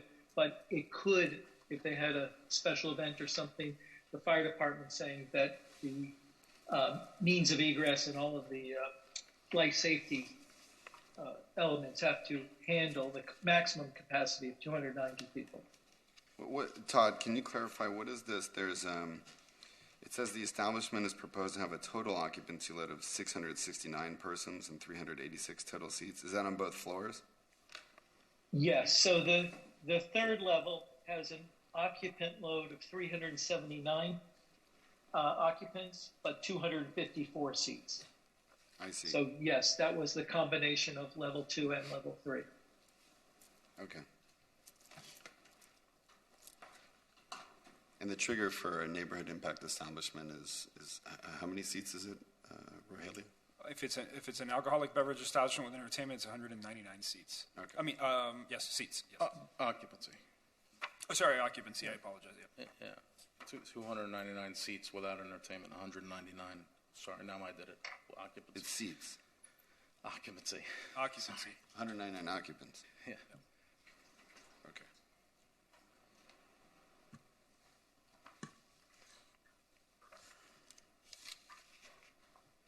Either Greg or Fabian should be on by now. I'm not sure if you could see. I see Greg Galley. Okay, that's Greg, yeah.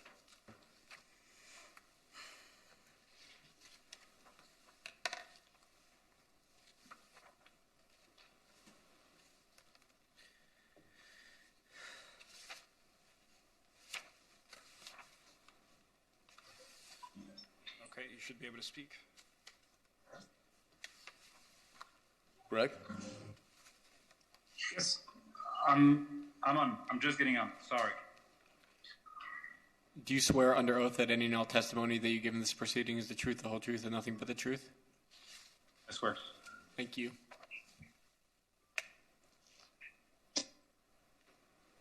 So, Greg, if you can just run through the second floor areas to explain operationally how they work. One of the board members had a question about how that operates. Okay, sure. So what is the specific question? Well, so basically, what is your vision for what the second floor would be? Who would be the entertainment? What kinds of entertainment? Would the entertainment be there from the beginning of the dinner service? Would the hours of operation include lunch or brunch on weekends? Just like, what's your vision for what the space becomes? So the vision is to create a membership floor where all the we want to create several entities for the members, right? As first. So, 3 different, sort of establishments within one establishment. So there is let's start with the Omakase Bar, which is a 10-seat Omakase Bar. It's almost the Michelin star version of Milan, right? $350 a head, 2 sittings a night, 5 times a week, from Tuesday to Sunday.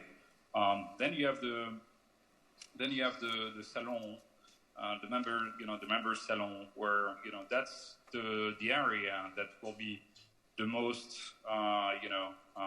utilized from very early on, during the evening through the end of the evening, and that's where everybody's going to be gathering, enjoying some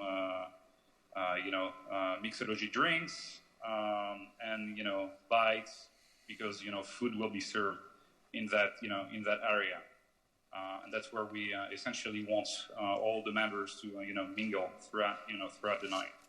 And the lounge is more of a it's as it said, it's a lounge. We're not expecting the lounge really to pick up in terms of business before about 10 p.m., 11 p.m.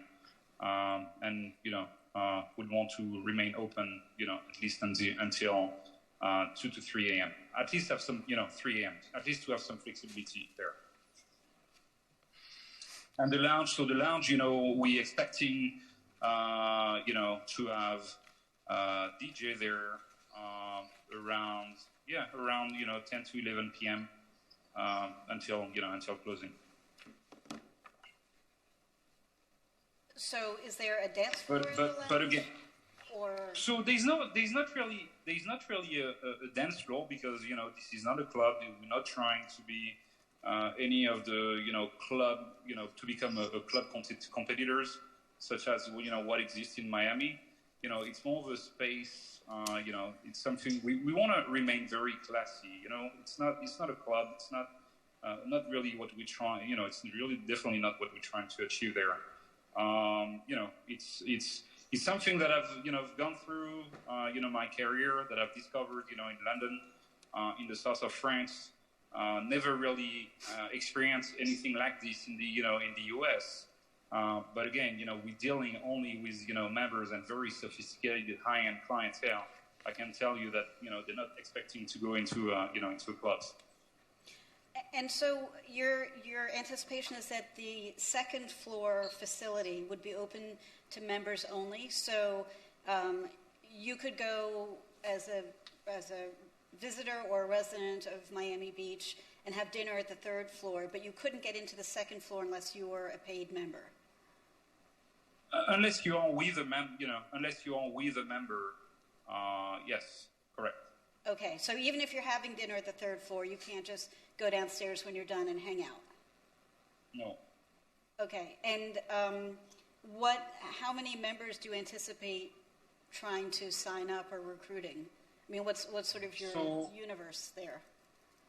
So right now, we are slowly bringing on, about 50 founding members that will be, in charge of developing, the whole, the first 300 members, and that's really where we want to start. And then from there, we'll have to live through the first few weeks of operation and decide if that is indeed sufficient, or if we need to bring on some additional members. We want to make sure that it's still a lively area. Without, of course, we don't want the members to have to wait a week to be able to, bring on some of the guests as well. So it's a fine line. And what's the range of what you're charging for membership?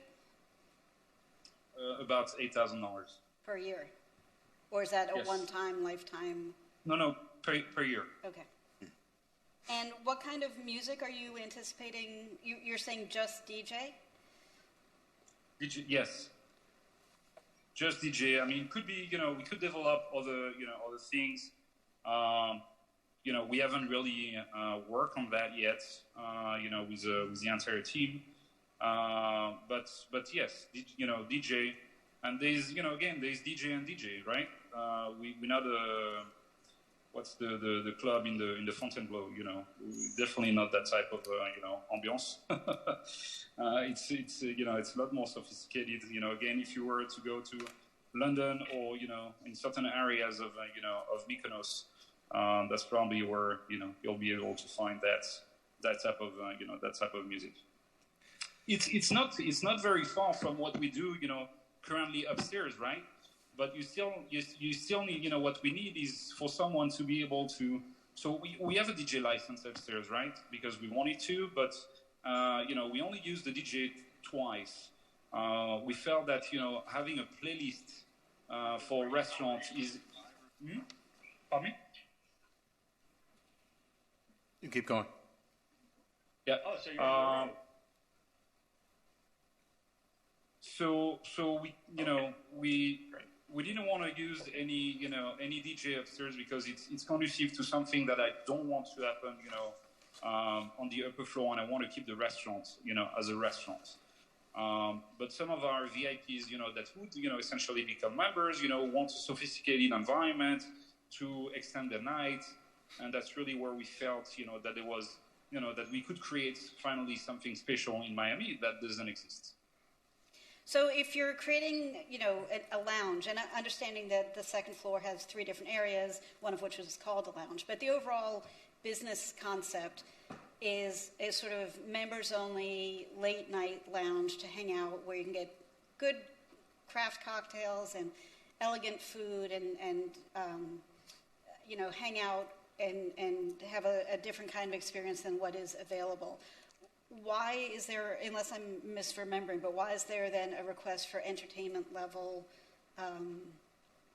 sound permitting? I understand that it's an enclosed space, but if you've got, let's say, 150 people show up that night, and you've got music that's louder than ambient level, it's going to become impossible to hear each other talk. And if the intent is not to turn into a dance floor, then what is the purpose of having entertainment level sound permitted? Because you want to have the flexibility to do what you want. Even if you don't have a dance floor, you could have music above ambient level without becoming a club. And I can also add to that, just from a practical perspective. One, anything other than something like your iPhone playing a playlist, meaning somebody that's programming the music, is considered a live performance. So that's entertainment. The line of demarcation between ambient and not ambient seems to move sometimes. So that's another reason for it. And also, there may be the one occasion where maybe the music is a little bit louder, but I see your point, and it makes sense that when people are there, they're probably they're going to want to be able to talk to each other. That being said, from a practical perspective and also from an enforcement perspective, you build out a space like this and you spend the money that are required to do it, you're taking a gigantic risk just hoping people are going to say, or someone enforcing is going to say, I agree, it's ambient. It's a moving target. Right, and that is a bigger issue that we as a city need to figure out how we're going to deal with, because my idea of ambient and yours might be wildly divergent. I'm not complaining, but that's just the reality. No, and I agree, it is a reality, it's an unfortunate one, and it leads to a lot of unintended consequences, and I think a lot of people who are trying to do the right thing get caught up in it, but that's a different issue than what we're dealing with here. It sounds like an intriguing concept. I think the concern that I have, and that maybe other folks listening or sitting up here on the dais have, is that as a city, we're going through this, terrible, turbulent, twisting time of trying to figure out how to maintain our image of a fun place to go and where you don't have to go to sleep at midnight with the balance of quality of life issues, right? And so right now that's contained within, for the most part, within one part of the city. But we're already seeing signs of it expanding into different neighborhoods. And in this case, where your business abuts a residential business, even though what happens inside the club, the lounge, the facility may not affect anybody, people come for dinner at 10 o'clock, they don't leave until 2 or 3 o'clock in the morning, they've had a few drinks, they've had a great time. They're not all of a sudden going to be on their best behavior while they're waiting for their shared lift or, whatever, the valet to bring their car. And all of a sudden you've got, let's say, 12 people congregating in the alley between your venue and a whole neighborhood. and there's no way to control that. And that's a real issue. I have a way to control that. Okay, sounds ominous. What is it?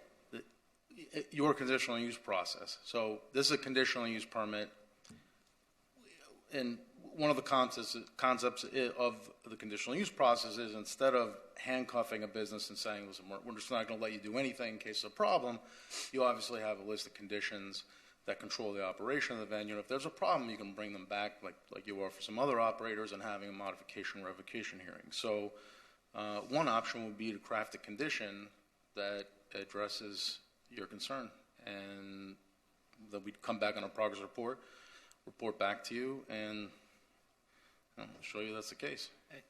I mean, I would just, once bitten, twice shy, right? You give people the benefit of the doubt, and even the most storied operators in the business have shown themselves to, take advantage of that process.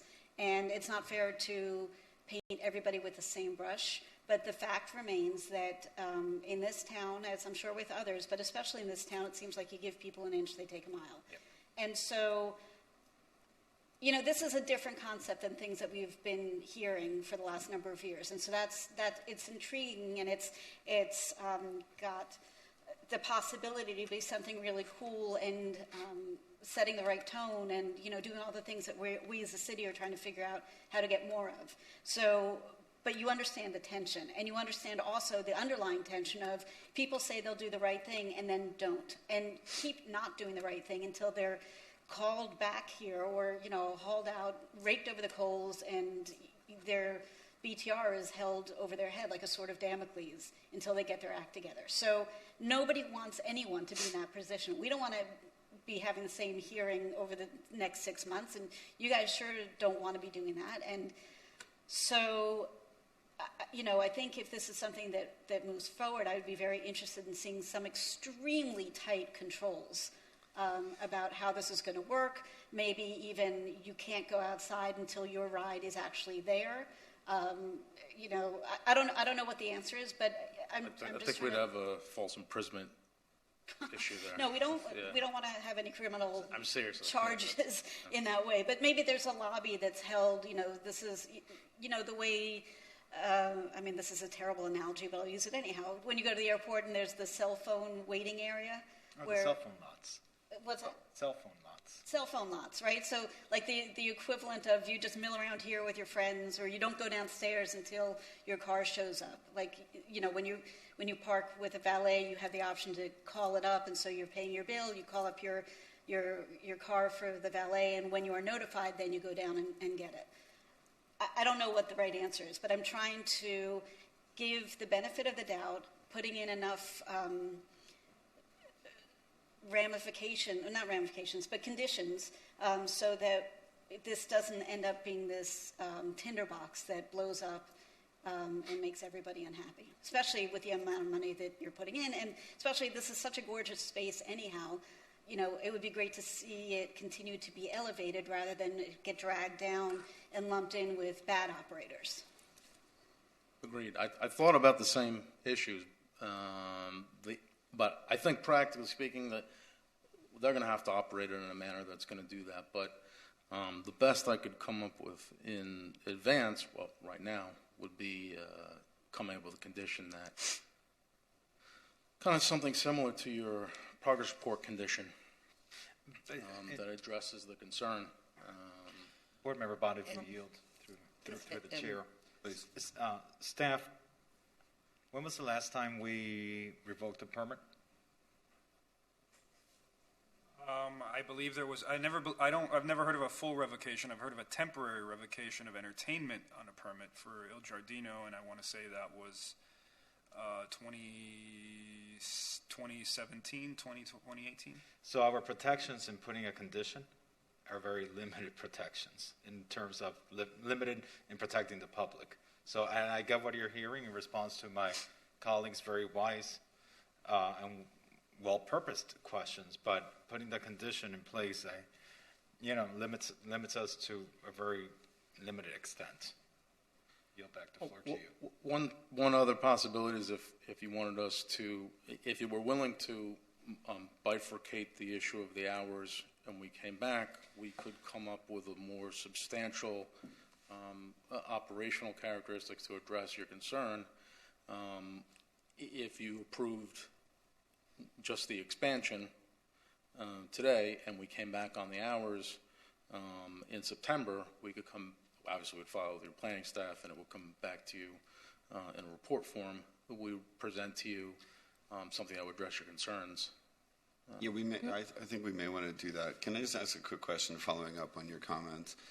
The challenge of the site is that your exit is towards the back. If it egressed onto Lincoln Road, there'd probably be less concern because it's not immediately abutting a residential neighbor. I'm wondering, given the size of the building or the club is the size of the whole building, is there any way to locate the valet station towards Lincoln Road so it's not towards the back of the building but towards the front of the building so that people would come out, walk towards the valet station near Lincoln Road and queue there? I would have to ask that question. I know it's a city-operated valet, actually. It's on Lincoln Road, yeah. So I'd have to ask the parking department that question, but that might be something that may be something that would help can be used. Yeah. That's something we could relocate. We could relocate at the end of the night. I mean, towards the end of the night, because during, practically, the problem is, we were doing differently at the very beginning, and the ramp was not long enough because, we do about, anywhere from 500 to 700 covers a night at Mila only. So, at some point the city decided to provide us with the entire, the entire ramp in front of the building on the Meridian side, because, it was not, it was an issue dealing with the amount of, valet and the amount of cars getting, having to be parked. So, the space on Lincoln Road is very, very narrow. Yeah, I think we'd have to work that out with the parking department, whether that's a possibility. I just don't know off the top of my head. Or maybe even operationally, there's a way that you do not leave the space until your car is physically downstairs, without false imprisonment issues, and not in a tiny little anteroom. But you just hang out upstairs until your phone buzzes and says your car is downstairs. Please make your way downstairs. Or Lyft or Uber says your car is approaching in 3 minutes. Please wait outside with your mask. I think most people don't want to wait on the street for their car. So if you have a good app, I know myself, I don't go anywhere and walk to the street before I call my car. I call my car, and when they say it's there, I go. I think most people do that. I think an issue we're starting to run into as well is when we tell operators at 12, 1 or 2, you have to kick everyone out. That's when you see these large crowds on the street who are making noise. I actually think staying open later helps dissipate the crowd slowly.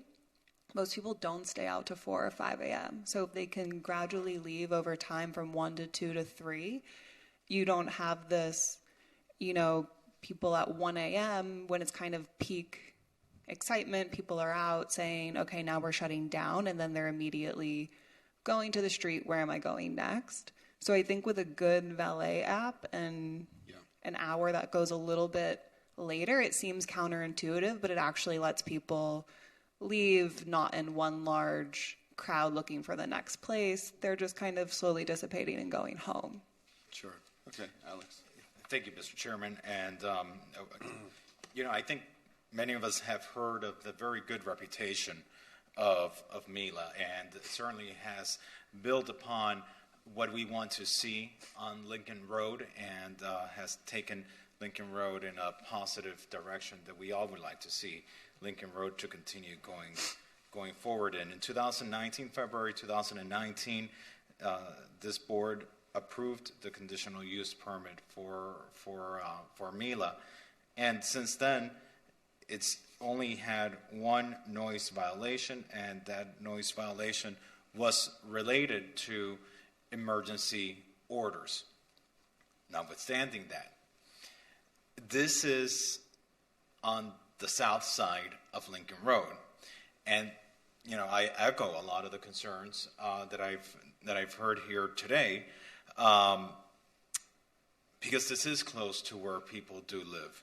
You know, I think about this very same area, and SCORE used to be on the north side of Lincoln Road.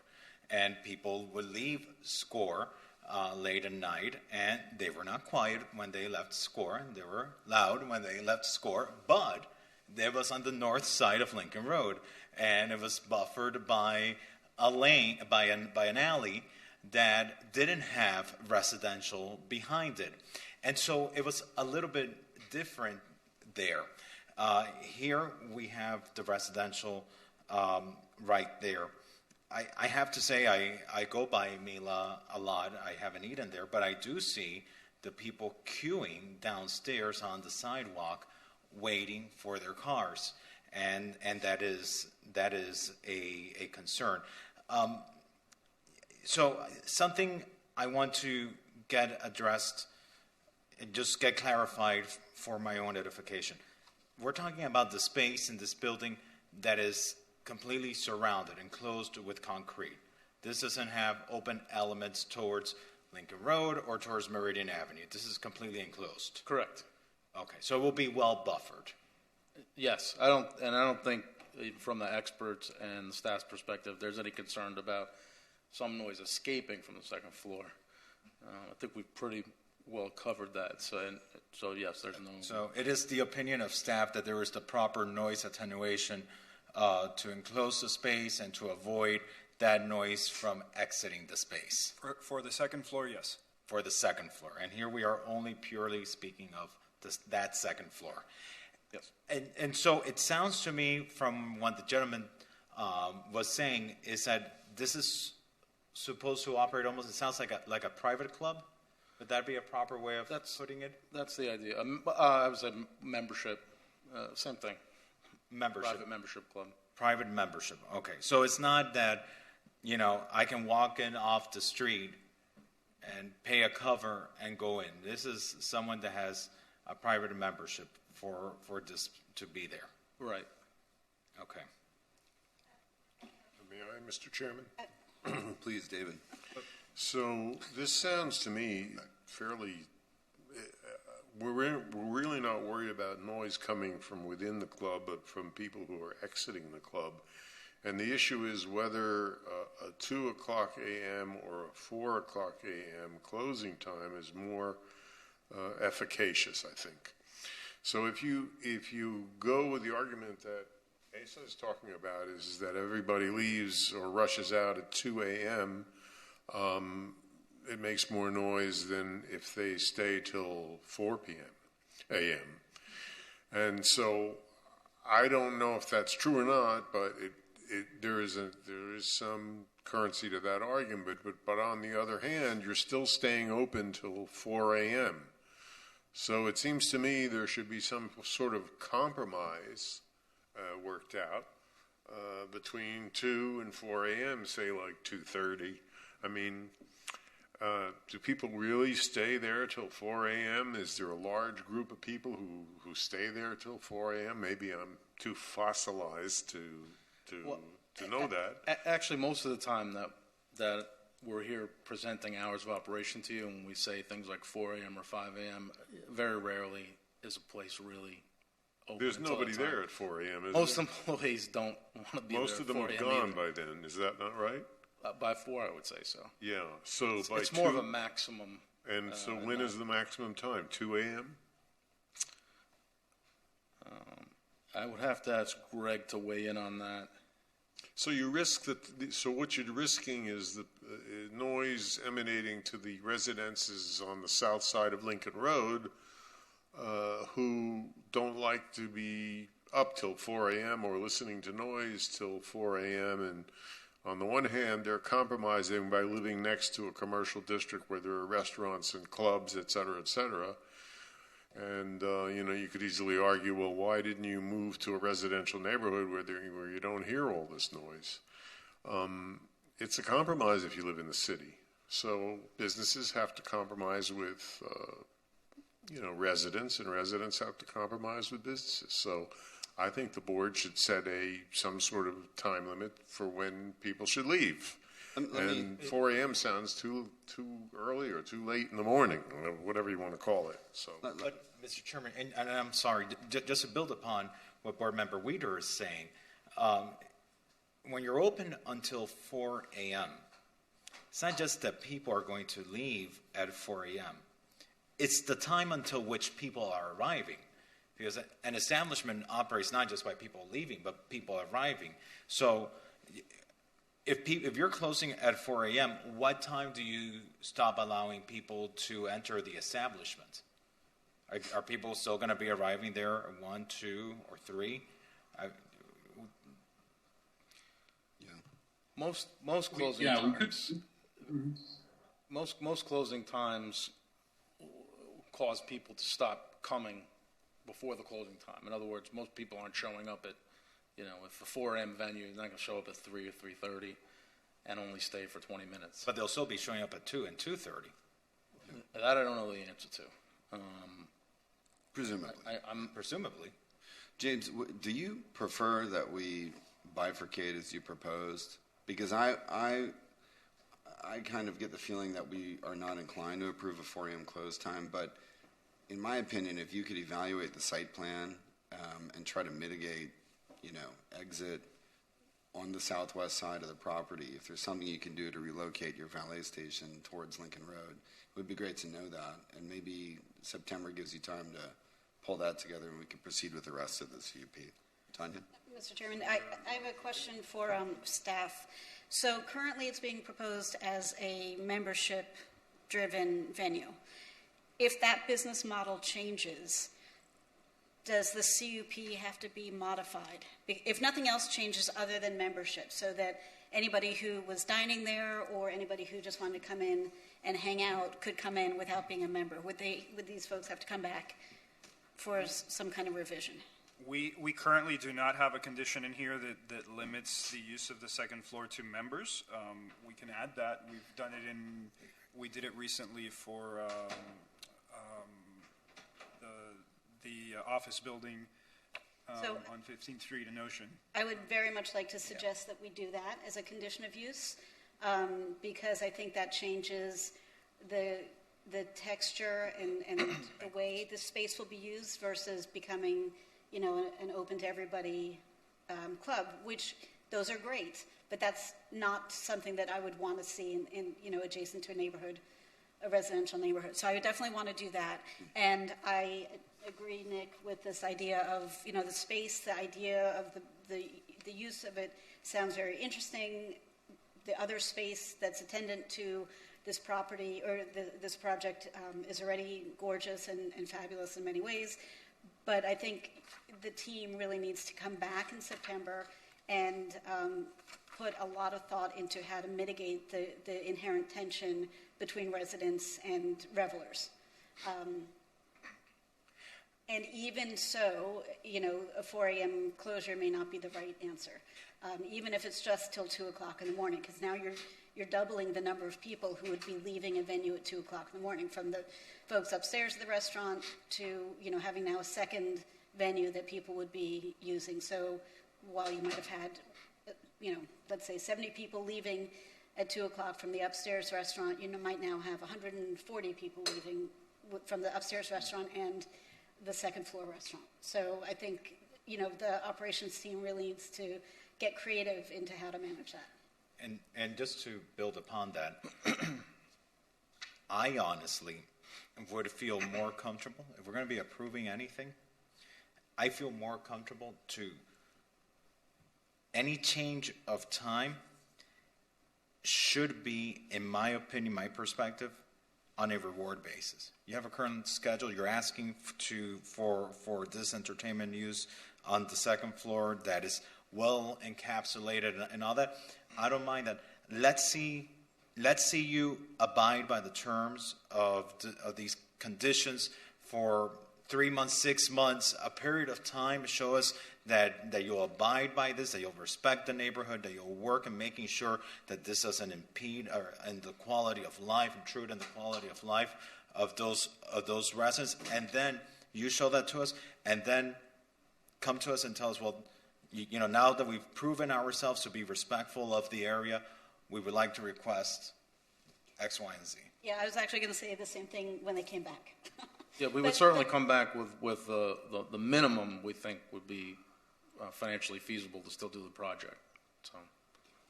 Yeah, I think in the absence earliest hours, I'm saying. I think we have a history as a city of letting people do what they think they want to do and then having to re-look back. And I rather have people earn it rather than get it taken away, given where we are as a city now. So so far you're successful with your 2 o'clock closure for the upstairs space. You're going to be doubling the volume of people. Let's see how that goes and then go from there. So back to the initial issue, which was if we're going to keep this project on track, and the board's inclined to approve something, if you could continue the issue of the hours of operation and can just approve the minimum now that we need to get a building permit. Not finished though, just get a permit. I'm inclined to do that. We'd appreciate if you're that. comfortable doing that. Yeah, again, I would use that extra time to see what you could come up with in terms of a more workable site plan. Absolutely. Yeah. And including in that the stipulation that it's a membership only. Then Yeah, maybe what we can do is add a condition that says, again, the space currently is open until 2 a.m., the hours of operation. So, we could do it now or we could do it later, Tanya, but we could add a condition now that says any space used beyond 2 a.m. is to be used as a private membership club, although we're not really getting into the hours at the moment. We would propose something to the staff to come back to you on that same issue if it's okay. Yeah, I feel more comfortable addressing that today. Yeah. We are approving adding entertainment at this location and for the second floor. I want to make sure that it's clear that this is not something that is open for, some guy to show up on an Uber, and get off. And no, this is private membership for the people that are members of this establishment, of the standards that you've created and all that. Yeah, I agree with you, Alex. I think that without that stipulation today as part of the approval, okay. I wouldn't be inclined to move forward if it didn't have that. So we'll separate that from the hours of operation. We'll just say entertainment to be by private membership only, something like that. The use of the second floor shall be limited to private members. Private members, and it would have to be in their invitees. So if I'm there and I go on a date, I want to be able to at least take my date with me to. Sounds okay. Practically speaking. So it's the use of the second floor. Yeah. Okay. Add that as Well, condition. question: what about if earlier during the night, for example, the lounge, is as I mentioned, was to be used, around 10 p.m. But if we have a private event, especially on during Art Basel, that happens a lot. That means that would create a limitation for us to utilize the space as an event space as well, right? In the case of Art Basel, for example, you could apply for a special event permit for that weekend, and supersede some of these regulations for that very limited special event. Well, could you? Special event permit process is can be a long process. Just to ask for an idea, would it be possible to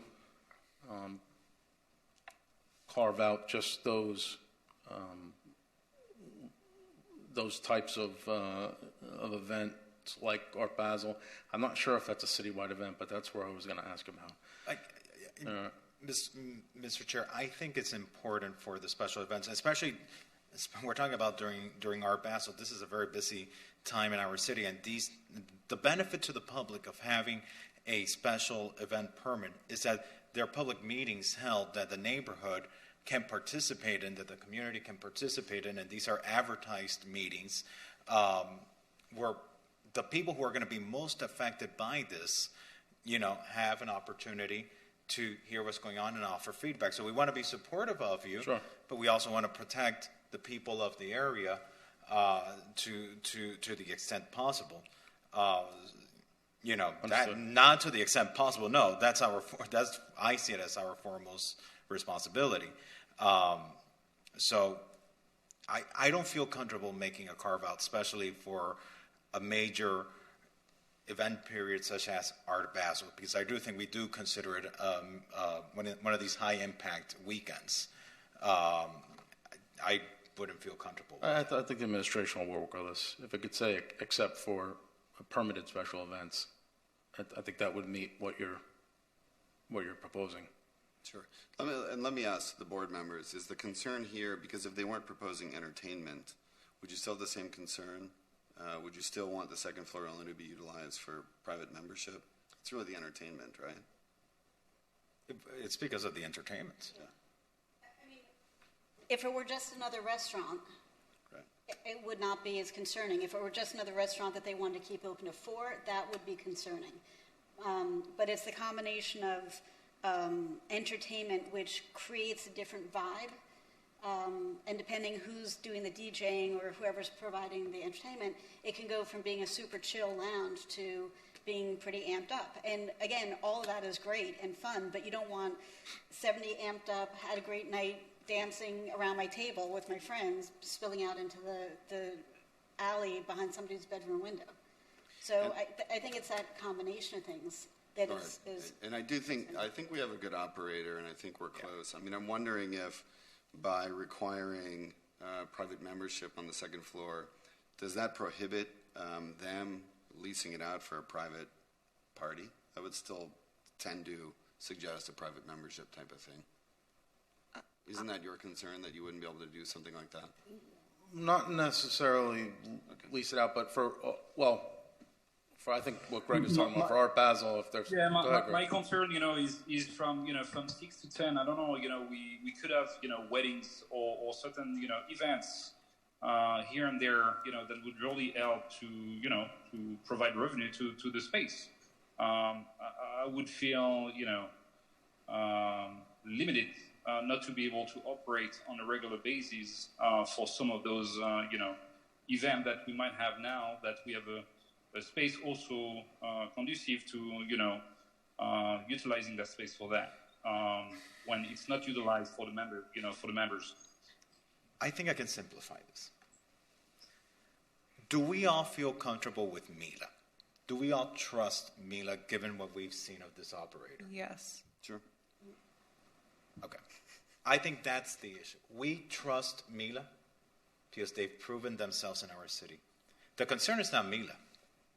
The concern is who comes after Mila. The concern is that one day that Mila will no longer be there, and another operator who has not been respectful to the neighborhood, who does not have the same level of caliber of product for our neighborhood, who is not, a 2 Michelin star restaurant, who is not this very, very cool flair mix of Japanese and Mediterranean food, that it's a different type of operator that goes in there, who disrespects our community, and who does what we have seen happen in Miami Beach over and over and over again. And I think that that's at the core of our hesitations here. It's not about Mila.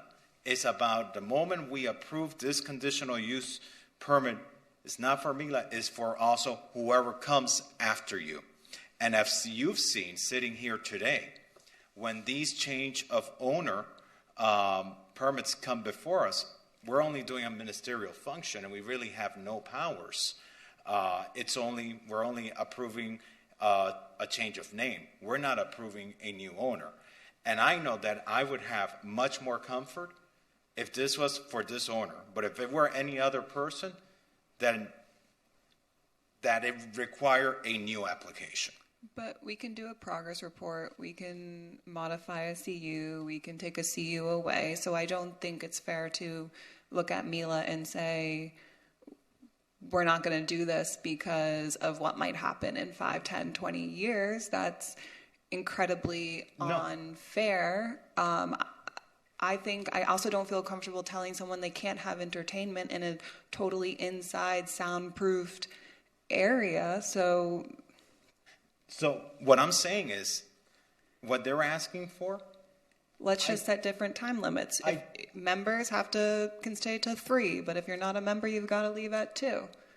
Right. And they can control members better. They're not probably going to like members who run out to the street and are screaming and getting them fines and progress reports. They're probably really quickly going to say, hey, we're revoking your membership because you're a liability to our CU, our CUP. So I do think it's worth letting a good operator operate and not over-regulate everyone. Tanya wants the membership, yeah. And that's what I'm saying.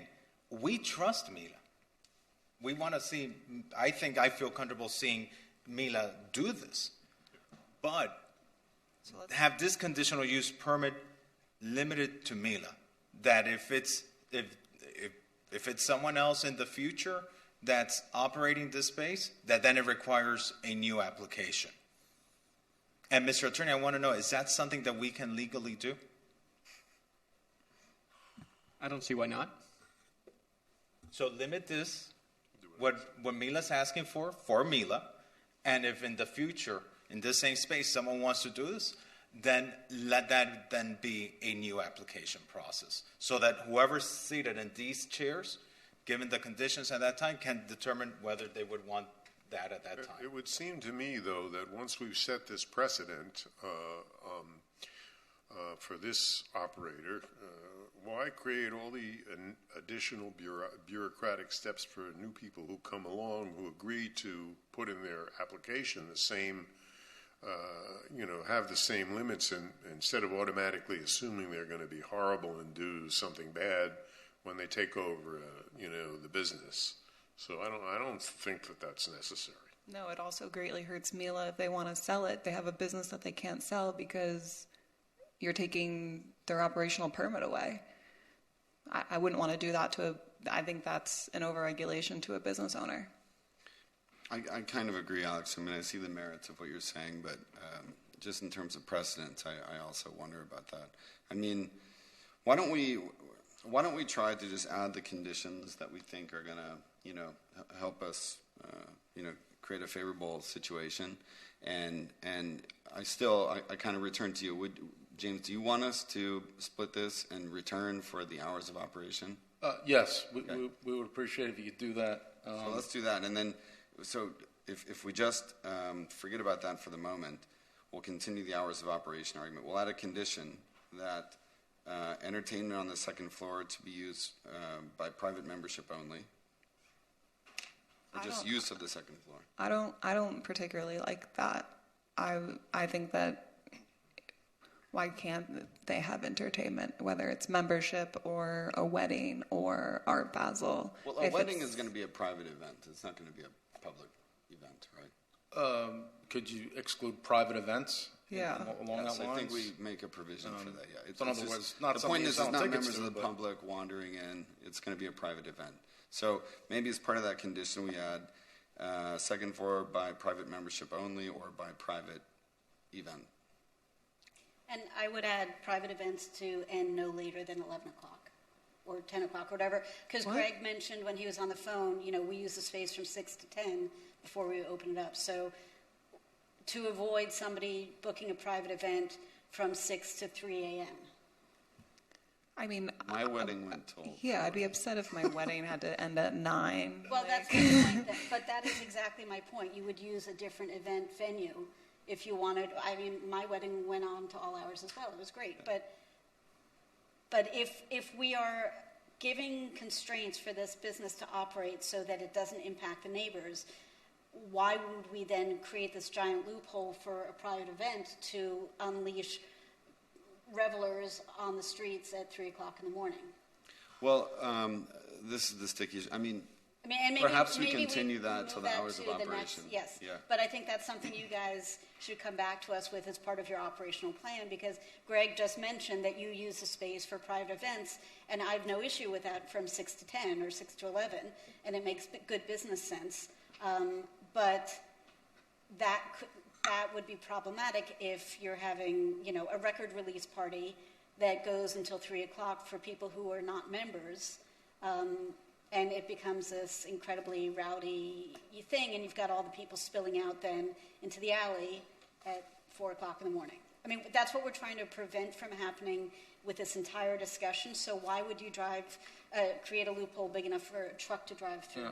If we could cultivate that a little further and bring it back to the discussion on the hours, Yes. we would include that. I just want to make sure it got addressed by your team and got taken into consideration by those of us sitting up here, so it didn't end up being a straggler. So do we want, I'm trying to cross things out and jot them back down. So maybe the language is second floor to be used by private membership only. Do we want to leave out private events at the moment, or put it in there and then you clarify it at the next meeting? As part of the hours of operation, we add that on. I'm okay approving entertainment to 2, period, and then leaving anything beyond 2 a.m. for a further meeting. Because I just find it hard to tell someone with an indoor soundproofed area at that location that they cannot have entertainment. Yeah, I agree with that. Are you all comfortable with that? I am. With the membership provision. Anything beyond 2 being subject to a membership provision. But why don't we discuss that when we discuss hours of operation? Okay. Mr. Attorney, Go ahead, please. Mr. Attorney, just want to know, what's the vote requirement for this item to pass? 5. Okay. If this is limited to Mila, a future owner, if the applicant was to proffer that a future owner comes and gets approval for this, then I'll feel comfortable for this. I trust Mila. You guys have been a wonderful part of our city, and you've demonstrated that. And I don't want to hold you guys back, but I've just seen it happen too many times in our city. We have a good operator, and then whenever it's right, that operator will move on, and then someone else who's not a good operator comes in. And who ends up suffering? It's the people who are close in that area. So if I don't know if you feel comfortable proffering that this approval is for Mila, and that a future operator would seek their own approval for the same condition. Part of the problem with the Zoom is I really have to discuss this with my client, and unfortunately, it's a little bit difficult to do in this scenario unless Greg is still on and wants to chime in, but it kind of deprives me of the ability to have an attorney-client privilege conversation. Alex, can we continue that to the next? We're going to discuss this more in terms of the hours of operation. My concern is it does affect, the value of their business where they sell it. Well, it's value that they don't have at the moment. This is something that we are given. This is a privilege that we are entrusted by the city to extend to them, and with them before us, I feel very comfortable with them. I don't know how I feel with a different operator in this case. Well, let me just say, Alex, yes. In the use of your term privilege, we are here as a quasi-judicial board to make a determination whether it's in the best interest of our community to allow this operator to operate. So it isn't simply a privilege, it's a matter of governance. So what I would suggest is that we solidify the 2 a.m. hour and approve the rest. Because I think we're making, and I don't think that this operator should be penalized for what somebody may do in the future. So let's just vote it on and give it an A or a yay or nay.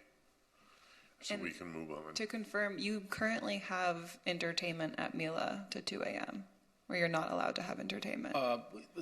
It's considered entertainment by the city because they have the ability to have someone playing the music. But So it's just not above odd to background. me that we wouldn't give the second floor, which has no outdoor component, till 2 a.m. entertainment membership irrelevant to that. Why wouldn't we extend that same thing to their expansion, which doesn't even have an outdoor component?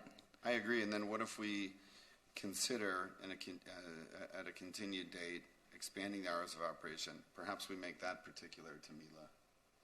And membership. If we make the expanded hours of operation perhaps more specific than to the establishment, again, given the fact that this is an enclosed, completely enclosed by concrete and the noise attenuation is there as confirmed by our staff, then, when the hours come, that I would want to make sure that is associated to the establishment, so that there's some protection there in place. I think that would make sense. So if we could make a note of that for the September meeting, is that when we will continue the bifurcated hours? We would ask that you continue it to September, your September 28th meeting. Okay. So does somebody want to? So we are not going to include the condition for private membership at this time? No, we are. No. I think we should give them the same as Mila's currently But we're operating. doubling the neighborhood impact. Why don't we do this? Why don't we make a motion to amend the current item? I think procedurally this may be the best way to figure out whether the will is there, to make a motion to amend the language to see if the will is there to accept the amendment of adding the language for a private club, and then take it from there. Would that be an appropriate way of doing it, Mr. Attorney? Yeah, that works. Yeah, if somebody wants to make a motion to incorporate a modification to the draft order. And to be prior clear, prior to a voting on the whole order. Right. Sorry, the modification is to change it to a private club? Is that what you said? For the second floor. Again, this is why it's hard without the hour of operation. And I think to Tanya's point, if the hours are continued to September, we'd still be addressing that. So even if it was private members or their invitees, except for except for private events, those private events would have some type of hours imposed on them when we come back here in September. So, I mean, it could be anything. We don't know yet until we come back. So we'd like to present you all with something that fills in the blanks about things you were asking about. Do you have any intention to operate the second floor not for private members or special events? Not that I'm aware of, but I would really. No. The only question we have at the moment is about the Omakase bar. It's only 10 seats, 2 turns a night. However, will the membership, members base will be enough to, fill out the 10 seats at $350, dollar a head, 2 turns a night, 5 nights a week, throughout the entire year. So that's really what we're trying to figure out. Otherwise, the rest, I'm comfortable saying, it's a membership club, yes. So maybe we say it's membership for the lounge, but that would still allow me and Alex to make reservations at the Omakase restaurant. Which would be a pure restaurant use. I can't believe I can't go with you guys. Can't what? You can have my spot. I can't afford it. Yeah, no, what can I? Are you comfortable with that? We say the second floor lounge is private membership. The restaurant will just be a restaurant. It's a 10. Yes. Omakase part of the second floor. Yeah.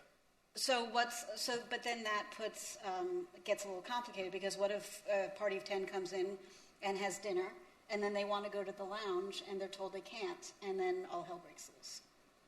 Well, I don't think all hell's going to break loose. It's a The business reality with security. is- It's not, mayhem. The reality is they're going to pay the $8,000. What's the The reality is that for What's the purpose of the private? for code enforcement to enforce private club, it's going to be impossible to enforce private club. I mean, I think that's our reality here.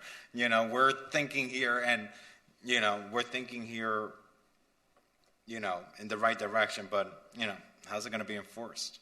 What's the purpose of the private club? I'll let Greg respond, but what I've seen, this has become somewhat of a popular concept. Yeah. The idea is you have a limited capacity.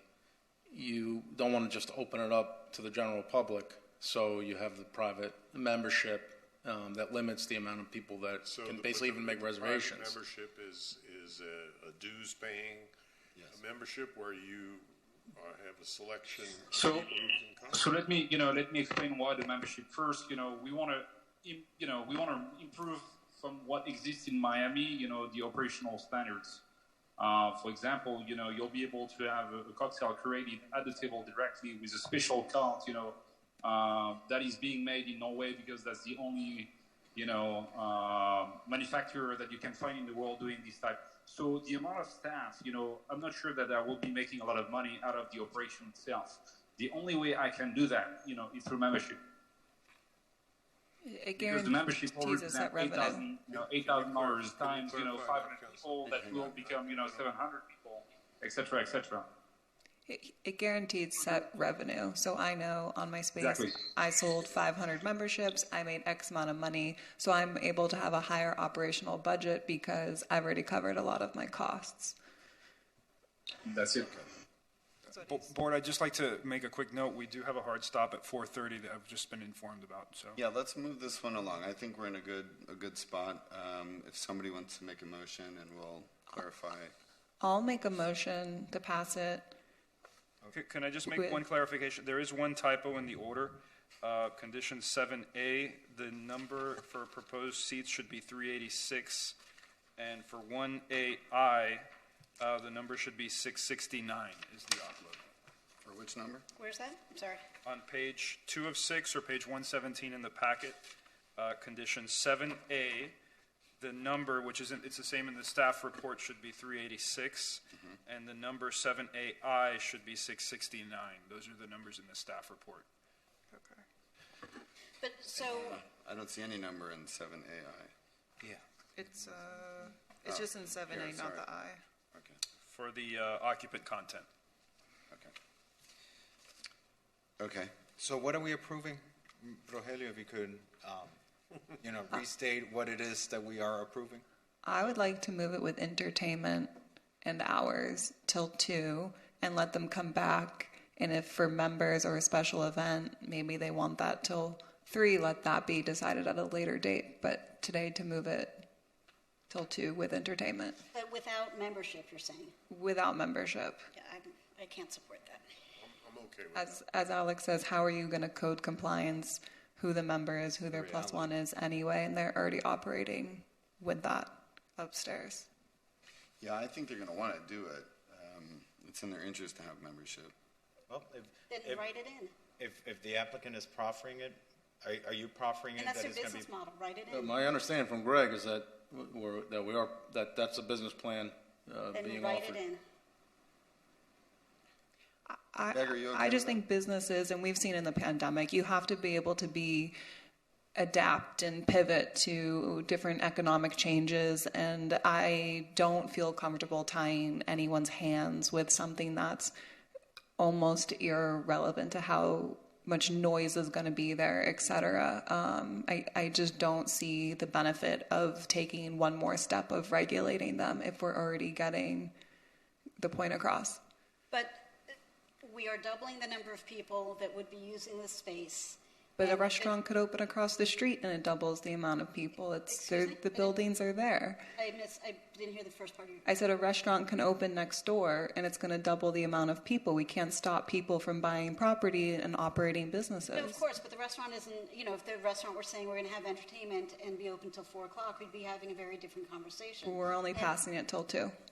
Well, but still with entertainment. If the business model is to include membership, then I suggest that it should be included in in the CUP, and if times dictate that that is no longer what they want to be doing, then they can modify that.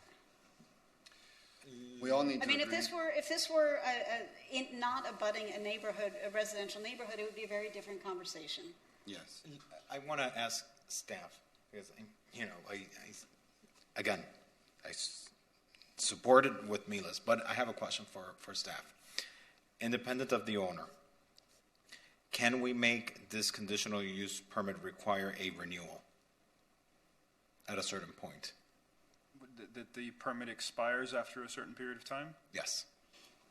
Or require a renewal because it's been operating well, has not been an issue to the neighborhood, and everyone's happy, so we renew. Or if there's been issues, then we can address them. We can bring them back for a progress Similar to a report. progress report, only, at the time of the progress report, you can decide to set a hearing to modify it at that point. Yeah, let's do that, Alex. I don't think we need to that's break precedent on this one. Let's set progress reports, and we all need to agree on this because there's only 5 of us. So there is a motion on the table. If they are happy to say we will write in membership and not do anything public, I'm not, it doesn't matter to me, but I just can't comfortably pass unnecessary regulations on a business if they're not willing to just give that to the city. But it is part of their business model. For now, but businesses need to adapt when things change. And I would hate if the city told me, well, when you started your business plan said this, so we're tying you to that. And now that you need to make a change because something else has changed, you're not allowed to. I don't know. That just sounds a little bit beyond what we're here to do. But again, it's abutting a residential neighborhood. If this were in a different part of the city or in a different block or even facing a different direction, it may not be such a big issue. But we also can't take it out of context of what the city is going through. Would you be willing to consider that in September, that issue? But if Greg has said that it is the business model. So if that is the case, let's just move on. I'm just trying to make everyone happy. I appreciate that. Maybe we continue till September when we have more people present and we don't need total But then in unanimous September, agreement. You'd already have approval to do certain things, and it might not be viable in September, and you'd already be able to move forward. We need to move something forward today for them to stay on track. Greg, can you please weigh in on proffering the membership business model? If it may be helpful to your client. I really don't mind that, but for everybody to understand, it's a $5 million investment, as someone mentioned, if we have to do, small changes here and there to be able to accommodate, the business plan and making sure that, there's a slight return or we, at least, break even, that's really what I care about at the end of the day. So I'm looking for slight flexibility, while I understand the concern of the city. Mr. Chair, might I suggest that perhaps give Mr. Rao the opportunity to step out for 2 minutes and speak with his client outside of the public forum? Sure. If Mr. Rao thinks that would be helpful? Sure. Mr. Chair, up to you. Obviously. Yeah, that seems reasonable. And then we'll move something and we'll vote on something. I'll make it 2 minutes. Sure. Thanks. Can we put this item in pause and maybe start the other He's item? the attorney of the next item. Oh. Well, I just want to put for the record the good job that Nick has been doing, chairing, and thank Jason for stepping into Nick's big shoes today during this meeting. Yeah, we were going so fast. Then this I knew these last two would be a doozy. We have one more item, right? We have one more item. I also just since we're in the sunshine and we're in the middle of our meeting, I didn't want this meeting to end without just bringing up Ocean Drive. A lot is being discussed in our city about Ocean Drive and its future. A lot that relates to the planning of our city and what it's going to look like. Some people like the fact that it's pedestrian. Other people don't like the fact that it's pedestrian. Some people like the expansion areas. Other people feel that they don't like the expansion area. And I think it might be prudent if this body, sometime in the near future, could have a presentation, whether it be from the administration or from the task force that was created. But I think it'd be good to get feedback and to provide feedback on that process, because certainly I think it's one of the main issues going on in our city at the moment. Well, and we hear a lot of applications on Ocean Drive. It would be good. I agree. I think it would be great to have a more substantial background into the developments there. I would support that. Do you want to make a motion to have a discussion item on Ocean Drive, or? Yeah, absolutely. To have a discussion on Ocean Drive and the work. What's it called? The task force. ADCD. The ADCD. Art Deco Cultural District. There we go. I think I'm on that. Are there specific items we want to talk about on Ocean Drive? I specifically would like to talk about the pedestrianization of Ocean Drive. There's parts of it that I like. There's parts of it that I have great concerns about. Also about the expansion areas. I personally, for one, feel the expansion areas have reached their limit. Like, some of these businesses today have more room than what they used to have when they were in pre-COVID times.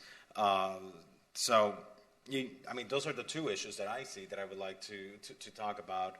But I know the scope of their discussions is much larger. They're looking at development, whether it should be live, work, play, or the type of environment that it should be. I have a question for the city attorney. Has there been any progress made with the governor's office about virtual attendance at meetings when we're out of town? No. Is anything ongoing? I think the city attorney's office is exploring it, but the governor's order is very specific in outlawing all COVID-related regulations. It's something that we intend on exploring and potentially lobbying towards, but to date there really has been no progress. Is the governor's order also specific only to Miami Beach? No. No, I'm teasing.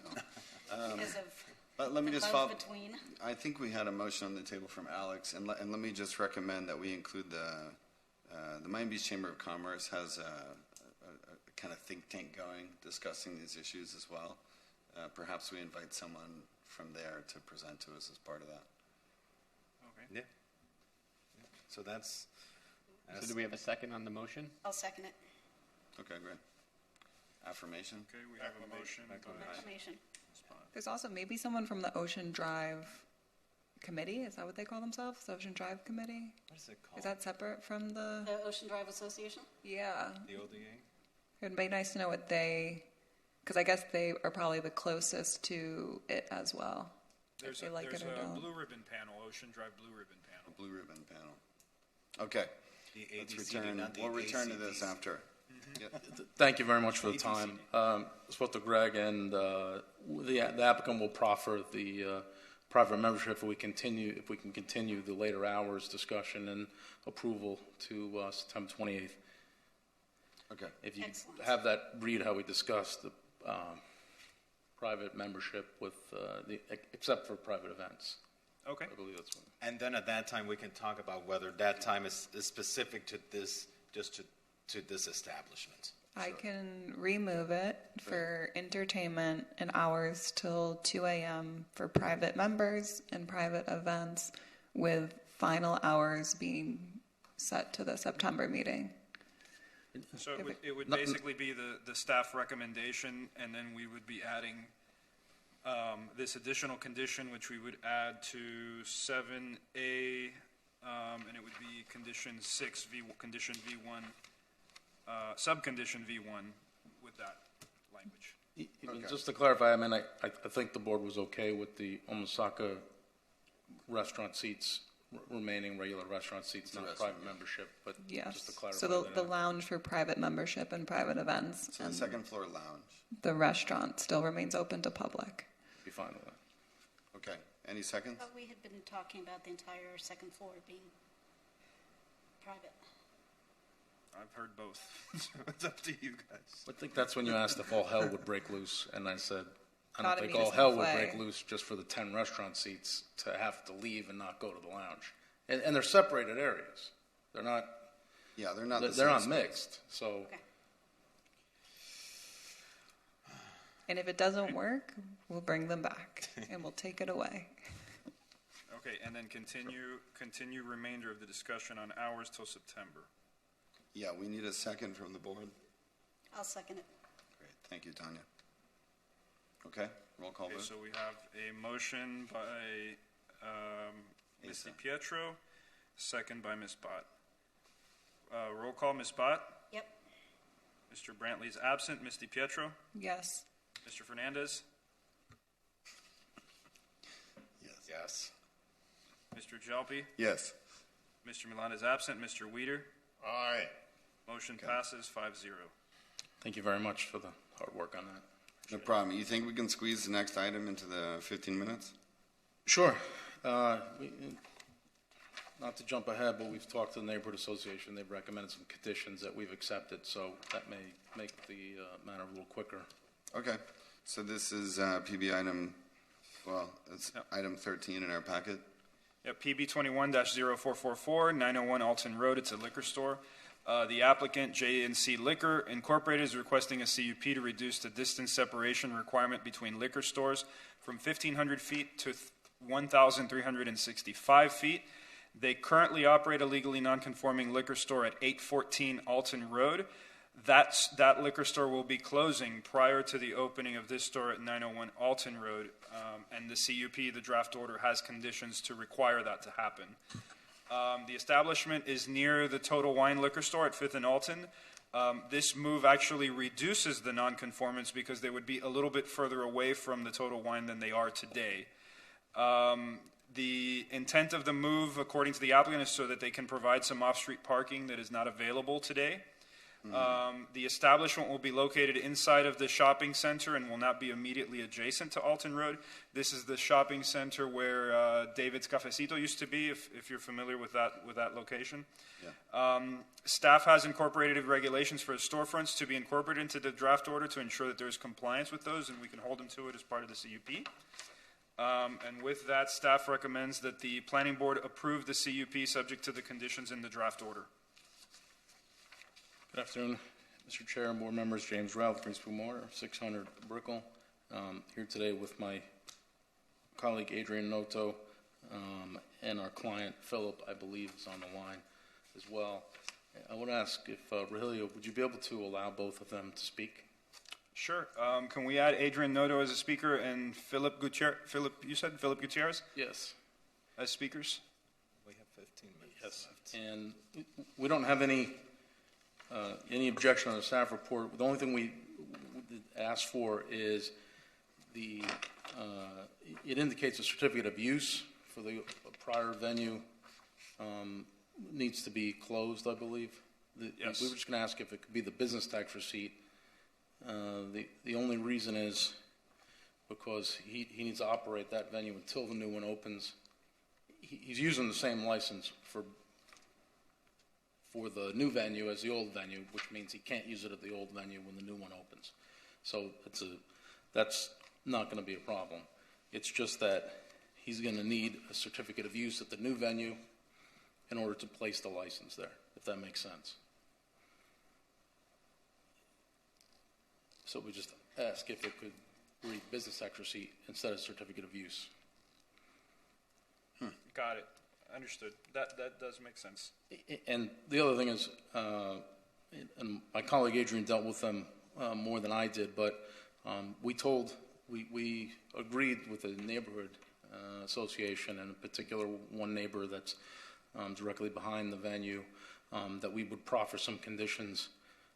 So I'm going to ask my colleague to read those into the record, to ask the board if you would, at our request, if you would include those. Okay. Can everybody hear me? And before you begin, do you swear under oath that any and all testimony that you provide in this proceeding is the truth, the whole truth, and nothing but the truth? I do. Thank you. Good afternoon, board. My name is Adrienne Noto, with the law firm of Greenspan Martyr. As Jim was just explaining, I will go back to condition number 4 quickly. The language that we proposed to staff to modify would be to read as prior to the issuance of a business tax receipt for a packaged liquor store at 901 Alton Road, the applicant shall surrender the existing business tax receipt for 814 Alton Road. So that would be the suggested language that we have to modify for condition number 4.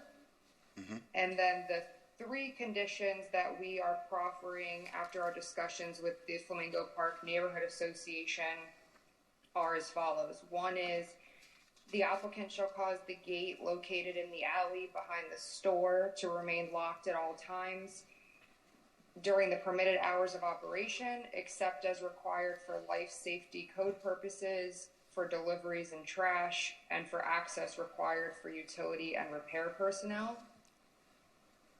The second proffered condition relates to the security camera, and it would read, the security camera to be installed by the applicant to monitor the rear of the store shall be installed and kept in a manner that does not capture the private adjacent residential property directly to the east, which the adjacent homeowners can verify. And the last condition that we're proffering to add is that the applicant shall appear before the planning board for a progress report within 90 days from the issuance of the business tax receipt.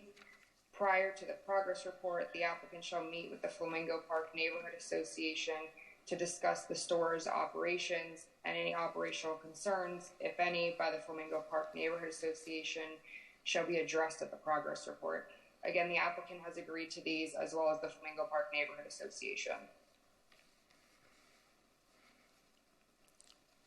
That seems straightforward to me. Did you get that language, Riley? You were able to get that? Yeah, we received in an email. We have no objections. Okay. A quick question about this. I don't have much, but it's a legally non-conforming liquor store. What's there now? It's grandfathered in. Uh-huh. So the applicant already operates a store on Alton Road. Yeah. That one is legally non-conforming because it's within 1,500 feet of Total Wine.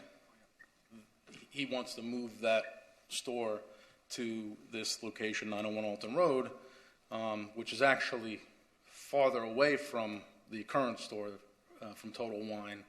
But even so, we're talking about under 200 feet difference in the 1,500 that we're seeking to be waived. It's actually less than 1% of the required distance is we're asking to be waived. And it's Total Wine. So, these laws are in place so you don't have a liquor store on every block or 5 on one block. The only other liquor store within 1,500 feet is the Total Wine, which is in the city garage, up the elevator into a big box, packaged liquor store. The question is, can an existing grandfathered establishment move to another location and retain its status as being grandfathered? In this case, it would be a new establishment. That's why they need a new CUP. So, okay. So they're not. They don't retain the grandfather status. No. This is a whole new. It's not a matter of right now. That's why they're coming before the board for the conditional use permit.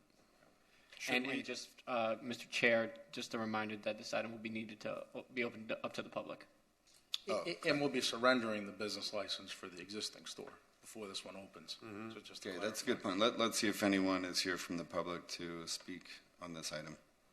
I see no hands raised online. Okay, close the public comment. Board? I'm okay with it.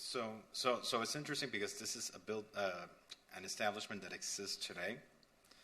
It's not a new application. This is a business that is grandfathered, that exists. I normally wouldn't vote for this.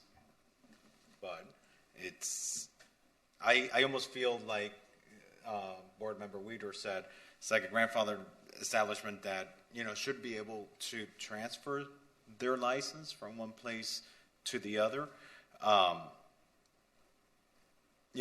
when we ask ourselves in the future, why is it that we have so many of these establishments? Well, it's because, we have grandfathered places that have allowed to remain grandfathered, and, amortization periods, as we discussed during the Ardeco Mimo overlay district when we were discussing liquor stores and all that, and minimum distance requirements between liquor stores. These amortization periods, as staff can more eloquently explain, it's like 20-year periods before then you can see an established, legally non-conforming business ceasing to exist. So if it's, Alex, yeah. may I just say one thing that may answer you? Is the business have the option of remaining open where it is under grandfather status, and is it currently operating there? Yes.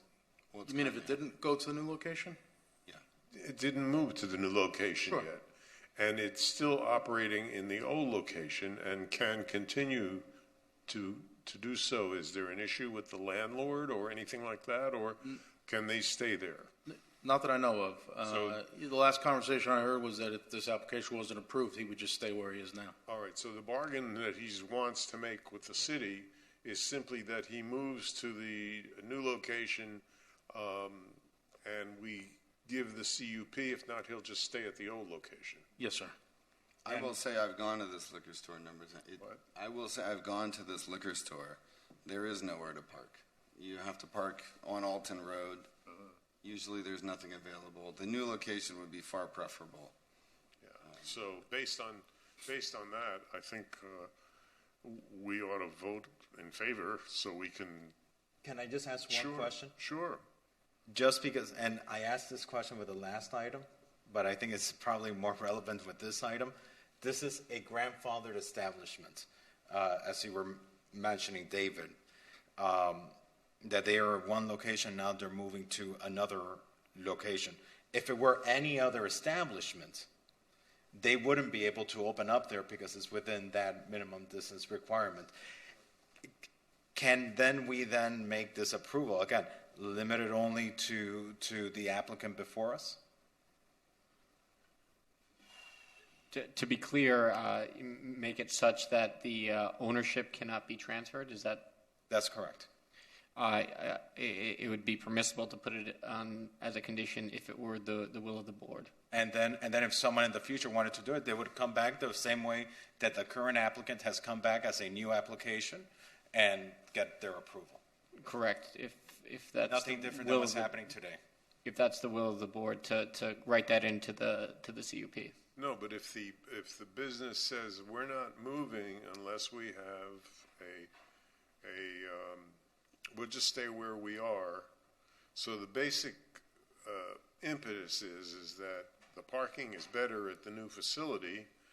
It's more convenient for the public, and therefore the city gains by its moving. And so the issue is, can someone come in and buy the liquor store at the new location? And once it's up and going there, how do we stop that? Why do you have a problem with somebody One of the purchasing distinctions now is that if they were to move, they would lose their grandfathered in status of having the liquor store as a matter of right. And now they would have the ability to conduct a liquor store operation through a conditional use permit, which the city has more options to regulate.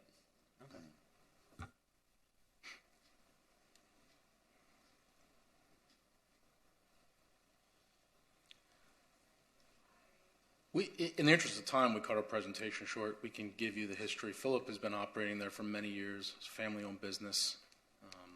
We can give you some more information, and we just cut it short because we didn't want to take up more of your time. I know you have to stop. It's a pretty simple proposition. What's better for the neighborhood? And this board has the authority to make that decision. Is it easier to just simply allow them to move and not impose additional restrictions. I mean, after all, new people who come along will have to move to the new area. We'll have to provide. Yeah, if we don't provide for approve this, they'll continue anyway. operating. If we don't approve this, nothing changes. They're still within the area. Right. This wouldn't be precedent setting because this is specific to this business and this location. So one of my normal concerns is, does it set precedent? But I don't think in this case it does. So I guess I would move to approve it. Okay. We have a second? Second. Approve with the additional conditions listed Offered by the- from Flamingo Park. Yes. And modifying condition 4 to make it prior to the issuance of a business tax receipt. Yes. Okay. I'll do do we have a second? Wait, Weeder? how many votes you need?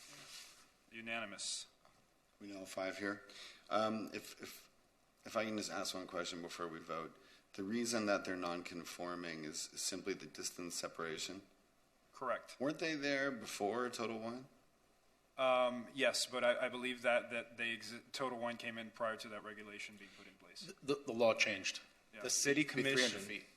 The city commission passed an ordinance saying we don't want to see more proliferation of liquor stores. Yeah. So we're not adding more to the area. We're not. We're basically just And typically this allowing type them to have of a better issue would be a facility. variance, but the code says that anything between 700 feet and 1,500 feet can be done with a conditional use permit. Ah, I see. Okay. All right. Okay. I guess a roll call vote? Did we have a second? Yeah, by David? Weeder. David, okay. Ms. Spott? Yes. Mr. Brantley's absent. Ms. DiPietro? Yes. Mr. Fernandez? Yes. Mr. Jalpi? Yes. Mr. Milan is absent. Mr. Weeder? Yes. Motion passes 5-0. Thank you very much. They have the best selection of Lebanese arak at that place. I'm not joking. You gotta go there. All right, with 1 minute to spare. So now, do you want to quickly discuss the? We didn't vote on Alex's motion to have the Ocean Drive panel. Do we I need to have it vote by on that? acclamation. Okay, oh, that's right. Yep. And then David had. Oh no, we spoke about the governor. Okay. I'm sorry. I would like to have a discussion about these conditional use permits in the future. And I know we've had one in the past, but just a follow-up, see where we are in some of the recommendations that came out on those discussions, Okay. please. Great. It's 4:30. Do we have a motion to adjourn the meeting? Unless anybody. Yeah. Have to sit Motion here to all night. adjourn. Second. Second. Affirmation. Third. Thank you, everyone. Thank you, everybody. Yeah. Sure.